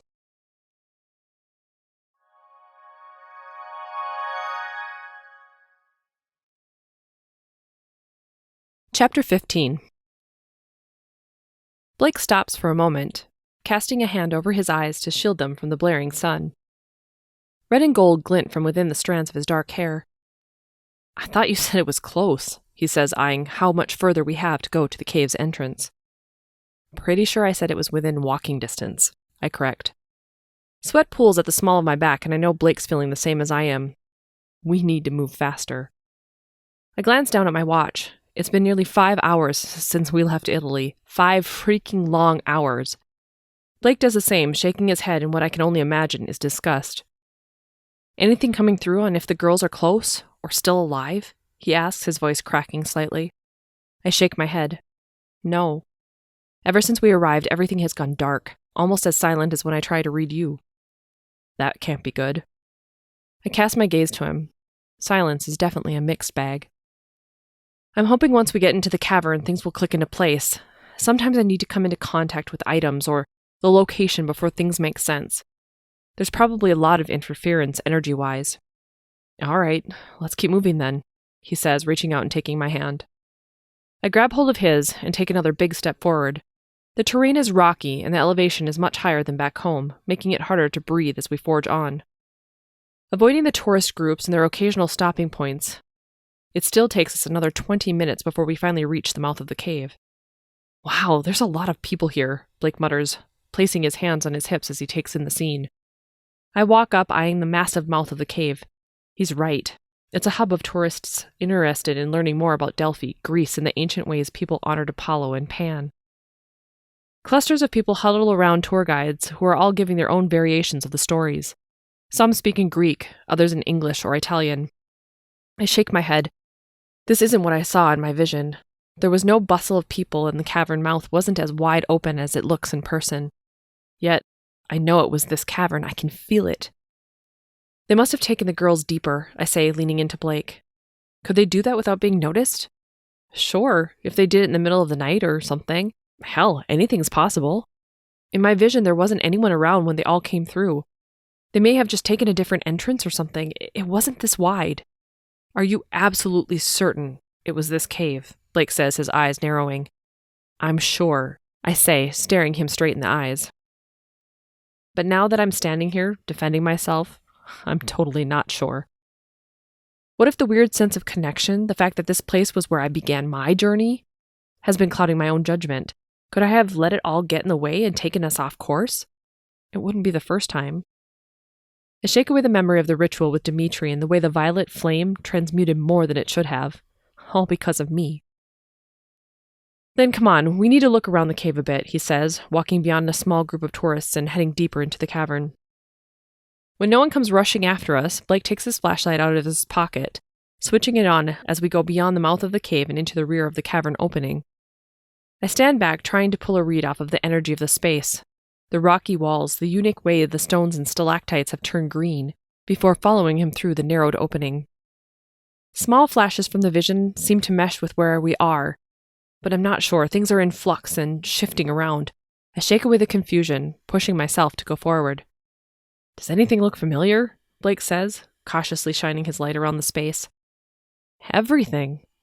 And nothing, I mutter. Blake turns around, the flashlight blinding me as he shines it my direction. Are you okay? He asks, concern suddenly surfacing. Yeah. I don't know. Something's not right. I think I'm gonna need you to leave. Excuse me? I don't fucking think so, Blake says, snorting indignantly. My eyes widen at his cuss. It's the first time I think I've heard him swear like that. Please. We both know there isn't much time, and if I can't get a read on the girls... My voice drops off. Well, you know. I need to eliminate the feeling it's you muddying up the water. Blake's left hand raises as he presses his thumb and middle finger to his forehead. Okay. Look, I'll give you 10 minutes. That's it. I don't feel comfortable leaving you alone, especially not here, not with these men on the loose. 10 minutes should be more than enough to know if it's you or not. I take a seat on one of the rocky outcroppings. Sighing heavily, he drops his hand and rubs his mouth. All right. I'll be just outside the cavern entrance. Will that be far enough? I shrug. I would think so. But I honestly don't know how this shit works anymore. It's all new territory. Sometimes I read stuff just fine with you nearby, but other times it's like the messages get scattered when I'm near you. Let's just give it a try. He nods. 10 minutes, but stay put, okay? Right here so I can find you. Oh, believe me, I'm going nowhere. Getting lost in this cavern is the last thing I want to do. I shudder away my very first memory of stumbling out of this cave, lost, starving, and totally dehydrated. Blake nods again, stepping forward and handing me his flashlight. Keep it, I say, waving it away. I have one too. Tugging the tiny flashlight from my pocket, I tap the button, and the LED springs to life. Giving me a final glance, Blake's lips form a thin line, but he puffs up his chest and walks out. The moment he leaves my immediate vicinity, it's like a breath of fresh air wafts through the cavern. My mind clears as strange fog subsides. Licking my lips and shaking away my daze, I pull my legs in to sit cross-legged against the rocky wall. I flip off the flashlight, allowing the darkness to settle around me. People's voices bounce around the cavern walls, mixing with the slow drips of water, as it continues to form more stalactites and stalagmites, as they have for eons. Blowing out a breath, I center myself and search the cavern space for the girls. At first, nothing happens. My perception is filled with the scent of cold, wet dirt and rocks. Then, something shifts. Flames erupt in my inner eye, and I begin to catch snippets of a conversation elsewhere in the cavern. Finally got word. We make the exchange at 2 a.m., a man says. I can't see his face, but he has long reddish hair in the light of the small fire. On the floor, the girls huddle together, trying to make themselves as small as possible. Their clothes are torn and dirty, and an air of abuse already lingers around them. Why so fucking late? Another man says, kicking at the dirt. I ain't no damn babysitter. Anger spikes in the first man. I'm not paid to ask questions, and neither are you. We're just damn lucky we were reassigned here instead of being caught by the police. Guess none of these people ever heard of sleep. So, where's the damn drop happening? We gonna have to meet him, I suppose? Yeah, as if he's gonna make his way through this labyrinth, the first man snorts. Moron. Of course we're gonna meet him. We'll start making our way to the entrance at midnight. The tourists should all be gone by then, and we can do what we need to do without prying eyes. Plus, we can dump him when we have our money and get on our way. Yeah, that'll be good, the other man says. Looking forward to being done with this one. They've been more trouble than they're worth, if you ask me. No shit. We went sideways from the minute we got mixed up with that little girl back in the States. It'll be nice to finally be rid of this lot. Gonna lay low for a while until it all blows over. One of the girls on the floor whimpers, fighting back tears. What the hell's wrong with you? The first man snarls, walking over to him. Instinctively, the girls cower together. I said, what's wrong with you? He repeats, kicking the girl closest to him. The girls cry out, jarred from the contact. They bow their heads, refusing to look up at their captors. Babies, the guy mutters, walking away. Next one of you who cries is going to get something worth crying about, you hear? Again, the girls huddle in, to the point of practically being on top of one another, almost as if they could vanish if they were just able to merge into one person. Suddenly, the vision of the girls and men shifts, dragging me from their location as I desperately try to stay with them. I float through the cavern tunnels, hovering over an open space with standing water, and then through another tunnel with etchings on the stone face. As I try to lean into it and get a better view, images of the symbol from Blake's dreams and drawings juxtaposition themselves over and over in my mind, blocking me somehow from seeing anything else. Diana! Diana! Oh God, are you okay? My eyes roll as I try to ground myself to the here and now and my own body. Without warning, everything goes limp and I slump forward. Blake's arms wrap around me before I can hit the ground. What in the hell was that? You! All of you! You were glowing! Like on your own! Bright purple glowing! And your eyes! They were just... I can't... Blake's words drift off, but I can't find a way to find my voice just yet. The visions, two separate, but clearly equally important visions, have depleted my body. I should have brought chocolate or something to eat in case of something like this. Stupid. Blake pulls me in close, his broad chest becoming my platform for stability and relief. Everything around me is spinning, and I know if I'm not careful, I'll lose consciousness. Who knows how long it would be before I awoke, and neither of us can afford that kind of detour. I close my eyes, focusing on the sound of his heartbeat as it thumps away. It's my metronome to stay here and now. His left hand slides up beneath my hair, resting on my neck. The warmth of his palm radiates through me, making me shiver. I'm sorry, Diana, he says, his voice low and husky. I still can't believe what I saw. I mean, I know I saw it, and I know something was clearly going on with you, but still... How do you explain something like this? Even if I wanted to, I can never explain what happens to me. I've never experienced it from the other side when the stronger energies take over. I just know what it does to me afterwards. Blake must sense how much this is taken out of me because he stops talking and instead shifts to a more comfortable position and simply holds me. Nothing in this world, and I mean that literally, nothing has felt so good as being in his arms. After a few minutes, the world stops spinning and my head begins to feel more centered. Unfortunately, my ass is falling asleep. I shift slightly, just to release the cramp. "How are you doing now?" Blake asks. I don't open my eyes but remain firmly in place, a permanent fixture on Blake's chest for the time being. "A little better." "Thanks," I whisper, taking a deep breath through my nose. "I didn't know this took such a toll on you. It didn't seem like it was that big of a deal before." "It's okay, Blake. It's not always like this. Just sometimes it's more powerful than others." "You're not kidding." "Besides, you wouldn't be the first one to think I was spewing BS," I say, taking slow, deliberate breaths. "Ha!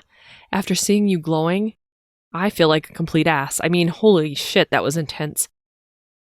Why do you feel like you need to prove anything to me when you clearly have something crazy unique going on? You should be studied at MIT. I swallow hard, trying to fight the feelings snaking their way around my insides. "Lots of reasons," I finally say. "It was partly for the sake of the girls. Blake, they're alive, by the way. They're all still together and alive. They're planning on moving them tonight from what I got, and they're going to be coming back through here in the middle of the night." For a split second, Blake's hand stops. "You're certain?" he finally says. "Definitely. They'll be doing the exchange at 2 a.m. I close my eyes, trying to fade out the memory, slightly, of the man kicking the girls. "All right, so we can move to set our trap," he resolves. "I'll get Interpol involved in a little bit." "Okay," I sigh, leaning into him. We continue to sit for a moment, listening to the sound of water droplets in the cave make music against the rocks. "What about the other part?" he says after a few moments of silence. "What are you talking about?" "You said part of the reason you wanted to come along was for the girls.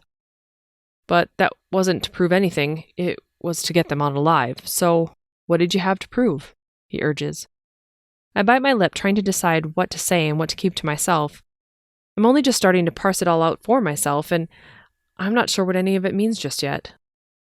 I don't understand, after all this time, why I'd want to open myself up again. Why him? Why now? "I don't know," I say. "I guess not being able to read you, it's made me curious. There isn't much I don't know, and what I don't already have as knowledge, I pick up pretty quickly." "Okay." I sigh. "I guess I wanted to spend time with you to understand what makes you different." His body relaxes a little, and his fingertips start to caress the side of my neck. I close my eyes again, focusing on it. "And what have you found out so far?" "Not sure. I guess I'll need to keep digging." "Oh, you're digging, huh?" he chuckles. He's trying to give me something to think about, something other than the dizzying effects from my vision. "Sure, why not?" I laugh. It feels good to laugh, ushering in some of the lighter energy. "Warn me when you find out something, would ya?" "You'll be the first to know." "Wonderful," he says, twisting his fingertips through the tendrils of hair at the back of my neck. "And what about you, Blake?" His fingertips halter with playfulness, and his back stiffens. "What about me?" "What made you want to prove me wrong, or be near me? Did it really have anything to do with wanting to prove I wasn't who I said I was? Honestly, after getting to know you more, I don't think you're really that kind of guy." I pull my head from his chest, finally, to look him in the eye. My head lolls listlessly to the side, but I take a deep breath, holding it upright. Warmth rushes through his cheeks. Even in this dim light, I can see it, and his gaze narrows. "Honestly?" he finally says. "No. Lie to me," I say, sticking out my tongue. Blake rolls his eyes and shoots me a sexy smirk. Butterflies escape from my solar plexus, and I bite my lip. "I think a part of me always knew you had something special, but it wasn't about your psychic stuff. There was something about you. The woman you are, being around you, it's like, can't even describe it. It's like finding something you didn't know you were looking for. Like there was something you misplaced, but it had been so long since you last had it, you forgot it even existed. I know that sounds stupid. What? You weren't looking for all of this? I say, brushing my hands along my body and shooting him a dorky grin. He laughs again, returning his fingertips to their dance along my neck. Not even a little bit. I was perfectly happy, just living in my own little bubble with Aiden. But now... His voice trails off. Now? Well, I'd like to see where this could lead, he says. I sit up so I can get a better look at him. He bites his lip, shrugging sheepishly. Glutton for punishment, I see. I poke him in the rib and raise my eyebrow. I guess you could say that. Poor fool, I say, shaking my head and grinning. I'll be the judge of that, he says, holding my gaze for a moment. His eyebrows flicker up and down as he processes whatever's flashing through his mind. Will you do me a favor, Blake? Sure, anything, he says without hesitation. When we're through with all of this, when it's all said and done and we're back to Helena, can we grab that cup of coffee you asked for? I mean, for real this time? Blake's dimples emerge in a slow, deliberate smile. Yeah, I'd like that. I nod. It's done then. So it is. His chin dips in acknowledgement. My strength feels like it's returning and I adjust again. You know, this means having an actual conversation though, right? Telling me more about you and not freaking out about it. We've been through a lot, but I'd like to learn more about the real Blake Wilson. Deal. I'd like to learn more about the real Diana Hawthorne too, he smiles. Magical psychic stuff notwithstanding, I'm sure there's a lot more to know than meets the eye. I raise my eyebrows. Oh, you have no idea. Even in the low light of Blake's flashlight, the weight of his gaze pulls me into it, making my breath hitch in my throat. Something has magnetized me to his eyes, and even if I wanted to, I can't look away. The hints of green and gold hidden in the depths of his eyes are so... familiar. The familiarity gnaws at my insides, like a memory you're trying to desperately cling to, but no matter what you do, you just can't recollect it. I don't know what this is between us, but I'm happy I deliberately bumped into you, Blake says, the magnitude of his words drawing me in. My heart thumps awkwardly, skipping beats as I try to stay grounded, but I'm losing my grip fast. This time, it has nothing to do with my abilities. I am too, but we're in a weird situation right now, you know, trying to find the girls, so we should just be focused on... His face moves, almost in slow motion, toward me. Those big brown eyes of his and the intensity of his pull is like the oceans rising to meet the moon. We've somehow managed to create a gravity all our own, and even if I wanted to stop this collision course, I wouldn't be able to. I suck in a breath and close my eyes, waiting for impact. His lips graze mine gently, but self-assured. There's no doubt what he wants from me, and he knows I'll give it to him. In this moment, I'd give him my whole life. I'd lay it all down on the floor at his feet if I could. My inhalation catches in the back of my throat and I lean into him, placing my right hand on his chest. His scent permeates my reality and all I want to be consumed by is him. There's something so familiar in his touch, in his energy, and the essence of him. Yet it continues to slip through my awareness, the way sand slips through open fingers. Blake leans forward, placing both hands alongside my face as he draws me closer, building an urgency to his kiss. It's as though his essence and mine are bound somehow, and we're only now beginning to realize it. Hungrily, his tongue parts my lips, creating the gateway the ancients used to say could merge souls. Suddenly, my memory cracks open, and flashes of time long past, recollections I've never had access to, begin to flood my awareness.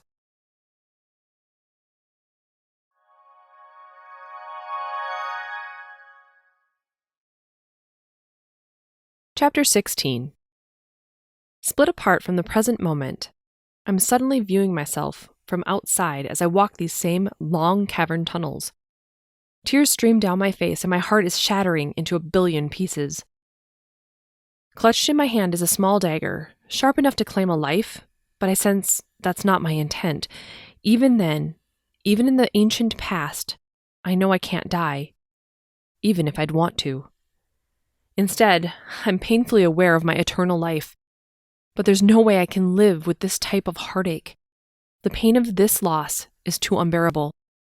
I try to focus, to see who or what has caused the heartache, but the memory is still clouded, aspects of it shielded from me. Staying with the vision, I continue to follow myself as I meander the cavern tunnels to the location I'm seeking. The area with the most potent power, so it can assist me in what I have planned. Not only is the pathway an energetic vortex, but it's not easily accessible. This is good. I can't risk having everything destroyed. As I reach the tunnel at last, I don't hesitate. Instead, I immediately begin the chant and start my pleas to Mnemosyne. To what purpose, I'm not entirely sure. I only know I have to complete the sacrifice and carve out the sacred symbol before any of Apollo's servants can stop me. The fissure in my memory seals back up, closing whatever gateway granted me a glimpse of what was. I pull back from Blake's kiss, my eyes wide and heart thrumming loudly in my chest. Well, what is it? What's wrong? Blake says, mirroring my surprise. What the hell do I tell him? Oh, hey, by the way, haha, I've just had a vision from the past I've been trying to get access to for as long as I've been alive. And oh yeah, just so you know, I'm over 2 millennia old. Huh, screw that. I just had another vision, I say, thinking up something fast. What was it? What did you see? Blake, you're going to need to make your call to Interpol right away. Get them here and ready.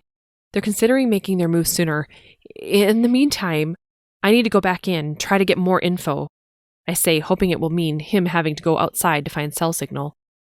Are you sure? Shouldn't I wait until we know you're okay? His eyes search mine, concern permeating all of his features. I'm sure. I'm okay, I say, nodding. I'll be fast. In and out to get the information I need. Blinking wildly, Blake finally nods to himself, letting his hands slide down to my arms. He pauses a moment, tucking his eyebrows in just before he leans forward and places his lips against my cheek. Okay, I'll go make the call. Just please. Be careful, or better yet, wait for me to come back. I shake my head. I'll be okay, I promise. I've been doing this my whole life. Taking a deep breath, he finally nods. I lean forward, placing my hands alongside his face, and pull him into me. More present and aware this time, I put my own desperate fervor into my kiss. Enjoying the fleshy part of his bottom lip, I tug it gently with my teeth before parting his mouth and sliding my tongue inside. He shudders breathlessly but pulls me closer to him and hungrily returns my advances. I don't know what it is about him or why, but for opening my memory, even temporarily, he deserves a kiss and so much more. Blake groans, his hand sliding to my back as he takes a seat and lifts me onto his lap. My arms wrap around his neck and I press myself into him. Get a room, guys! This is a public place! Someone hollers out. Startled, we both break apart and look around. A group of 3 pimply teenage boys stand and gawk from a few feet away. They snicker and point, one with their phones out, no doubt, snapgramming or whatever the hell it's called. My hand flies to my mouth in an attempt to keep myself from telling them where to shove it. Instead, absurd giggles erupt from my lips, and Blake's boisterous laugh joins in the chorus. Dude, talk about robbing the cradle, one of the boys says before they all walk out. Blake snorts, but casts a sideways glance my direction. I roll my eyes and shake my head. Whatever, ignore them, I say. Honestly, they'd probably be mortified to know they're right, but not in the way they're thinking right now. The thought makes me laugh again, and I climb off of Blake's lap, reaching for his hand to help him stand. He reaches for my offering and grabs hold of his flashlight beside him on the way up. Dizziness tickles at my temples, but I ignore its command and instead lean into Blake. He wraps his arms around me and places his cheek against the top of my head. We both release a strange, blissful sigh of contentment. All right. Looks like I have a phone call to make, so I'll be right back, okay? He says, not actually moving. Sighing one last time, I nod. Okay, I'll be here. Blake leans down, brushing my lips gently before sauntering out. I stand back, watching his perfect ass move in a whole different light. A far dirtier one, for sure. Shuddering to myself, I pull out my flashlight again and flip it on. I'm gonna have to make this excursion quick, or it's gonna freak him the hell right out. Clambering over the rocky outcroppings, I follow my inner guidance and cling to the remnants of the vision for where to go. I don't feel like it's all that far, but I need to see for myself that the place in the vision was real. If it is, then maybe it will help me unlock more of my memories. My insides claw at one another the further away I get. I shouldn't be doing this. I should have backup, or at the very least I should have told Blake where I was really going. I should have given him that much. Another part of me is feeling totally guilty I'm out here searching for my own stuff when there are girls in this cave who need to be saved. But a strange part of me doesn't give a rat's ass if I'm being selfish, because my God, this is all I've ever wanted my whole miserable, multi-millennial existence. Racing down one rocky tunnel, then another, I'm acutely aware I'm not being cautious enough. I should probably be mentally mapping out where I'm going so I can find my way back out, but I feel like I'm being divinely guided somehow. I'm not even afraid of the darkness. Perhaps it's cellular memory. Whatever it is, I trust it and just go with it, hoping it will be enough to get me back out. The hunch pays off. As I turn the final bend, clambering through the opening barely large enough for my body to squeeze through, my mouth drops open as I shine the flashlight along the rocky surface of the walls. There, etched in the cavern face, is an enormous rendition of the symbol for my vision. The same symbol from Blake's dreams. In fact, this entire location and everything about it is very reminiscent of his drawings. Goosebumps flash across my skin, and I know there's much more to this that I have yet to uncover. Blake is somehow intrinsically linked to me, to all of this, but I don't quite understand how. How can he be? Walking up slowly to the wall, I take in the sights and sounds as I try to invoke the memories in my buried past. What is this symbol for? What was this all about? Reaching out, my fingertips graze the etchings. Hello, Pythia. Have you returned to accept your fate? The words are inside my head in an ancient Greek, yet my mind translates them easily. I take a step back from the cavern wall, my hand still raised to the level of the symbol. The flashlight trembles in my other hand, making the space feel ominous. I never anticipated, after all this time coming here to help on this case, that it would lead me to this, to everything I've been hunting for. I'm so close to finally having some answers. My mind strays to Blake and our last exchange. It's even led me to a few things I didn't know I was searching for. Instantly, guilt tremors through my body. I shouldn't be here. I shouldn't be worrying about myself or hunting for answers for my own mystery. There's plenty of time for this later. I should be focused on saving the girls. I should be honest with Blake. And yet, a few glimpses of insight wouldn't hurt. Would it? Blake is trying to get Interpol involved after all. I'm sure the call will take a bit of time to explain things. There's time. Taking a deep breath to instill a sense of calm, I step forward and return my hand to the symbol. Closing my eyes, I let the images and feelings inundate my senses. No longer seeing things from outside myself, I get a first-hand glimpse at a memory through my own eyes. I run through these cavern tunnels, uncontrollable sobs heave in my chest and make it feel as though my ribcage may crack apart. My tunic is splattered in blood and pulls awkwardly at my hips as I try to rush in this place of power, the vortex of Mnemosyne. The space is lit, but in my memory I can't tell how. It simply glows in a soft light. I pull the dagger from my belt and I raise it to the cavern wall and begin my incantation without a moment's hesitation. My fingers tighten around the hilt and my knuckles turn white as I etch the symbol into the rock. The blade's tip digs in, grinding at the stone and casting away debris as if it were wiping away grains of sand. The act begins to charge the air, invoking Mnemosyne's power, the power to forget, the power to wipe from my mind all of which can no longer be carried. My hands work quickly, assuredly, despite not being able to see through my raging tears. My heart and body ache as though I may never be whole again. How can the universe be so cruel? How can it take him from me? How could she take him from me? Images of my husband, the man I married upon the approval of Apollo himself, lying limp in my arms. It will not escape my mind. They circle my every thought, my every breath, every uneven thump of my heart. He was meant to stay by my side for all time. We were going to be together forever. A promise was made to us by the daughters of the god himself, but now all is lost and I'm left alone for all time, all because we knew the rules. We knew we were breaking the standard Delphic Pythia decrees when we were married under the full moon, but I'm Apollo's oracle. And this role of mine, I was meant to be the first to be gifted a soulmate. Our love was meant to ease this burden of everlasting life of servitude and devotion. He was never meant to die. Sobbing uncontrollably, I clutch my side and fall to my knees. Pebbles from the wall continue to fall, peppering the ground the way rain hits the water. My tears strike the fabric across my thighs, mixing with the blood from my beloved. I slam the blade into the ground without hesitation, and I begin reciting my incantation. Mnemosyne, mighty goddess of mind and memory, wash away all awareness of Anastasios from my mind, body, and soul.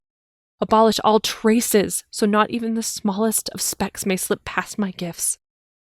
Grant me the ability to begin anew and walk through this life oblivious to what I have lost. Bending forward, I sink into child's pose, my head resting on the rubble of the dirty cavern floor.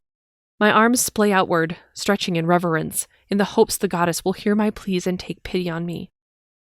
When nothing happens, I repeat the incantation. Suddenly, the light cast upon the space extinguishes, and for a brief moment, a potent mixture of fear and relief floods my body. The air fills with a static electricity only a god or goddess can produce. The scent of jasmine and rose petals permeates my senses, and I thrust my hips back, sitting upon my feet. Daughter of Apollo, your pleas have been heard, and a judgment has been made. The voice of Mnemosyne echoes in my mind. If erasing all evidence of Anastasios from your awareness is truly your wish, drink from the well of Lethe, and all will be forgotten. With that, the goddess's presence is gone. The dank, earthy smell of the cavern returns, as does the low lighting. I turn around, and a small pedestal raises from the ground. With a few tentative steps, I lean over the edge and look inside. In the center of the stone pedestal, a golden bowl the size of a small shield has filled with water so clear I can see myself in the bottom. Not wanting to dwell with a second more of this despair, I dunk my hands inside, forming a cup and scooping as much water as my hands can carry to my lips. Droplets of deep red blood splash back into the bowl, tainting its clarity. Without hesitation, I drink the cool, clear liquid in, trusting it will wash away all the agony and sorrow as it hits the back of my tongue. When the water enters my stomach, I buckle over, groping at my midsection. Pain courses through my insides, and the impulse to gag threatens to regurgitate the memory-stilling liquid. I crumple down, lying on my side, as I hold on for dear life, not wanting to lose the ability to forget. My eyes pop open. Ripped from the vision, I pull my hand back and cast my flashlight to the floor. Even after all these years, the rubble made by my own hands still lays against the cavern wall, just as it was in my memory. I swear I can still see the place where I rested my forehead against the ground in prayer to Mnemosyne. Taking a deep breath, the realization I had a husband lingers with me. Anastasios. The name circles my mind but still holds no significant weight, not really. Yet the unfurling of its significance takes hold and my stomach clenches. Flashes of insight flutter behind my eyelids and I begin to realize the far-reaching extent this decision has taken form. My lower lip tucks under my teeth as I close my eyes and witness Anastasios' soul lifted from his body. Then I follow it through the ages. Lifetimes morph before my eyes as I become a spectator to the myriad ways he's walked this earthly plane since the moment we parted. I've never even considered, never in my wildest dreams foresaw he would be reincarnated and find his way back to me. No wonder reincarnation has been another blank spot for me. It was still a part of him. All these years I could have had him by my side, even if it meant finding him anew every time he died. Tears well in my eyes and my heart begins to crack under the significance of this revelation. I'm given the smallest glimpse of what could have been, of perhaps what could still be, as a face flashes through my mind. Blake. It's no wonder we're connected. No wonder his dreams are eerily similar to my visions. He's Anastasios' latest incarnation. Stepping back in a daze, I blink wildly at the epiphany. My God. How could I have been so stupid? The blind spots in my past, my inability to form attachments, the inability to see or read Blake, it was all me. I'm the cause of it all. I deliberately blocked everything about him so I wouldn't have to go through eternity feeling his loss, and all I did was keep myself from ever finding him again. How idiotic! I'm no better than all of those lovesick women and men who've been coming to the shop all these years. I've been healing their wounds and answering their questions, and all the while judging them for being so attached in the first place. I place my hand over my face and take a deep breath. A choice befalls you, Pythia. A voice rings out in my head. The ancient Greek is eloquent and rings with the majesty of godly energy. Jasmine and rose tickle my senses. Mnemosyne has returned. Choose now to relinquish the entirety of your gifts, and you shall walk through the remainder of your days a mortal. Having forgotten who and what you truly are, you will be free to live and love, or choose to further unlock your mind so you may keep your gifts and see things more clearly than ever before. By drinking from the well of Mnemosyne, all memories, awareness, and reach will flood back into your being. All broken memories and boundaries will crumble. With this choice, however, you must accept your immortality as you fulfill your higher calling to the aid of Apollo. My eyes widen. Gain more potentially painful memories in order to keep my immortality and gifts? Or go about my life as a mortal and forget I ever had them? What kind of choice is that? Taking a deep breath, the realization of what this could mean washes over me. I can finally be free. Free to live my life the way everyone else does. I can finally live and die. I could love without restraint. No more unbidden flashes of insights or knowledge I shouldn't have. My head can finally be as silent as it is when I'm with Blake. My head swirls with the heaviness of this choice, and yet an immense weight feels lifted from my shoulders in anticipation of my answer. Of course I'm going to choose to relinquish my gifts, so I can be with Blake and live a mortal life. After all these years, it's an absolute no-brainer.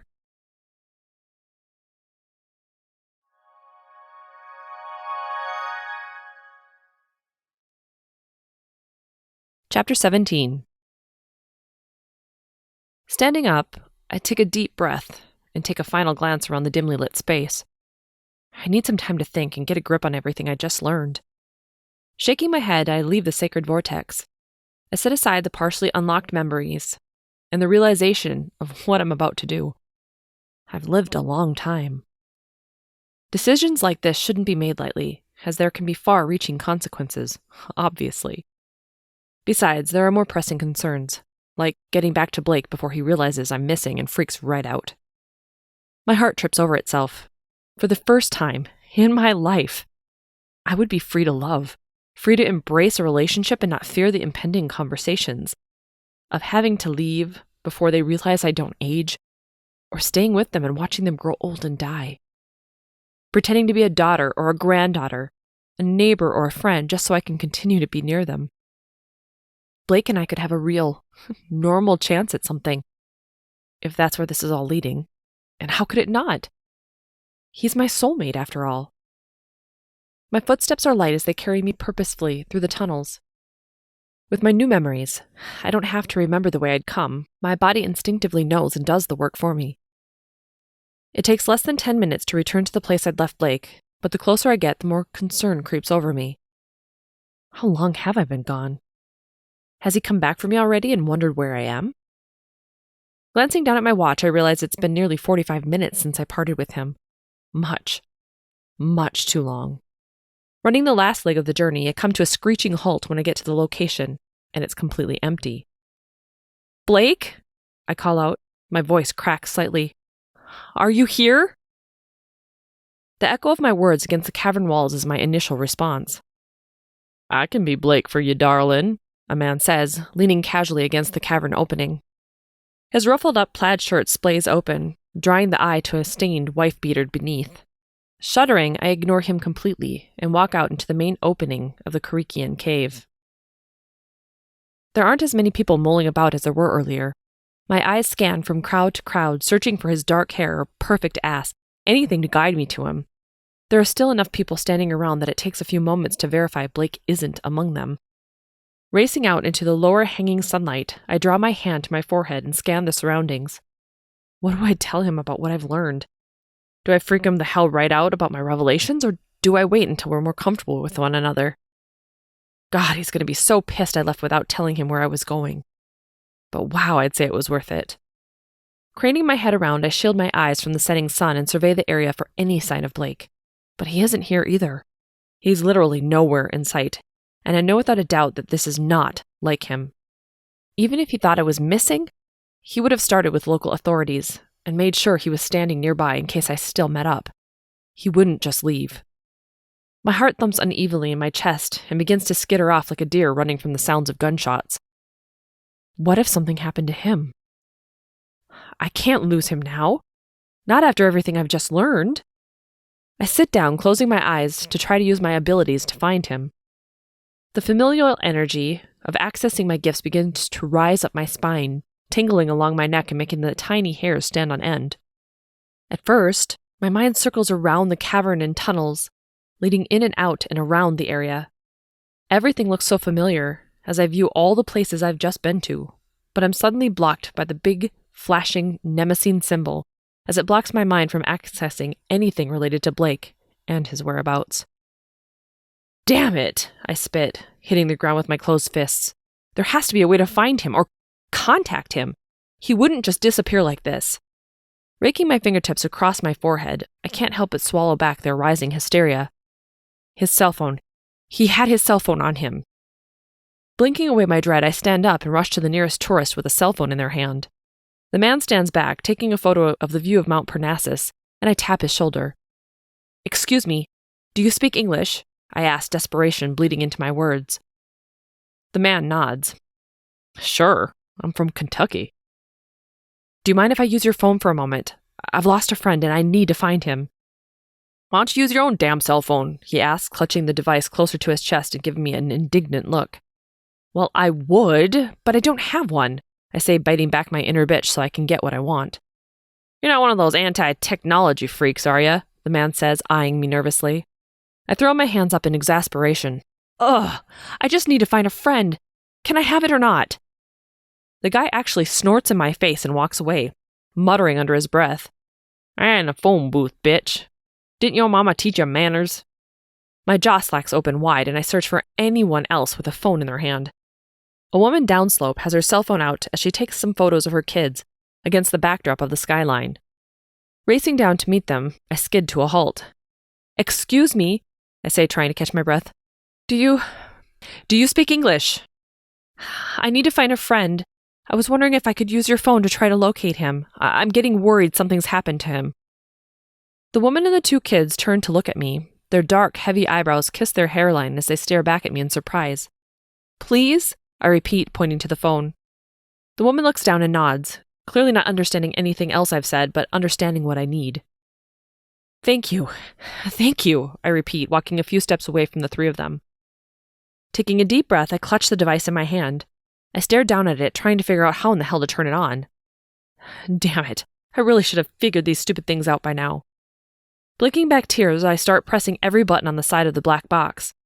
The woman walks up to me, gently resting a hand on my shoulder and points to the middle circle. Through her touch, I get glimpses of her life.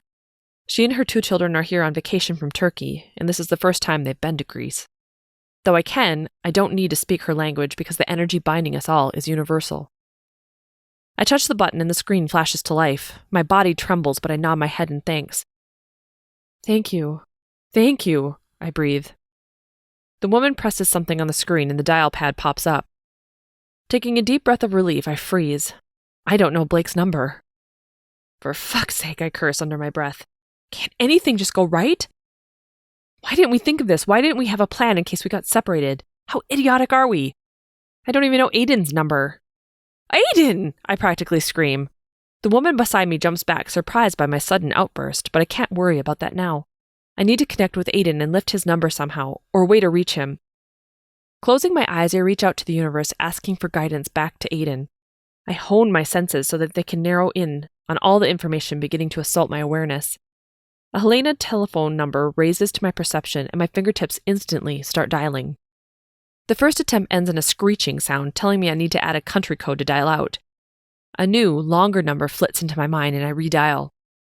Clutching the phone, My fingertips dig into the sides of the metal and plastic as I wait in anticipation. Finally, the phone rings, a breakthrough in communication for me. Hello? Aiden's voice fills my ear. Relief washes over me and I breathe out. Aiden! It's Diana. Quick, have you heard from Blake? Or do you have his number? I blurt everything out as quickly as possible. Diana? What time is it? Aiden says, his voice sounding groggy. Oh my God, I'm so sorry. It's still the middle of the night over there, I say, shaking my head. Aiden clears his throat. It's okay. What did you need again? I can't find Blake. We split up for a bit, and now I have no idea where he is. Stupid me, I didn't think to get his number in case of emergencies. Do you have it? Are you both okay? Aiden says, alarm playing at the edge of his tone. I'm fine, but I really need to find Blake. You haven't heard from him, have you? No, I haven't. Okay, you got a pen and paper? I'll give you his number. I don't, but I'll remember it. Go ahead, I say, eyeing the woman whose phone I'm borrowing, as she edges a little closer. Impatience is starting to take root in her aura, and I'm going to need to make this quick. Aiden rattles off a number, and I curse myself for not having a pen. I really should write it down just in case. I can't pull the recall thanks to Blake being a blind spot. Thanks, Aiden. I gotta go. A tiny protest echoes from the phone as I pull it away from my ear, but he's not my concern. I have to call Blake before this woman gets pissed. Hitting the red button, I turn to her and hold up my pointer finger. One more call. I'll be super quick, I say in Turkish. Her eyebrows scrunch in and she takes a step away, saying something to her kids as she jabs a thumb in my direction. As quickly as I can, I dial the number again. Kicking up dust as I pace back and forth, I wait as the connection picks up and the line starts ringing. Come on, I mutter, clutching the phone tightly. The ringing stops and I cease pacing as I hold my breath. Hi, this is Blake Wilson. Sorry, can't come to the phone right now, but feel free to tell my answering machine what you need. It can't keep a secret, so I'll find out eventually. Fuck, I curse, waiting for the beep. As it sounds, I grip the phone close to my face and say, Blake, so help me, you had better be okay. I'm sorry I wandered off. I didn't mean to be gone so long. I'm by the cavern entrance. Please, just come find me. Pressing the off button, I turn sharply and start racing back to the cavern.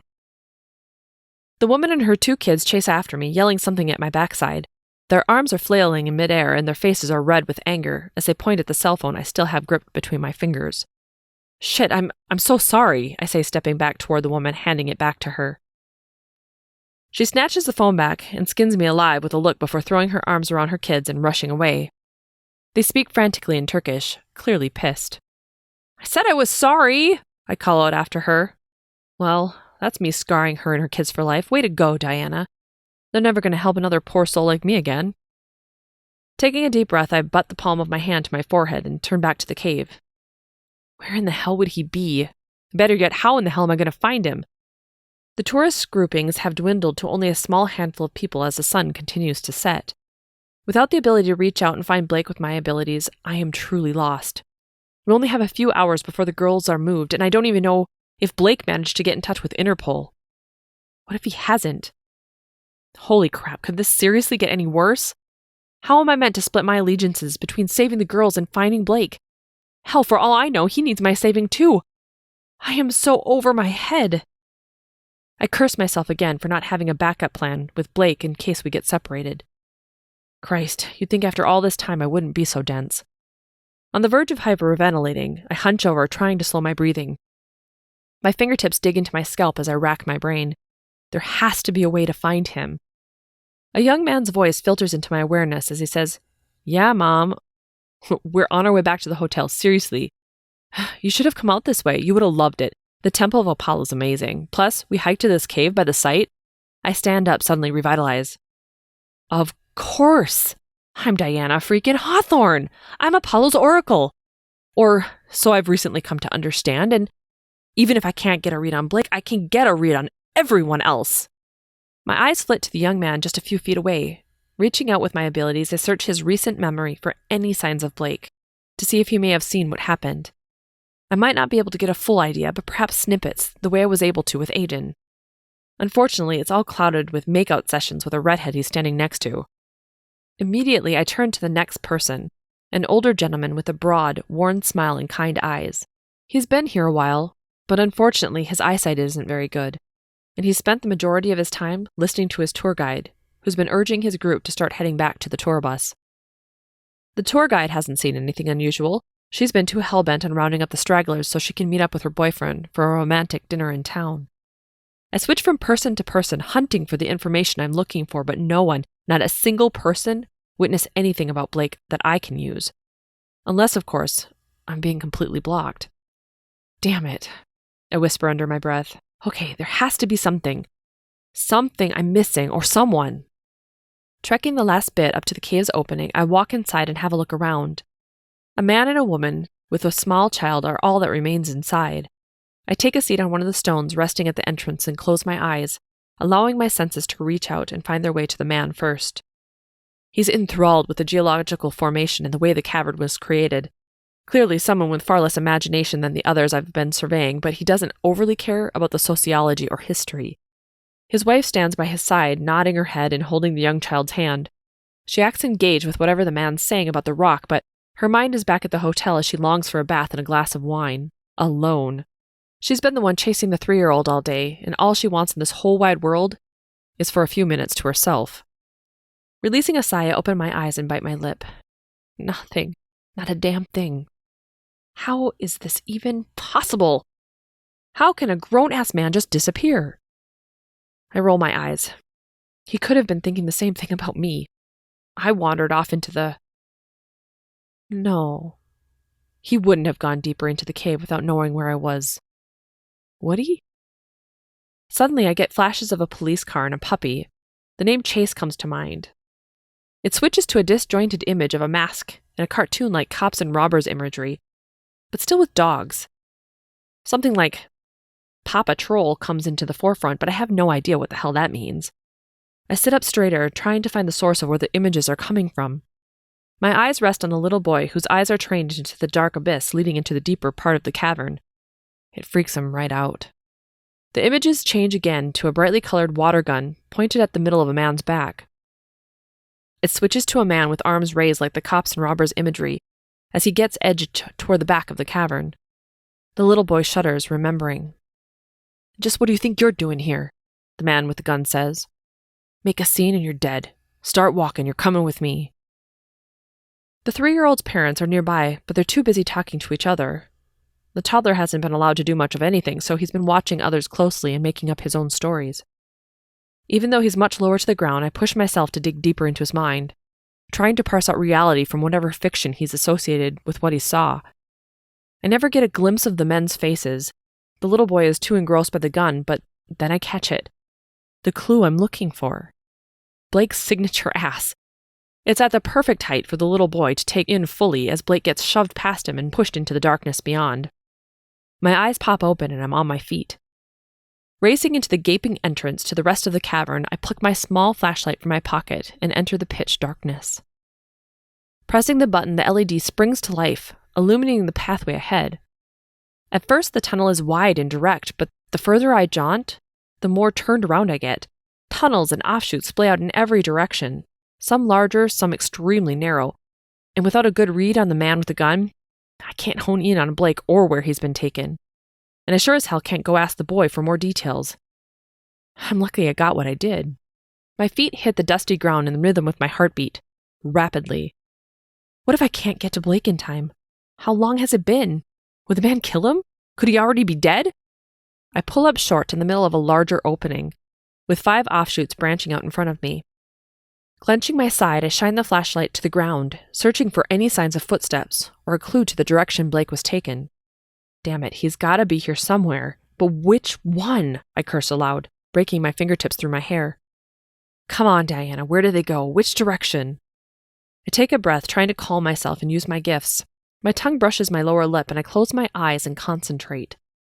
Instantly, I'm overcome with the sensation of dizziness and nausea as the Nemesis symbol flashes in my mind, still blocking any access to Blake himself. Damn it, I mutter, dropping to my knees. There's still a way to find Blake, but it means losing everything. This can't be happening. It can't be the only way. The fingertips of my left hand press against my lips as I clutch the flashlight firmly with my right. My heart thumps unevenly as I weigh my really shitty options. I've waited for this day for longer than I can remember. The day where I knew I could finally grow old and die. And before I can even accept it, it's being pulled out right from under me. What kind of sick joke is that? On the other hand, Blake's insanely capable. What if he's already managed to get out of the situation or used his background to overtake the asshole with the gun? I could be throwing it all away for nothing. I bite my lower lip. But what if he hasn't? Is that a risk I'm willing to take? I shake my head, my nostrils flaring. What if he just needs a diversion or a little help? What if by holding off I get him or the girls killed? The musty odor of the cavern triggers the newly gifted memories from before, and I can't lose Anastasios' soul again. Sighing in defeat, I know exactly what I have to do.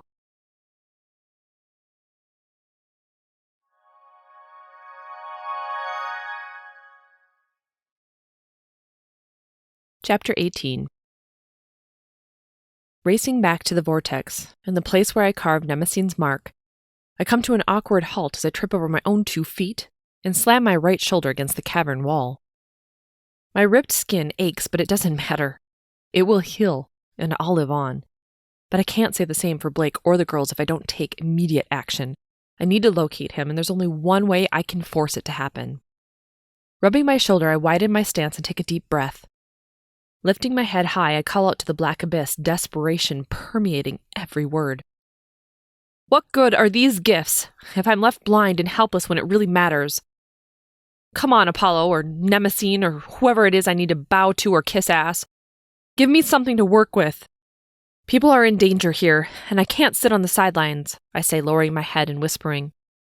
I can't lose him again. I flare my nostrils and clench my fingers, curling them so tightly into my palms, they begin to lose blood flow. One at a time, as if held up by invisible torches, purple flames burst from the walls. They cast an eerie light, not dissimilar from the violet flame invocation weeks before with Dimitri. Stumbling backward, I cry out in surprise, and the sound reverberates off the cavern walls. My senses are suddenly inundated with Nemesine's trademark scent of jasmine and roses, and I know she's heard my beckoning and come to me. What's done cannot be undone without expressed permission, Pythia. You know this to be true. To unlock that which you seek, it requires a dedication to be made, one which may only be made by you. Do you accept your immortality and the responsibility in the aid of Apollo? Will you secure your role as the rightful Oracle of Delphi? My eyes widen and I take in the surprising news. The Oracle of Delphi. That's what I am? What would that role even entail? Blinking back the tears burning in my eyes, my heart folds in on itself. I'm so close, I could have it all. A life, a love of my own, I could finally age and die. But if I don't regain my gifts fully, I can't help Blake and I can lose my chance with him altogether. Hell, maybe I already have. Chewing on my lip, I flip back and forth between my decision. This is not the way I like to make decisions at all, impetuously, impulsively. Not anymore. But what choice do I have? I accept, I say, the words stinging my tongue as they tumble out. I can't believe I'm throwing it all away, but there's no other option. A new sense of purpose, of direction, emboldens my being. If I can unlock my memories and the rest of my abilities, I'll be able to see everything more clearly. I'll be able to help Blake and help the girls. Suddenly, from the center of the room, the same style of pedestal for my memory rises from the ground. This time, instead of a golden bowl of water, the large bowl in the center is pounded silver, reminiscent of the way the moonlight pools along the water's edge. Jasmine and rose continue to permeate the air, and while I see no one, I sense the power and presence of the goddess. You have performed powerful magic, Pythia, more potent than you realize. The water from my river will return to you that which you've forgotten, and lift any blockages to the memories they shield back. Be ready for the deluge. It will give rise to a power you perhaps didn't realize you were holding at bay. Mnemosyne says, her words echoing within and around me. Swallowing down my trepidation, I nod. I understand, and I'm ready. Drink, and it shall be done. Mnemosyne's voice is like music on the wind as it tinkles with its own air of magic. Stepping forward to the pedestal, I take a deep breath and peer within. The water ripples gently around the edge of the bowl, and my mind flashes back to the last memory I was gifted. To think it all comes full circle. I was here, crying out to the universe, to Apollo and Mnemosyne to take my memories as I wished away the despair I felt for losing Anastasios, and now I'm right back to where I started, desperate to have everything returned so I can save his reincarnated soul. Never in my wildest dreams would I have believed I'd be here, especially since reincarnation never seemed plausible, since I've never received any insight it was. Holy shit. That's another way that this spell affected what I could see. Shaking away the mild revelation, I cut my hands, dipping them into the cool, clear water and raising the liquid to my lips. I drink in the power and energy from the Mnemosyne River, or at least a small offering gifted to me by the goddess herself. I allow it to wash away the blockages I've placed upon myself, knowing full well there's no turning back now. I will live my life eternally, and in the servitude of Apollo for whatever that means. It also means I will watch Blake live, grow old and die, if I'm lucky. When nothing happens from the first sips, I dip my hands again and continue to consume as much of the water as I can bear. I'm acutely aware of the clarity and cleanliness in the motion this time around. There's no blood on my hands, no tears, but the same fierce determination stirs inside my belly. Without warning, the cavern itself rumbles. The walls and ground both quake with the energy of Mnemosyne's magic. Stones unhinge from their hidden places along the walls and the ceiling as they crash to the floor around me. From behind me, deep crevices eke across the wall where I carved Mnemosyne's mark, fracturing the stone and forcing slabs of rock to slam to the ground, annihilating the symbol and any power it possessed. An outburst of energy explodes from the stone slabs and I'm thrown forward in the momentum. Swirls of purple and blue and white streaks circle around me, unbinding me from the pull of Mnemosyne's mark.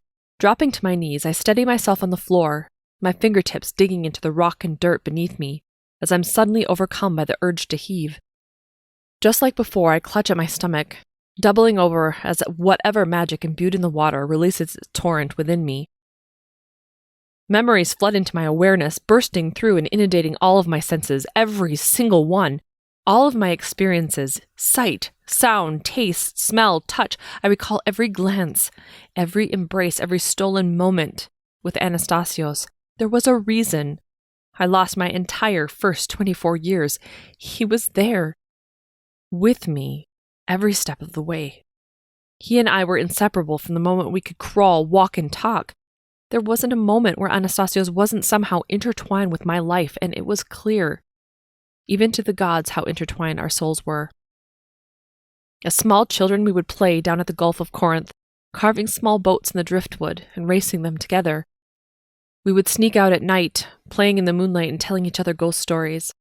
Then, when adolescence followed us, we would sit at the same water's edge, watching the sunset through stolen kisses. I remember the smell of his skin as his lips lingered on mine and the way he tasted like grapes. I closed my eyes and touched my lips. His eyes were the same color as they are now, a deep, passionate brown with more flecks of color hidden in the intricacies of his irises.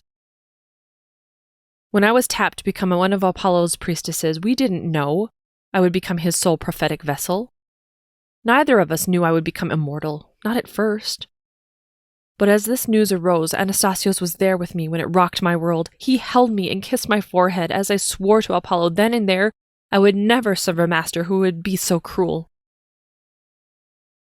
I didn't want the burden of being alone forever, but Anastasios promised me he would remain by my side in whatever way he could, even if it meant we would never really be together. He joined Apollo's guard just so he could protect the temple and all of the priestesses inside. But everyone knew he was really there for me. He was strong and capable and loyal like that, There was no one else, not a single soul I would ever have imagined myself with. Even Apollo himself took second place to the love I felt for Anastasios. But the day my sister took him from me...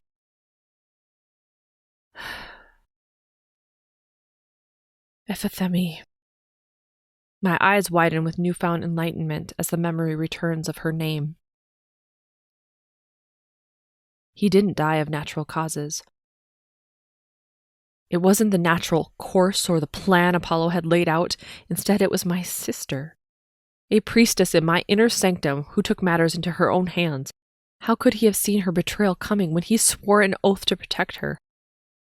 The jealousy lingering in her gorgeous blue eyes cripples my heart to see it all over again in my mind's eye, and the tears pool behind my eyelids before streaming down my cheeks. My heart shatters all over again, forcing me to double over and place my head against the ground as I give in to the potency of the memories and the fallout from their revelations. As the cognizance takes hold, it demolishes any sense of tranquility or self-assuredness I had, replacing it with doubt, agony, envy, anger, and grief at all I've lost, at the betrayal of it all. The recollection of my sister and her action rips me apart. Long gone, Epithemi's body is now nothing more than a dusty memory of the legacy of the Temple of Apollo. I wish more than anything I could confront her and ask her to take it all back. Her motivations become clear as discovery unfolds in tandem with my gifts. She didn't want Anastasios to soil the reputation of the purity for the Oracle of Delphi. She feared for the sanctity of the priestesses and all that she worked so hard for. But in her actions, in her fear, she destroyed it all. Both the Oracle and the priestesshood's venerableness, not to mention the Temple of Apollo, everything. After what she did, it all crumbled and fell apart because the Pythia was no longer operable. Not when the Oracle up and vanished. I up and vanished. When the memories bring me back to my starting point, the energy begins to slow down and the revelations cease. The pain and heaviness of the past bears no weight now, not when Anastasios' soul is alive and well in Blake. I have to find him. Kneeling, I place my hands on my thighs and straighten my back. I'm no good to anyone, not Blake, not the girls, if I'm a big puddle of mess on the floor. I force the memories inside to go into deeper waters, to calm them by burying them into an undercurrent so I can bring the matters at hand to surface. Blinking back my tears, I wipe them away with the back of my hand and take a deep, cleansing breath. Diana, you would not have been given these gifts if you weren't capable of bearing their weight, I say aloud, shaking away the inundation of emotions and images. It's time you stop hiding and start doing what you're put on this damn earth to do. Without skipping another beat, my resolve hardens, and I place my hands on the cavern floor, knowing I will need grounding. The space rumbles, jostling pebbles and loose stones free, this time not from Mnemosyne, but from the power and magic residing within me as I unleash my gifts. I will find Blake before time is up. White-hot energy shoots from my fingertips as I splay them wide. Suddenly, my vision blanks out entirely and I'm consumed in a field of perception of only the color of white. Although I'm acutely aware of my surroundings, my vision sees and senses the white light as if it's the only thing that really matters. As if all particles, atoms, subatomic particles, everything exists solely in the clarity of the light. My thoughts drift to Blake, and my vision abruptly and instantaneously shifts. My awareness spreads out, concurrently searching for Blake and the girls at the same time. Memories weren't the only thing unlocked by releasing Mnemosyne's symbol. The power driven by Apollo unleashes itself, and I see through the lens of godlike eyes as his prophetic vision is left unhindered and coursing through me. I breathe out a sigh of relief. Blake is alive, but bound by gunpoint further in the cave. Interestingly enough, he is not far from where the girls are being held. Rocking back on my feet, the worries, reasoning, and thoughts of everyone in the vicinity meander into my mind as if beckoned by a lover's hand. "Told you it was him," a man says. Beside him, another man snickers. My mouth drops open in surprise. The men who have the girls also have Blake. I take another breath, digging deeper into the minds and memories of the two men. One of them had been sent ahead to scout the area and radio back when the tourists had left, but he had spotted Blake and acted. The grungy old man from the blue cabin back home had a surveillance system installed in the house, and they had our faces. Each of them were on alert for being followed, just in case. I dive deeper, allowing my senses to truly dig in and listen. "There, all tied up and secure," the first man says, wiping his hands across his green shirt. His lips curve into a sneer. "That's great, really. What in the hell are we supposed to do with this asshole?" the second man says, kicking at Blake's limp body as it rests on the ground. Blake's mind is blank, clearly not conscious enough to tap into yet, but his energy signature is alive and well. "I don't know, but I couldn't just leave him out there. As soon as I spotted him, I knew I had to act. You know what happened to the little girl back in the States? He and that bitch stole her right out from under us. Who knows what the hell he was planning to do? What if he's got backup, moron? Or maybe he's been tagged with some sort of GPS locator. You could have led the police right to us for all you know," the other guy spits. "We gotta distance ourselves from him, and quick. Start rounding up the girls." I don't actively go searching for personal details, and yet they come to me freely. The man with the dirty green shirt and gung-ho attitude's name is Peter Johnson, a completely ordinary name for someone so vile, and he didn't want to be on this mission in the first place. At least, not after Blake and I got involved, but his boss wouldn't let him out of the deal, someone by the name of Lester Lewis. The other man goes by Brady, but his real name is Ralph Anderson, and not even Peter or Lester are aware of this sleight of hand. The white light takes form, and almost as if a virtual map unloads in my mind, the fastest route appears to where they all are. Leaving the presents behind, I cast my mind into the future, trying to see the possible outcomes and uncover my best way in. I could go raging in there, but without Blake, my scope is limited. I don't have a gun or anything to apprehend them. That was Blake's play.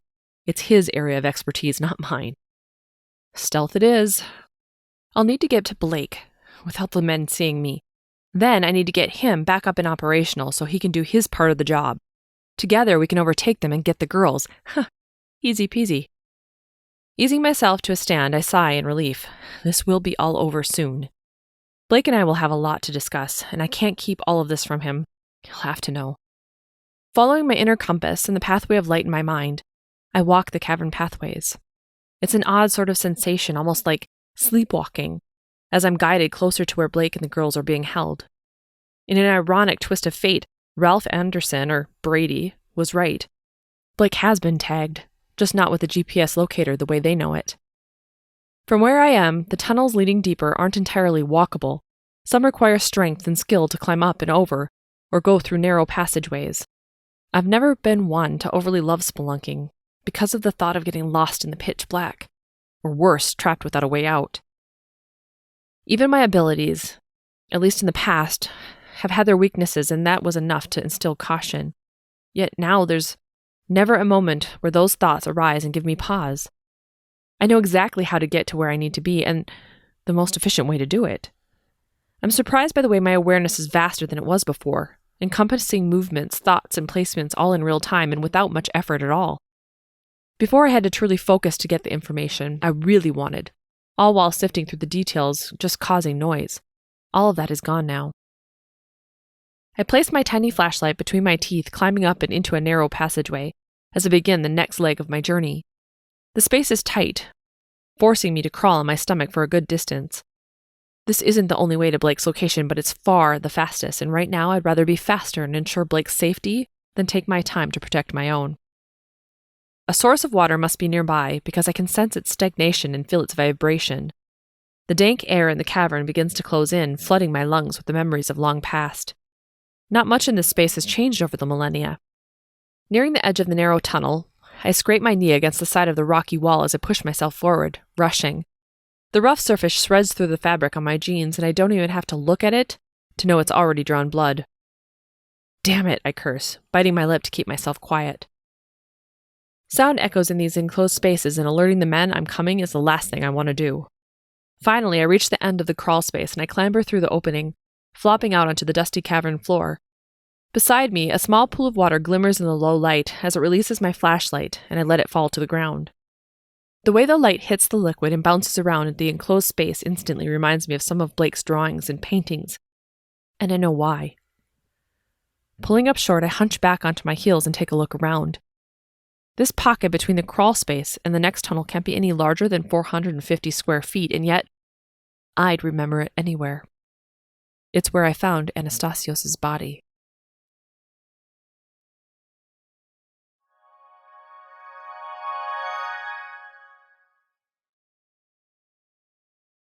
Chapter 19. Dread and despair overtake me, and I'm suddenly consumed in the memory of what was. As much as I try to push it under, the stone left to the side, it's the one smattered in his blood, even if now it looks like it's simply covered in rust. I flash back to the way I found his crumpled body as he took his last breath in my arms. I hear his final labored words when he told me who did this to him. My shoulder and knee throb, my own blood trickling down my leg, but I don't make a move. Instead, my mind twists to my confrontation with Iphithemi. She didn't even try to deny it, as though murder was a completely acceptable action for a priestess of Apollo to take. I watched the way her eyes glinted like cold steel, and I cried out to Apollo for refusing to let me see this fate before it took place. I cursed his name. I cursed everything about him. I cursed Iphithemi. I cursed this eternal existence. A vision captures my attention, pulling me from the past and hurtling me into the near future. He's nothing but trouble. We need to get rid of him before he fucks this whole operation up. I'm telling you, this whole thing stinks. Brady, also known as Ralph, says. He garnishes his handgun, pointing it at Blake's head. Blake sits up taller, his arms bound behind his back and his mouth gagged. His eyes widen slightly, but his mind is wielding through scenarios faster than I can keep up. What in the hell's he gonna do, bound and gagged, Brady? We ain't gotta be killers, Peter says, throwing a look of disgust. My stomach lurches, as if murder is the greater of the two evils, when they consider child prostitution and kidnapping. Maybe you ain't. The sound of a gun loading the bullet into a chamber snaps me from the vision, and I'm on my feet running. Apollo may not have warned me before, but he's warning me now. It's a gift I will not take lightly, but accept gladly. My feet hit the ground in soft thuds, but I don't stop. There isn't time for super stealth or elaborate plans now. The place where everything is about to unfold is coming up fast, and I pray to Apollo and Nemesis that they'll all be safe, the girls and Blake, until I get there. I pray with every fiber of my being I've been given enough time to change the course of this. The terrain is uneven and close, but I'm getting closer. I round a bend and hear hushed voices speaking in frantic, angry tones. The hairs on my neck rise. I've only got seconds to react. The guy's coming too, I think. Want me to knock him out again? Peter says. He's nothing but trouble. The exact words from my recent vision, the ones I've been dreading since I first saw them, have been spoken, and I race forward before the rest can continue to unfold. Hiya there, gentlemen, I say, stepping out of the shadows. Blake's eyes widen and his face turns ashen. He shakes his head frantically, nodding back toward I came. His eyes are nothing more than slits as he flares his nostrils wide. I grin apologetically at him, with a sorry, not sorry kind of smile as I edge further inward. Beyond the two men, the small group of girls huddles together, but their faces are bright with curiosity and hope. Hey, who in the hell are you? Peter says, standing up quickly. His green eyes are wide with shock and his lopsided mouth gapes open. Oh, damn! It's that bitch from the cabin! Foresight flashes into my mind. The other guy, Brady, will try to overpower me by leaning on the element of surprise. As he lunges, I sidestep his power grab, and he falls flat on the floor as his momentum carries him down. While I have the element of surprise to myself, I pull Blake up to a stand. Without missing a beat, he drops his arms down, stepping through them so they're in front of his body. With a swift movement, he throws his bound hands in the air and brings them down across his knee, breaking the duct tape. Casting it aside, he rips the tape from his mouth and lunges at Brady as he attempts to stand back up. The girls scream and squeal as they scoot back, trying to avoid the scene unfolding in front of them. Peter stands in the middle of the space, halfway between the girls and the three of us. His jaw still slacking open, I suddenly get the vision of him coming to his senses and grabbing the girls. As Blake lands an elbow across Brady's cheek, splitting it open, I sidestep the two of them and tackle Peter. Of the two of them, he's the one I feel I could most overpower using my gifts.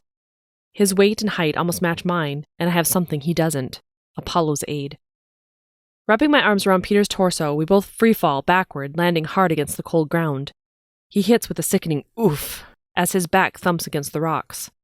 The girls scream again, but this time, they all climb to their feet and edge further down the cavern tunnel.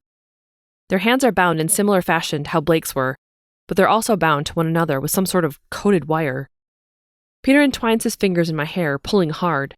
My chin tips upward, and he plants a knee in the middle of my thigh. Sparks of pain explode in the muscle. Rolling off of him in surprise, he twists around, throwing me down as he straddles across my body. A sick, creepy grin sliding across his lips, and I immediately bring a fist to his groin before he has the opportunity to pin my arms down. Screaming in agony, he slumps off of me, groping at himself. I slide out from under his weight, kicking at him again to push myself further away. "Blake! Gun!" I scream, seconds after seeing Brady ditch their fight in lieu of the weapon. Blake lunges forward, kicking the gun out of his reach just as Brady makes an attempt for it. The gun clatters against the walls as it hits the rock face. "Thanks," Blake says breathlessly as he lands his fist against Brady's cheek and the bridge of his nose. Blood spatters the ground as the fissure separates across Brady's face. He lets out a howl, groping at the wound. Blood gushes between his fingers, and Blake brings his elbow down on the back of the man's neck. He drops instantly and doesn't move. Without missing a beat, Blake yanks Brady's arms behind his back and pulls ripties out of thin air. At least he had those despite the missing luggage case. He clicks them in place, then moves on to restraining Brady's feet. I'm mesmerized by the way Blake moves. Such precision and power. There's no doubt in the way he maneuvers as his training and muscle memory kicks in. It's only the second time I've gotten to see this side of him, yet this time immediately brings back memories of the way he was as an Apollo guard. He didn't mess around then either. Images of Peter rising up and landing a blow to my face pull me from my admiration of Blake, and I scramble to my feet. Instead of retaining his opportunity for a punch, things shift in real time as Peter lunges forward. Before I know what's hit me, we're on the ground as I struggle to breathe, the wind effectively knocked out of me. Stars and bursts of light invade my vision, and I'm suddenly spinning in a sea of abstract. Blake's voice is far away, saying something, but I can't quite grab hold onto the words. My body has an odd sensation, as if it's being moved, but I'm not really in it. Maybe if I just rest for a minute. No sooner does the thought flash through my mind, I feel myself sinking. Sinking through the earth beneath me, sinking into a place of utter cessation. The beauty and the stillness of this space is something I never knew could exist, and yet it feels vaguely familiar. Almost as if it's the place from which we all spring from. Whatever it is, it's a restful, peaceful place I could totally get used to. Yet somewhere in the back of my being, I know it's all temporary. Rest and peace have never been in the cards for me. A blast somewhere nearby extracts me from the tranquility and forces me back into my body. My eyes pop open at the sound of gurgling beside me. Breathing takes effort as I struggle for each inhalation. Slowly, the pain eases and I twist around, taking in my surroundings. "You shot me!" Peter screams in agony. "You fucking shot me!" Less than a foot from me, Peter clutches at his shoulder, blood streaming from beneath his palm. A few meters away, Blake drops the gun to his side, then tucks it into the space between the small of his back and his jeans. "Are you okay?" he says, rushing to my side. Blake drops to his knees, placing his left hand on my shoulder. I nod, unable to find the energy or breath to speak.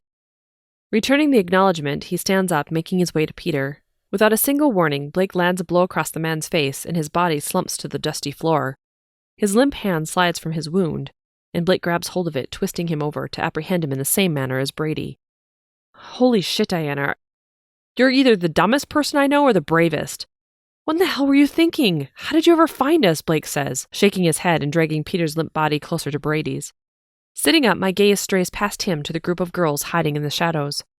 Swallowing hard, I shake my head and point to the girls. I don't have it in me yet to talk. Besides, the priority should be with the girls now. That's what we came here for, after all. Blake's eyes linger on me for a moment, concern and conflict creeping across his features. "Are you sure you're okay?" he asks. "No. Not really, but I'll be okay. Go. Help the girls," I whisper, my voice scratchy and labored. Nodding, he shoots a quick glance at the apprehended men and walks off down the cavern tunnel. Shining his flashlight toward the girls, they tentatively step out into the light. Are you here to save us?" a red-headed girl no more than 10 says, clutching onto the arm of the brunette next to her. Blake stands his ground, not chancing going any further. He bends down on one knee. "Yeah, Diana and we've come a long way to make sure you're all safe," he says, his tone soft and gentle, pointing my direction when he says my name. Are any of you hurt? Each of their faces flit through a series of emotions as they each try to decide what to respond with.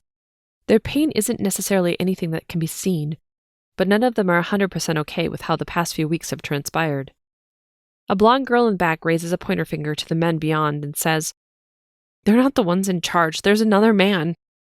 "Lester, right?" I say, edging myself into an awkward stand. The words tumble out as my body screams from the movement. The blonde girl nods. Blake throws a glance over his shoulder, his eyes bright and curious. "Well, we need to get out of here before Lester comes looking," he says, walking to me and holding an arm out to grab onto. "You sure you're okay?" "Yeah, I just had the wind knocked out of me. I'll be fine in a bit," I say, forcing air deeper into my lungs. Turning back to the girls, Blake says, "I'm going to get all of you out of these restraints, okay?" He lets go of my arm gently, waiting for me to grab hold of the cavern wall. Once I've steadied myself, he walks out to the grouping of girls and takes out a small pocket knife. "So, what's everyone's name?" he says, keeping his voice calm and gentle as he cuts through the duct tape binding them all together. "Mine is Blake." The small redhead is the first to speak. "I'm Tori." Her hand waves quickly in front of her body. "I'm Haley," the blonde says. "Rebecca," the brunette says, rubbing at her newly freed wrists. The last one, a tall, dark-skinned, dark-haired girl, steps out of the shadows. She doesn't say a word, but instead embraces Blake in a full-on hug. "That's Kaylee," Tori says. Blake waits a moment, allowing Kaylee to feel safe and calm. He rests his hand on the back of her head, holding her close. "It's really nice to meet you all. This is Diana," Blake says, waving a hand to draw me closer to the group. "I wish we were all meeting under better circumstances, though." "How's everyone feeling?" I ask, walking closer. Breathing is much easier, but it's still hard to get words out. "I'm starving," Haley says, her eyebrows tugging in. "It's been almost a day since we ate," Tori says, nodding as her tummy rumbles. Blake tips his head in acknowledgement. Reinforcements are on their way. But we need to get out of here. As soon as we're out, I'm sure food will be a top priority. "Is everyone able to walk?" They all nod in tandem with one another. "Allow me to lead the way. I know the way out," I say, taking my time to step out in front. I turn my own flashlight back on and take my time, allowing insights to flood into my awareness so I know exactly the right path to take. I push my mind further, going into the future, so I know we'll be safe in whatever path we choose. Light extends out in front of me, acting like our virtual GPS as I follow its lead to bring the girls out of the cavern into safety. For a long while, none of us talk. We simply walk in silence, each circling the recent events in our minds and hoping for the best. Blake's thoughts encompass a myriad of topics. The safety of the girls, wondering how I found him, wondering where I was in the first place. The phone call to Interpol, then flashing back to our kiss. Some of his thoughts are garbled as he tries to parse them out, and I take a step out of his mind to give him some privacy. Each of the girls' minds flip back and forth between recent days and wondering what it will be like to go home. They'd all resign themselves to the horrors awaiting them, so this change in direction is a welcomed one. "Your parents will be so relieved to have you back," I offer, responding to their thoughts. Kaylee's eyes brim with tears, but she flares her nostrils and nods with resolve. The other girls link arms, tugging each other tightly. This was by no means a good circumstance, but the sisterhood they've developed between the four of them is very strong. I can already tell it will last through their entire lifetime. "Is it much further?" Haley asks, her eyebrows furrowing. I stop walking so I can close my eyes and get a better read on the distance before we head out of the tunnel. From what I sense, the walk isn't much further, another 20 minutes or so. I open my eyes up, searching for details on when or if the Interpol agents will find us. Luckily, it seems at least one has entered the cavern in search of us. "We're very close," I say aloud, picking up the pace. I can't wait for this horrifying life experience to finally be over with for them, so they can move on with their lives. Not to mention I can move on with mine, whatever that's about to entail. The girls stay close at my heels with Blake taking up the rear. I sense his alertness as he makes a mental map of how to get back to the two men, while simultaneously being alert for danger. He doesn't need to do it. I can easily get back to the location, but he wouldn't be the man I know and love if he didn't.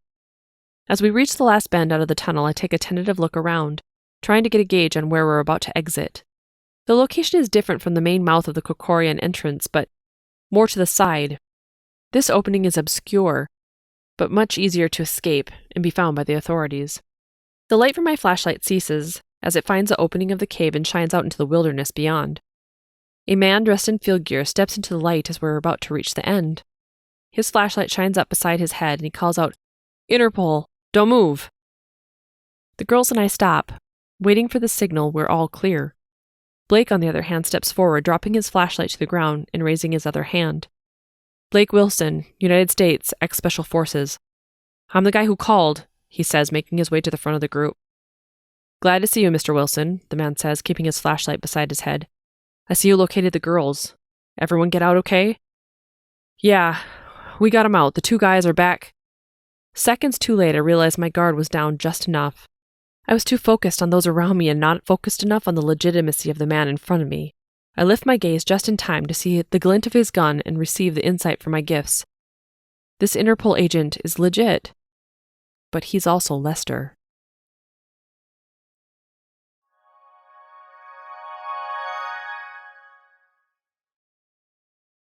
Chapter 20. Heat rises from somewhere inside me as Lester raises his gun, pointing it directly at Blake. Nothing about how this is about to play out is good, and I curse myself for being such a gullible nitwit to let my guard down. I should have known better. People are still people, after all. They mostly still suck. "So glad I'm the one who found you first," Lester says with a slight lilt to his voice. "I'd hoped to head you off before you reached the others, but I had contingencies just in case. Have to admit, this is so much better." Recognition dawns on Blake and he doesn't hesitate. He reaches behind his back to garnish his own weapon, the gun confiscated from the other men. Neither of them is the kind to take long pauses to think things through. They both share the kill or be killed mentality. Suddenly my gifts flash me forward. Though the insight is almost instantaneous, it sure does take its sweet-ass time to kick in.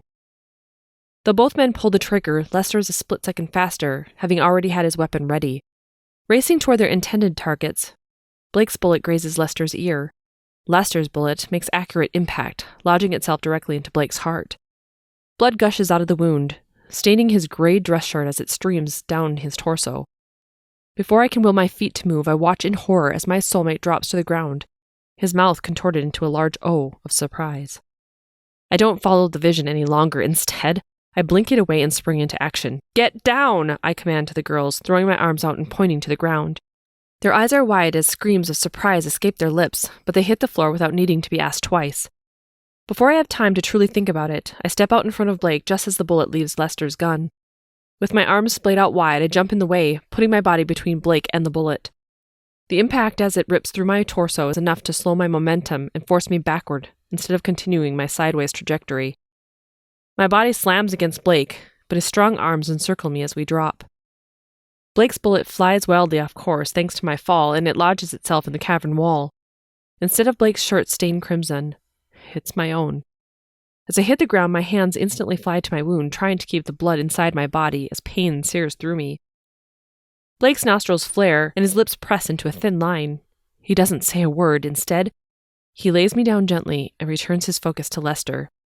His mind is a whirling cyclone of fury, worry, and what-ifs, but he also knows he can't dwell there, not yet. Standing up, he picks up his fallen weapon, then clutches the gun tightly in his hands. I grope at the place where the metal invaded my body, mesmerized by the way the dark liquid is warm as it rushes through my fingers, just below my ribcage. The bullet is still lodged somewhere inside, and I can feel the entire trajectory as it ripped apart my insides. Dizziness takes hold of my consciousness, yet I still catch the split-second surprise in Lester's eyes, as they then slide into a satisfied glint when he realizes his bullet has still hit a mark. He feels this worked out more in his favor because it will make Blake weak, fearful, or perhaps sadness and devastation will make him easier to overcome. Another shot fires, and this time Lester's gun drops from his left hand as the bullet strikes the place just under his left collarbone. Blake steps forward, hovering just over Lester's body. His mind is consumed with thoughts of rage and revenge. His lips are pressed into a thin line and his nostrils flare as he begins to squeeze the trigger again, this time to end it. I'm flooded with the vision of things going sideways, of us being detained and big problems arising because this is an Interpol agent, not just some random kidnapping mastermind. "Blake, don't do it. I know you want to, but please. We need him alive," I sputter, blood leaking from my mouth. Shaking, I wipe it away, and the deep crimson smears across the dirty flesh of the back of my hand. Blake turns his head to look at me, pain and despair clinging to his unguarded eyes. Lester tries to scramble backward as he clutches his shoulder, his eyes trained on Blake. Without a word, Blake returns his gaze to Lester and lowers his gun. Then, without another moment's hesitation, he shoots Lester straight through the fleshy part of his right thigh. The man screams, clutching the new wound with already bloody fingers. Behind me, the girls squeal, but I feel one small hand resting on my shoulder. "Does it hurt?" Kaylee asks, her dark hand contrasting against my shirt's light-colored fabric. "A hell of a lot," I say, trying to force a grin. Before I realize it, Blake is at my side. "How bad is it, Diana?" he asks, kneeling down. "She's lost a lot of blood," Kaylee whispers. I glance down at the ground beneath me, and she's right. The puddle is growing fast. Flipping open his phone, Blake dials someone on his keypad. "Please. We need some help. A civilian, she's been shot, and I have the culprit in custody. Interpol should be nearby. Can you get a fix on my coordinates?" he says, not even trying to hide the panic fraying at the edges of his voice. "We need a medic immediately." Voices the size of ants chatter in his ear, but I have no idea what they're saying. I concentrate instead on the place where his hand gently rests on my arm. It's warm and it pulses against my skin like a metronome. My eyelids are heavy, and it's a struggle to keep them open. Commotion beyond my periphery tries to stir me from the black abyss encircling me, but I can't find the will to focus on it. If I just close my eyes, maybe I can. Darkness beckons me, and instead of lingering here, I slip into its comforting embrace.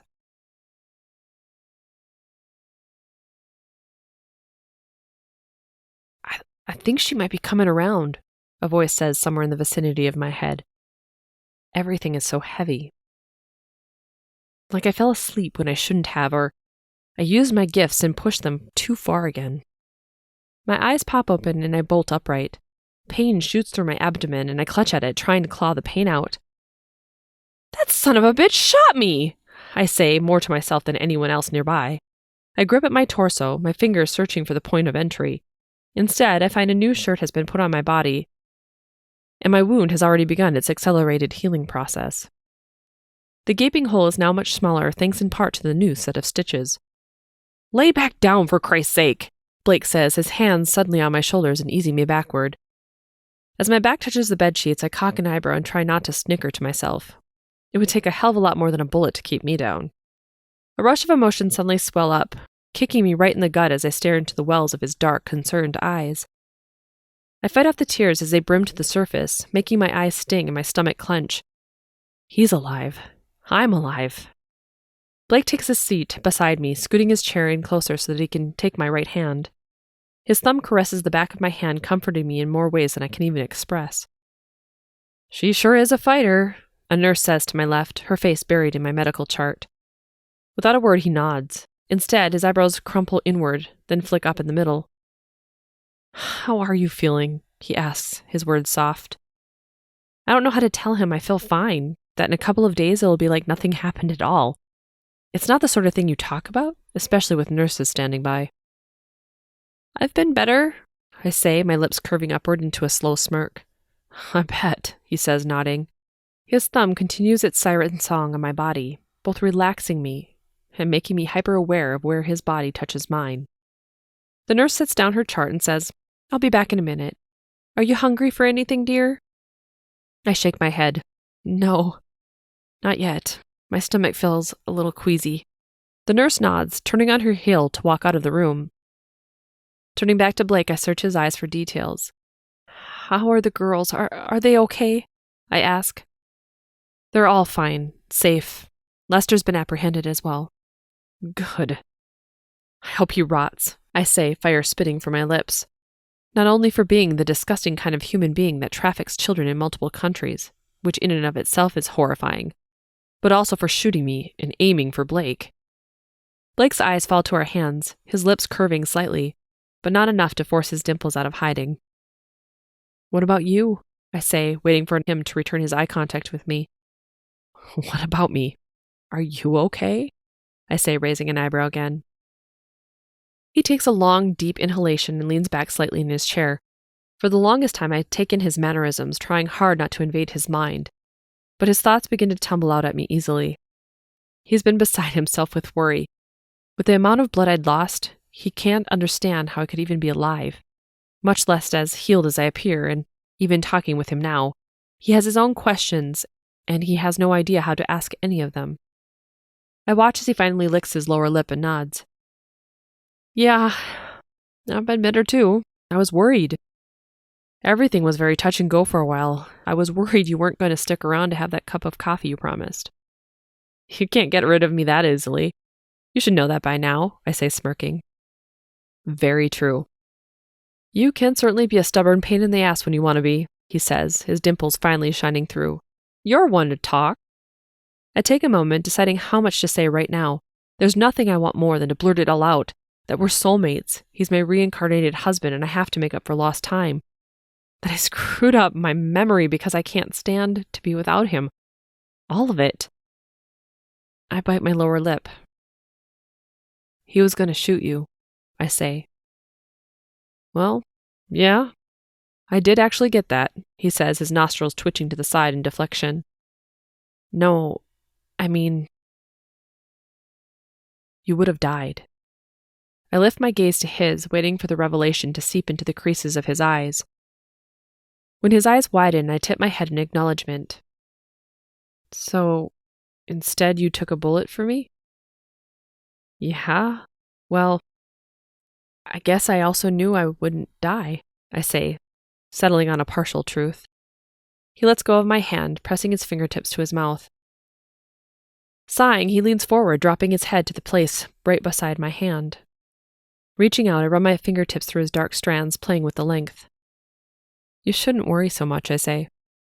Easy for you to say. You can see everything, he says, his voice muffled by the fabric of the bedding. Abruptly, his head pops up. Hey, wait. How did you know I would have died? Did you see me die, as in your gifts? Blinking back my apprehension, I nod. Yes, I did. Hang on, I thought... Think.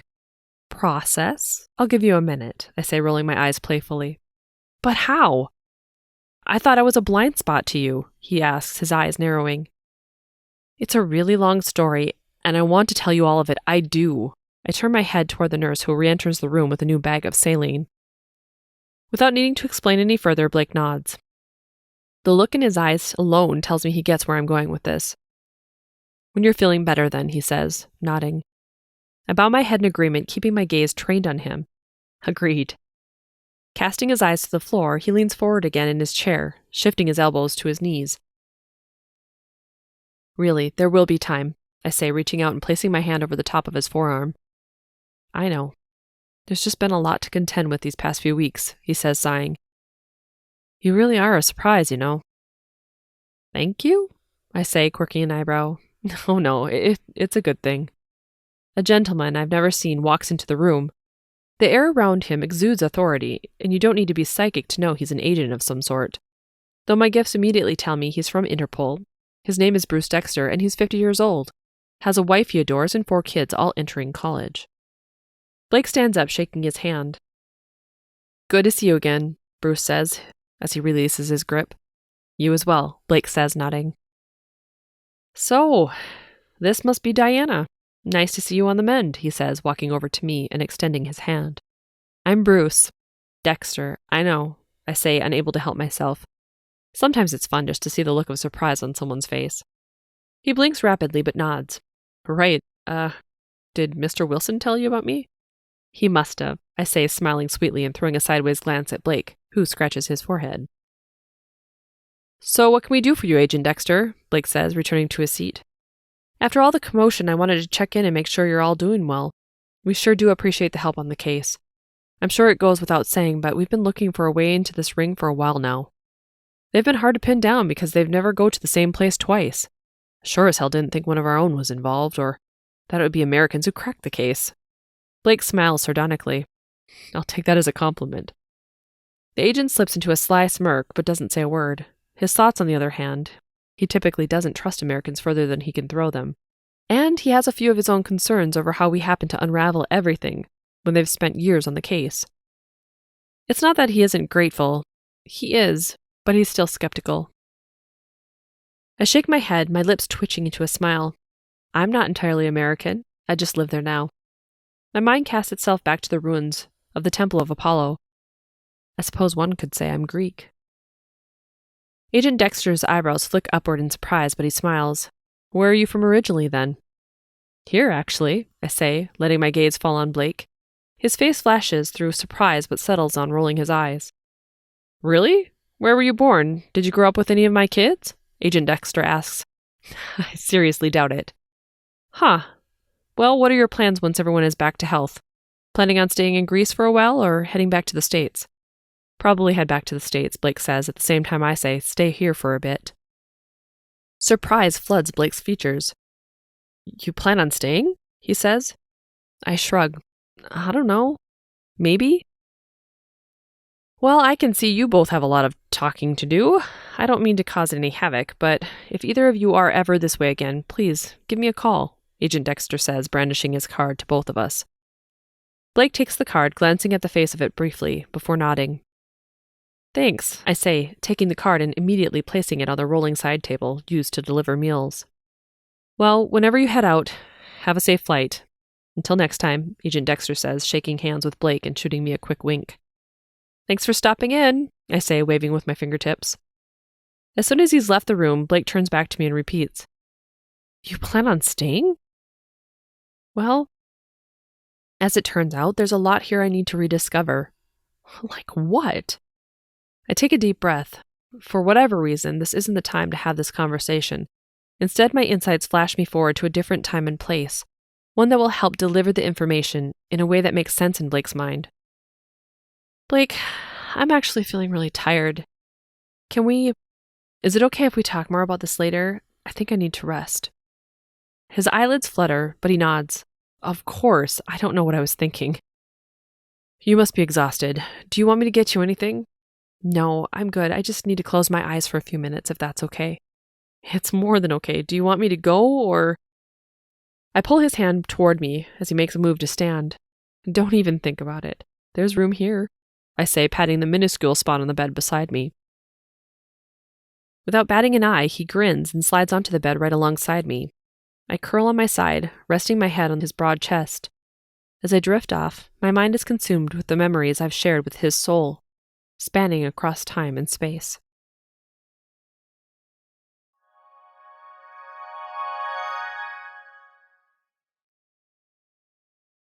Chapter 21. Where are you taking me? Blake asks, his eyes filled with curiosity. You'll see, I say, playing coy. He never was good at surprises. You don't know, do you? He laughs. Of course I do, and you should too. If you'd been paying attention, I say, gripping the steering wheel tight as we round another bend in the road.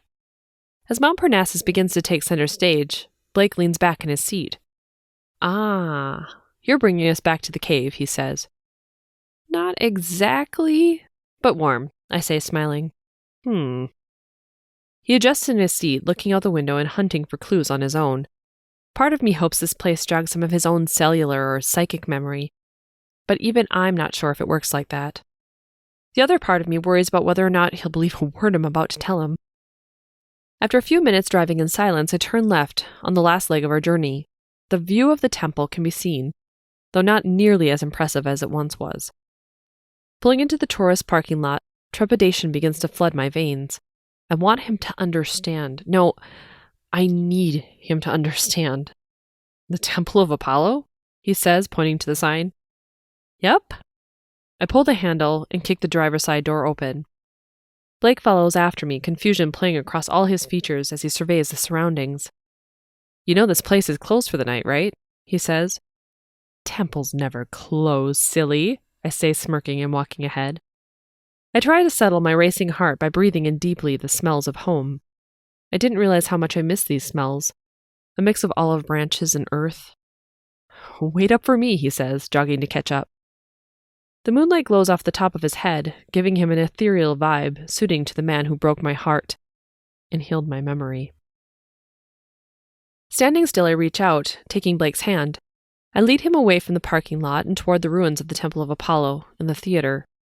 There is so much we need to discuss, and I'm not sure exactly how to break the news to him that he's really the reincarnated soul of my super late husband. How will he respond? Will he think I'm nuts, or will he accept this as another weird quirk? Where are you taking me, Diana? Blake finally says as we meander the footpaths to the sacred sites. The moon has risen, full and proud and beautiful, and it casts its light upon the entire sanctuary. Shadows dance through the once magnificent structures. Now they echo with the haunting memories of times past. I could have brought him here in the daytime, but this will mean so much more. I know it will. Sliding my tongue between my lips, I sigh. Blake, I need to talk to you, and truthfully, I don't know how you're going to take some of the information. Frankly, you're probably going to think I've tipped off my rocker when you hear it. Ooh, intrigue, he says, tilting his head. His lips shift into a half smirk, half smile. I let go of his hand, walking into the main temple of Apollo. Meandering toward its Hestia, I pause, taking in the scenery and the way everything has changed from their original glory. It's strange to be able to see ancient locations with these eyes. My newly modern perception overlays the freshly returned ancient memories from when it was once a thriving venue. Not that the temple doesn't still bring its draw of people, it does, just for far different reasons. I wonder if Apollo would be pleased or appalled. Blake walks up to me, searching my face for answers. My forehead creases and I look away. How do I explain everything that's happened to me without sounding utterly and completely insane? Blake's intense stare pulls me from my own thoughts, and he pulls my hands into his. I'm suddenly inundated and overwhelmed by the love he feels, the trust and loyalty, devotion even. He doesn't have the words to express what he's feeling or why, but I know destroying Nemesine's mark has opened up more than simply my own memories. Something new is arising in him. Perhaps he'll be able to take what I say after all. Diana, I'm not going to say I understand everything you do or everything we've been through, he begins. But what I do know is, this feeling I have for you, it's deeper than anything I've ever felt before. I want to know why. I need to know what's going on with you. Why the secrecy and the mystery? His eyebrows tug in, and the pulse of his hand throbs against my fingertips. Blake, you know those dreams you've been having your whole life? The ones you had to start drawing in order to get them out of your mind? Of course, he says, scrunching his eyebrows in. You're right. You and I have a deeper connection than most, I say, shaking my head. I sound like a moron. Go on, he urges. Pulling his hands closer, I lead him to one of the benches, placed outside for tourists. It's not part of the original structure, but I'm grateful for its functionality. I believe the reasons you've been having those dreams is because of a past life, I say, watching him closely. He takes the news with stride, but sets his hands in his lap as he considers. I know it sounds a bit strange to start it like this, but I need to in order for the rest to make sense, I say, biting my lower lip. Okay, so what's the rest? He says, narrowing his eyes. The dreams were memories for you. Traumatic memories. The person you once were. Anyway, you were murdered in the cavern where we found the girls a long, long time ago. How long? We're talking ancient Greece times? I say sheepishly. All right, he says, skepticism permitting the word. And I was murdered? How would you even know? Is this a vision thing? No, not a vision, I say, shaking my head. I was with you. So you have your own reincarnated memories? He says, trying to understand. Not exactly. I was there with you. You and I... We were married, I say, holding his gaze. If he could only see it in my eyes, if he could only feel my soul, maybe he'd know. Blake snorts. But that's impossible. It would make you... 2,384. I say, my eyebrows arcing high. How in the hell? He says, his words coming out slow. Oh, hell. There's really no other way to say it, so I'm just going to spit it out and sound like a lunatic. I'm the Oracle of Delphi, like as in the Oracle. This is my rightful place, and you were once one of the guards for the Temple of Apollo. You were sworn to protect me and the Pythia Sisterhood, the priestesses who were a part of my inner sanctum because they didn't have the gifts of immortality the way I do. His eyes widen. You're immortal?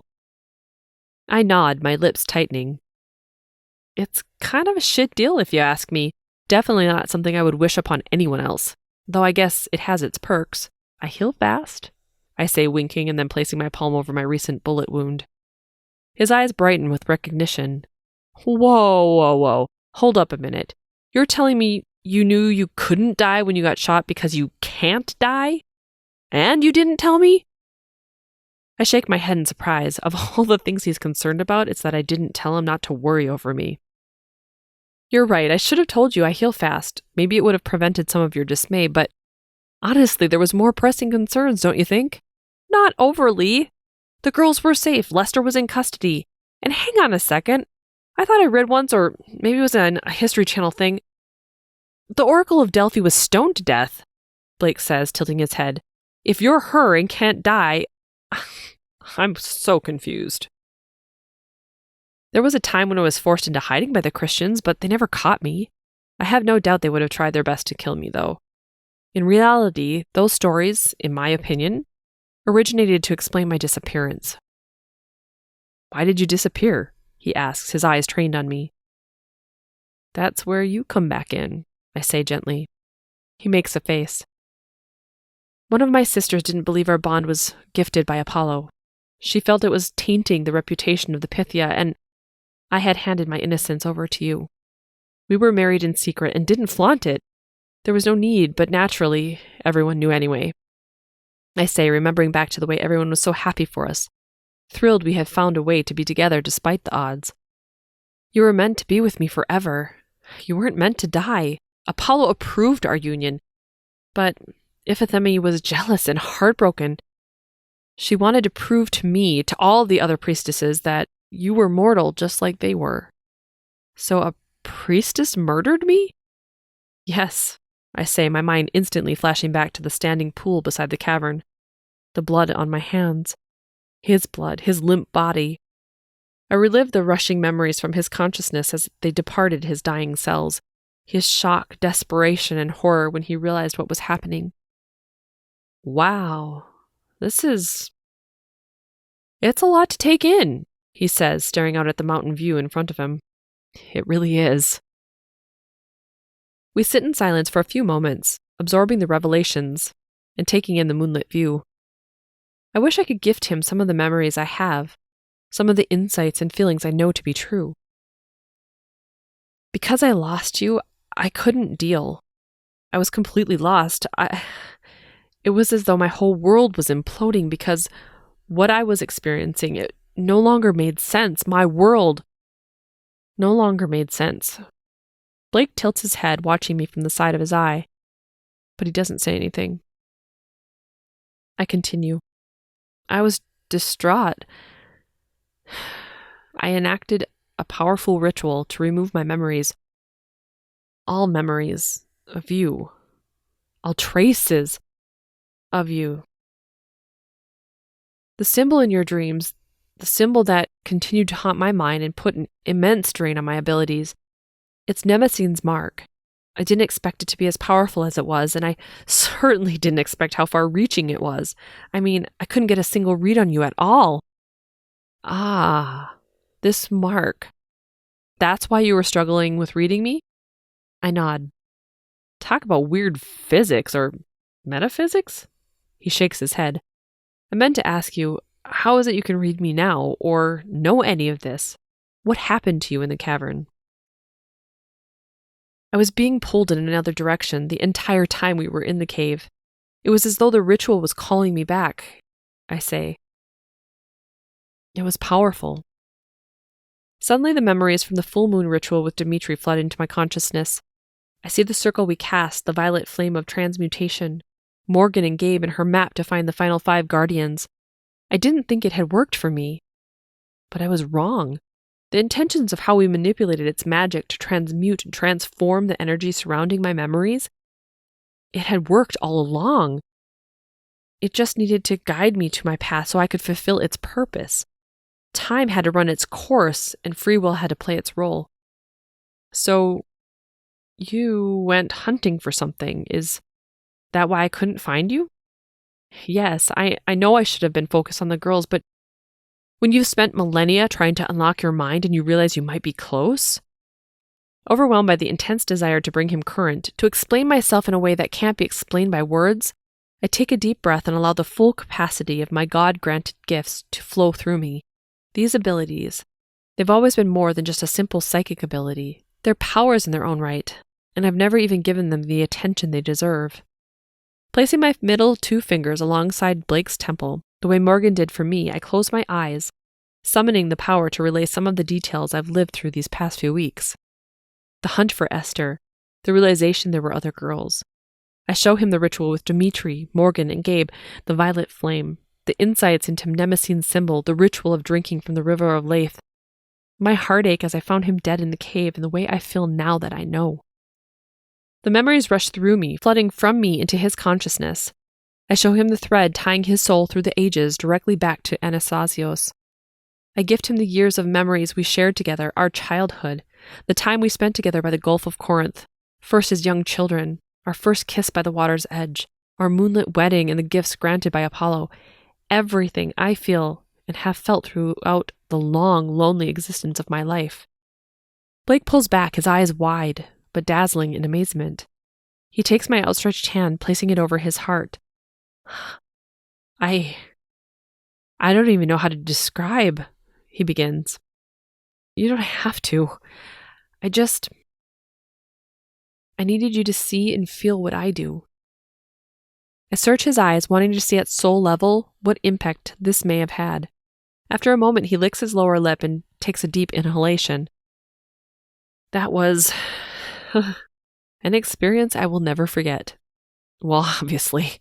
I mean, I had no idea, no clue something like that was possible, let alone everything you've been through. I mean, I was following you.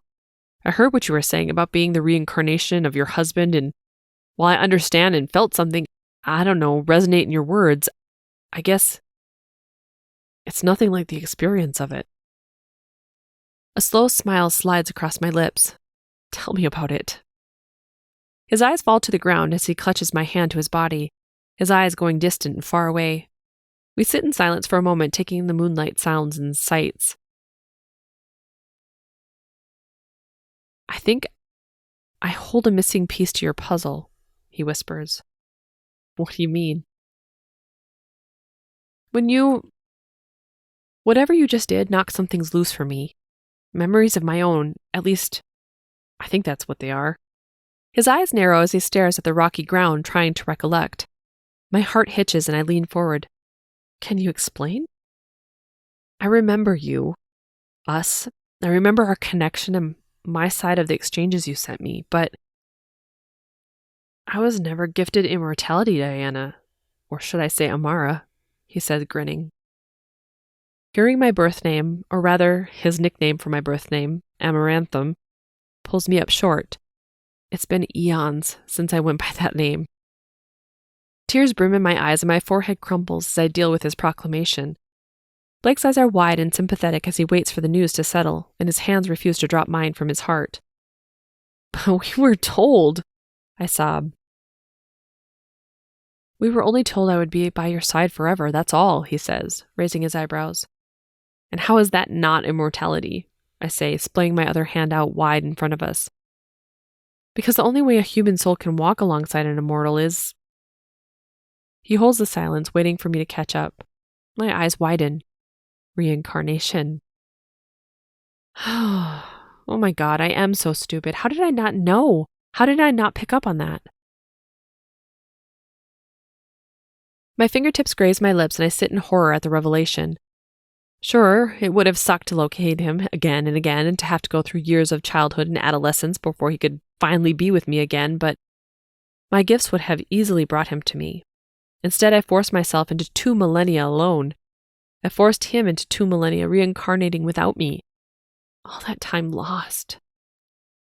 You weren't meant to know. It was my burden to carry and a promise I made to Apollo in exchange for his approval. He knew we'd continue to find our way to one another, and he wanted the timing to be right for you to learn the truth. Why would timing even matter? Tears stream over my cheeks, dropping into my lap. I don't know, beautiful. It wasn't my place to question a god, he says. Holy shit, I've dealt with a god. His eyebrows tug in and he shakes his head. Until now, I've been 100% atheist. I'm sure under the circumstances Apollo will forgive you, I say, wiping the tears and chuckling despite myself. Sure as hell hope so. I mean, wow, how many people can say they've had that sort of interaction? And not get locked up for it? He says, scratching at the back of his neck with his right hand. Not many, I laugh. I thought for sure that you'd have me committed after this conversation was over. Blake shakes his head. No way. We're in this together. My heart lightens as my burden of loneliness is lifted from my being. For the first time in forever, I feel light as air and smile with the light and love of Apollo. Besides, he adds, we can't have our first true official date at the coffee shop when you're strapped down to a bed. Well, okay, that could come after if you're into that sort of thing now. His grin is infectious and his lopsided dimples emerge in a way that instantly melts my heart. You'll have to wait and find out, I say, pushing at his shoulder playfully. For you, I'll wait forever and then some. His right hand slides beneath my hair, tugging my neck and drawing me closer. I close my eyes, feeling his lips as they press against my own in a strange mix of memory and magic. I breathe it all in, embracing the present moment and all the beauty it has to offer. At first, all I perceive is his fragrance of grapes hidden in the depths of his cologne. But it twists into something else. Nemesine's scent of jasmine and rose flood my nostrils, taking over everything. Pythia, it is time. Are you ready to resume your role as the rightful Oracle of Delphi?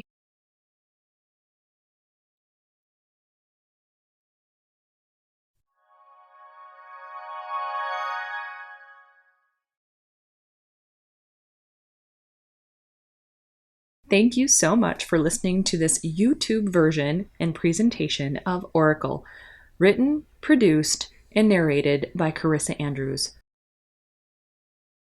No part of this recording may be recorded or downloaded without written permission from me, Carissa Andrews.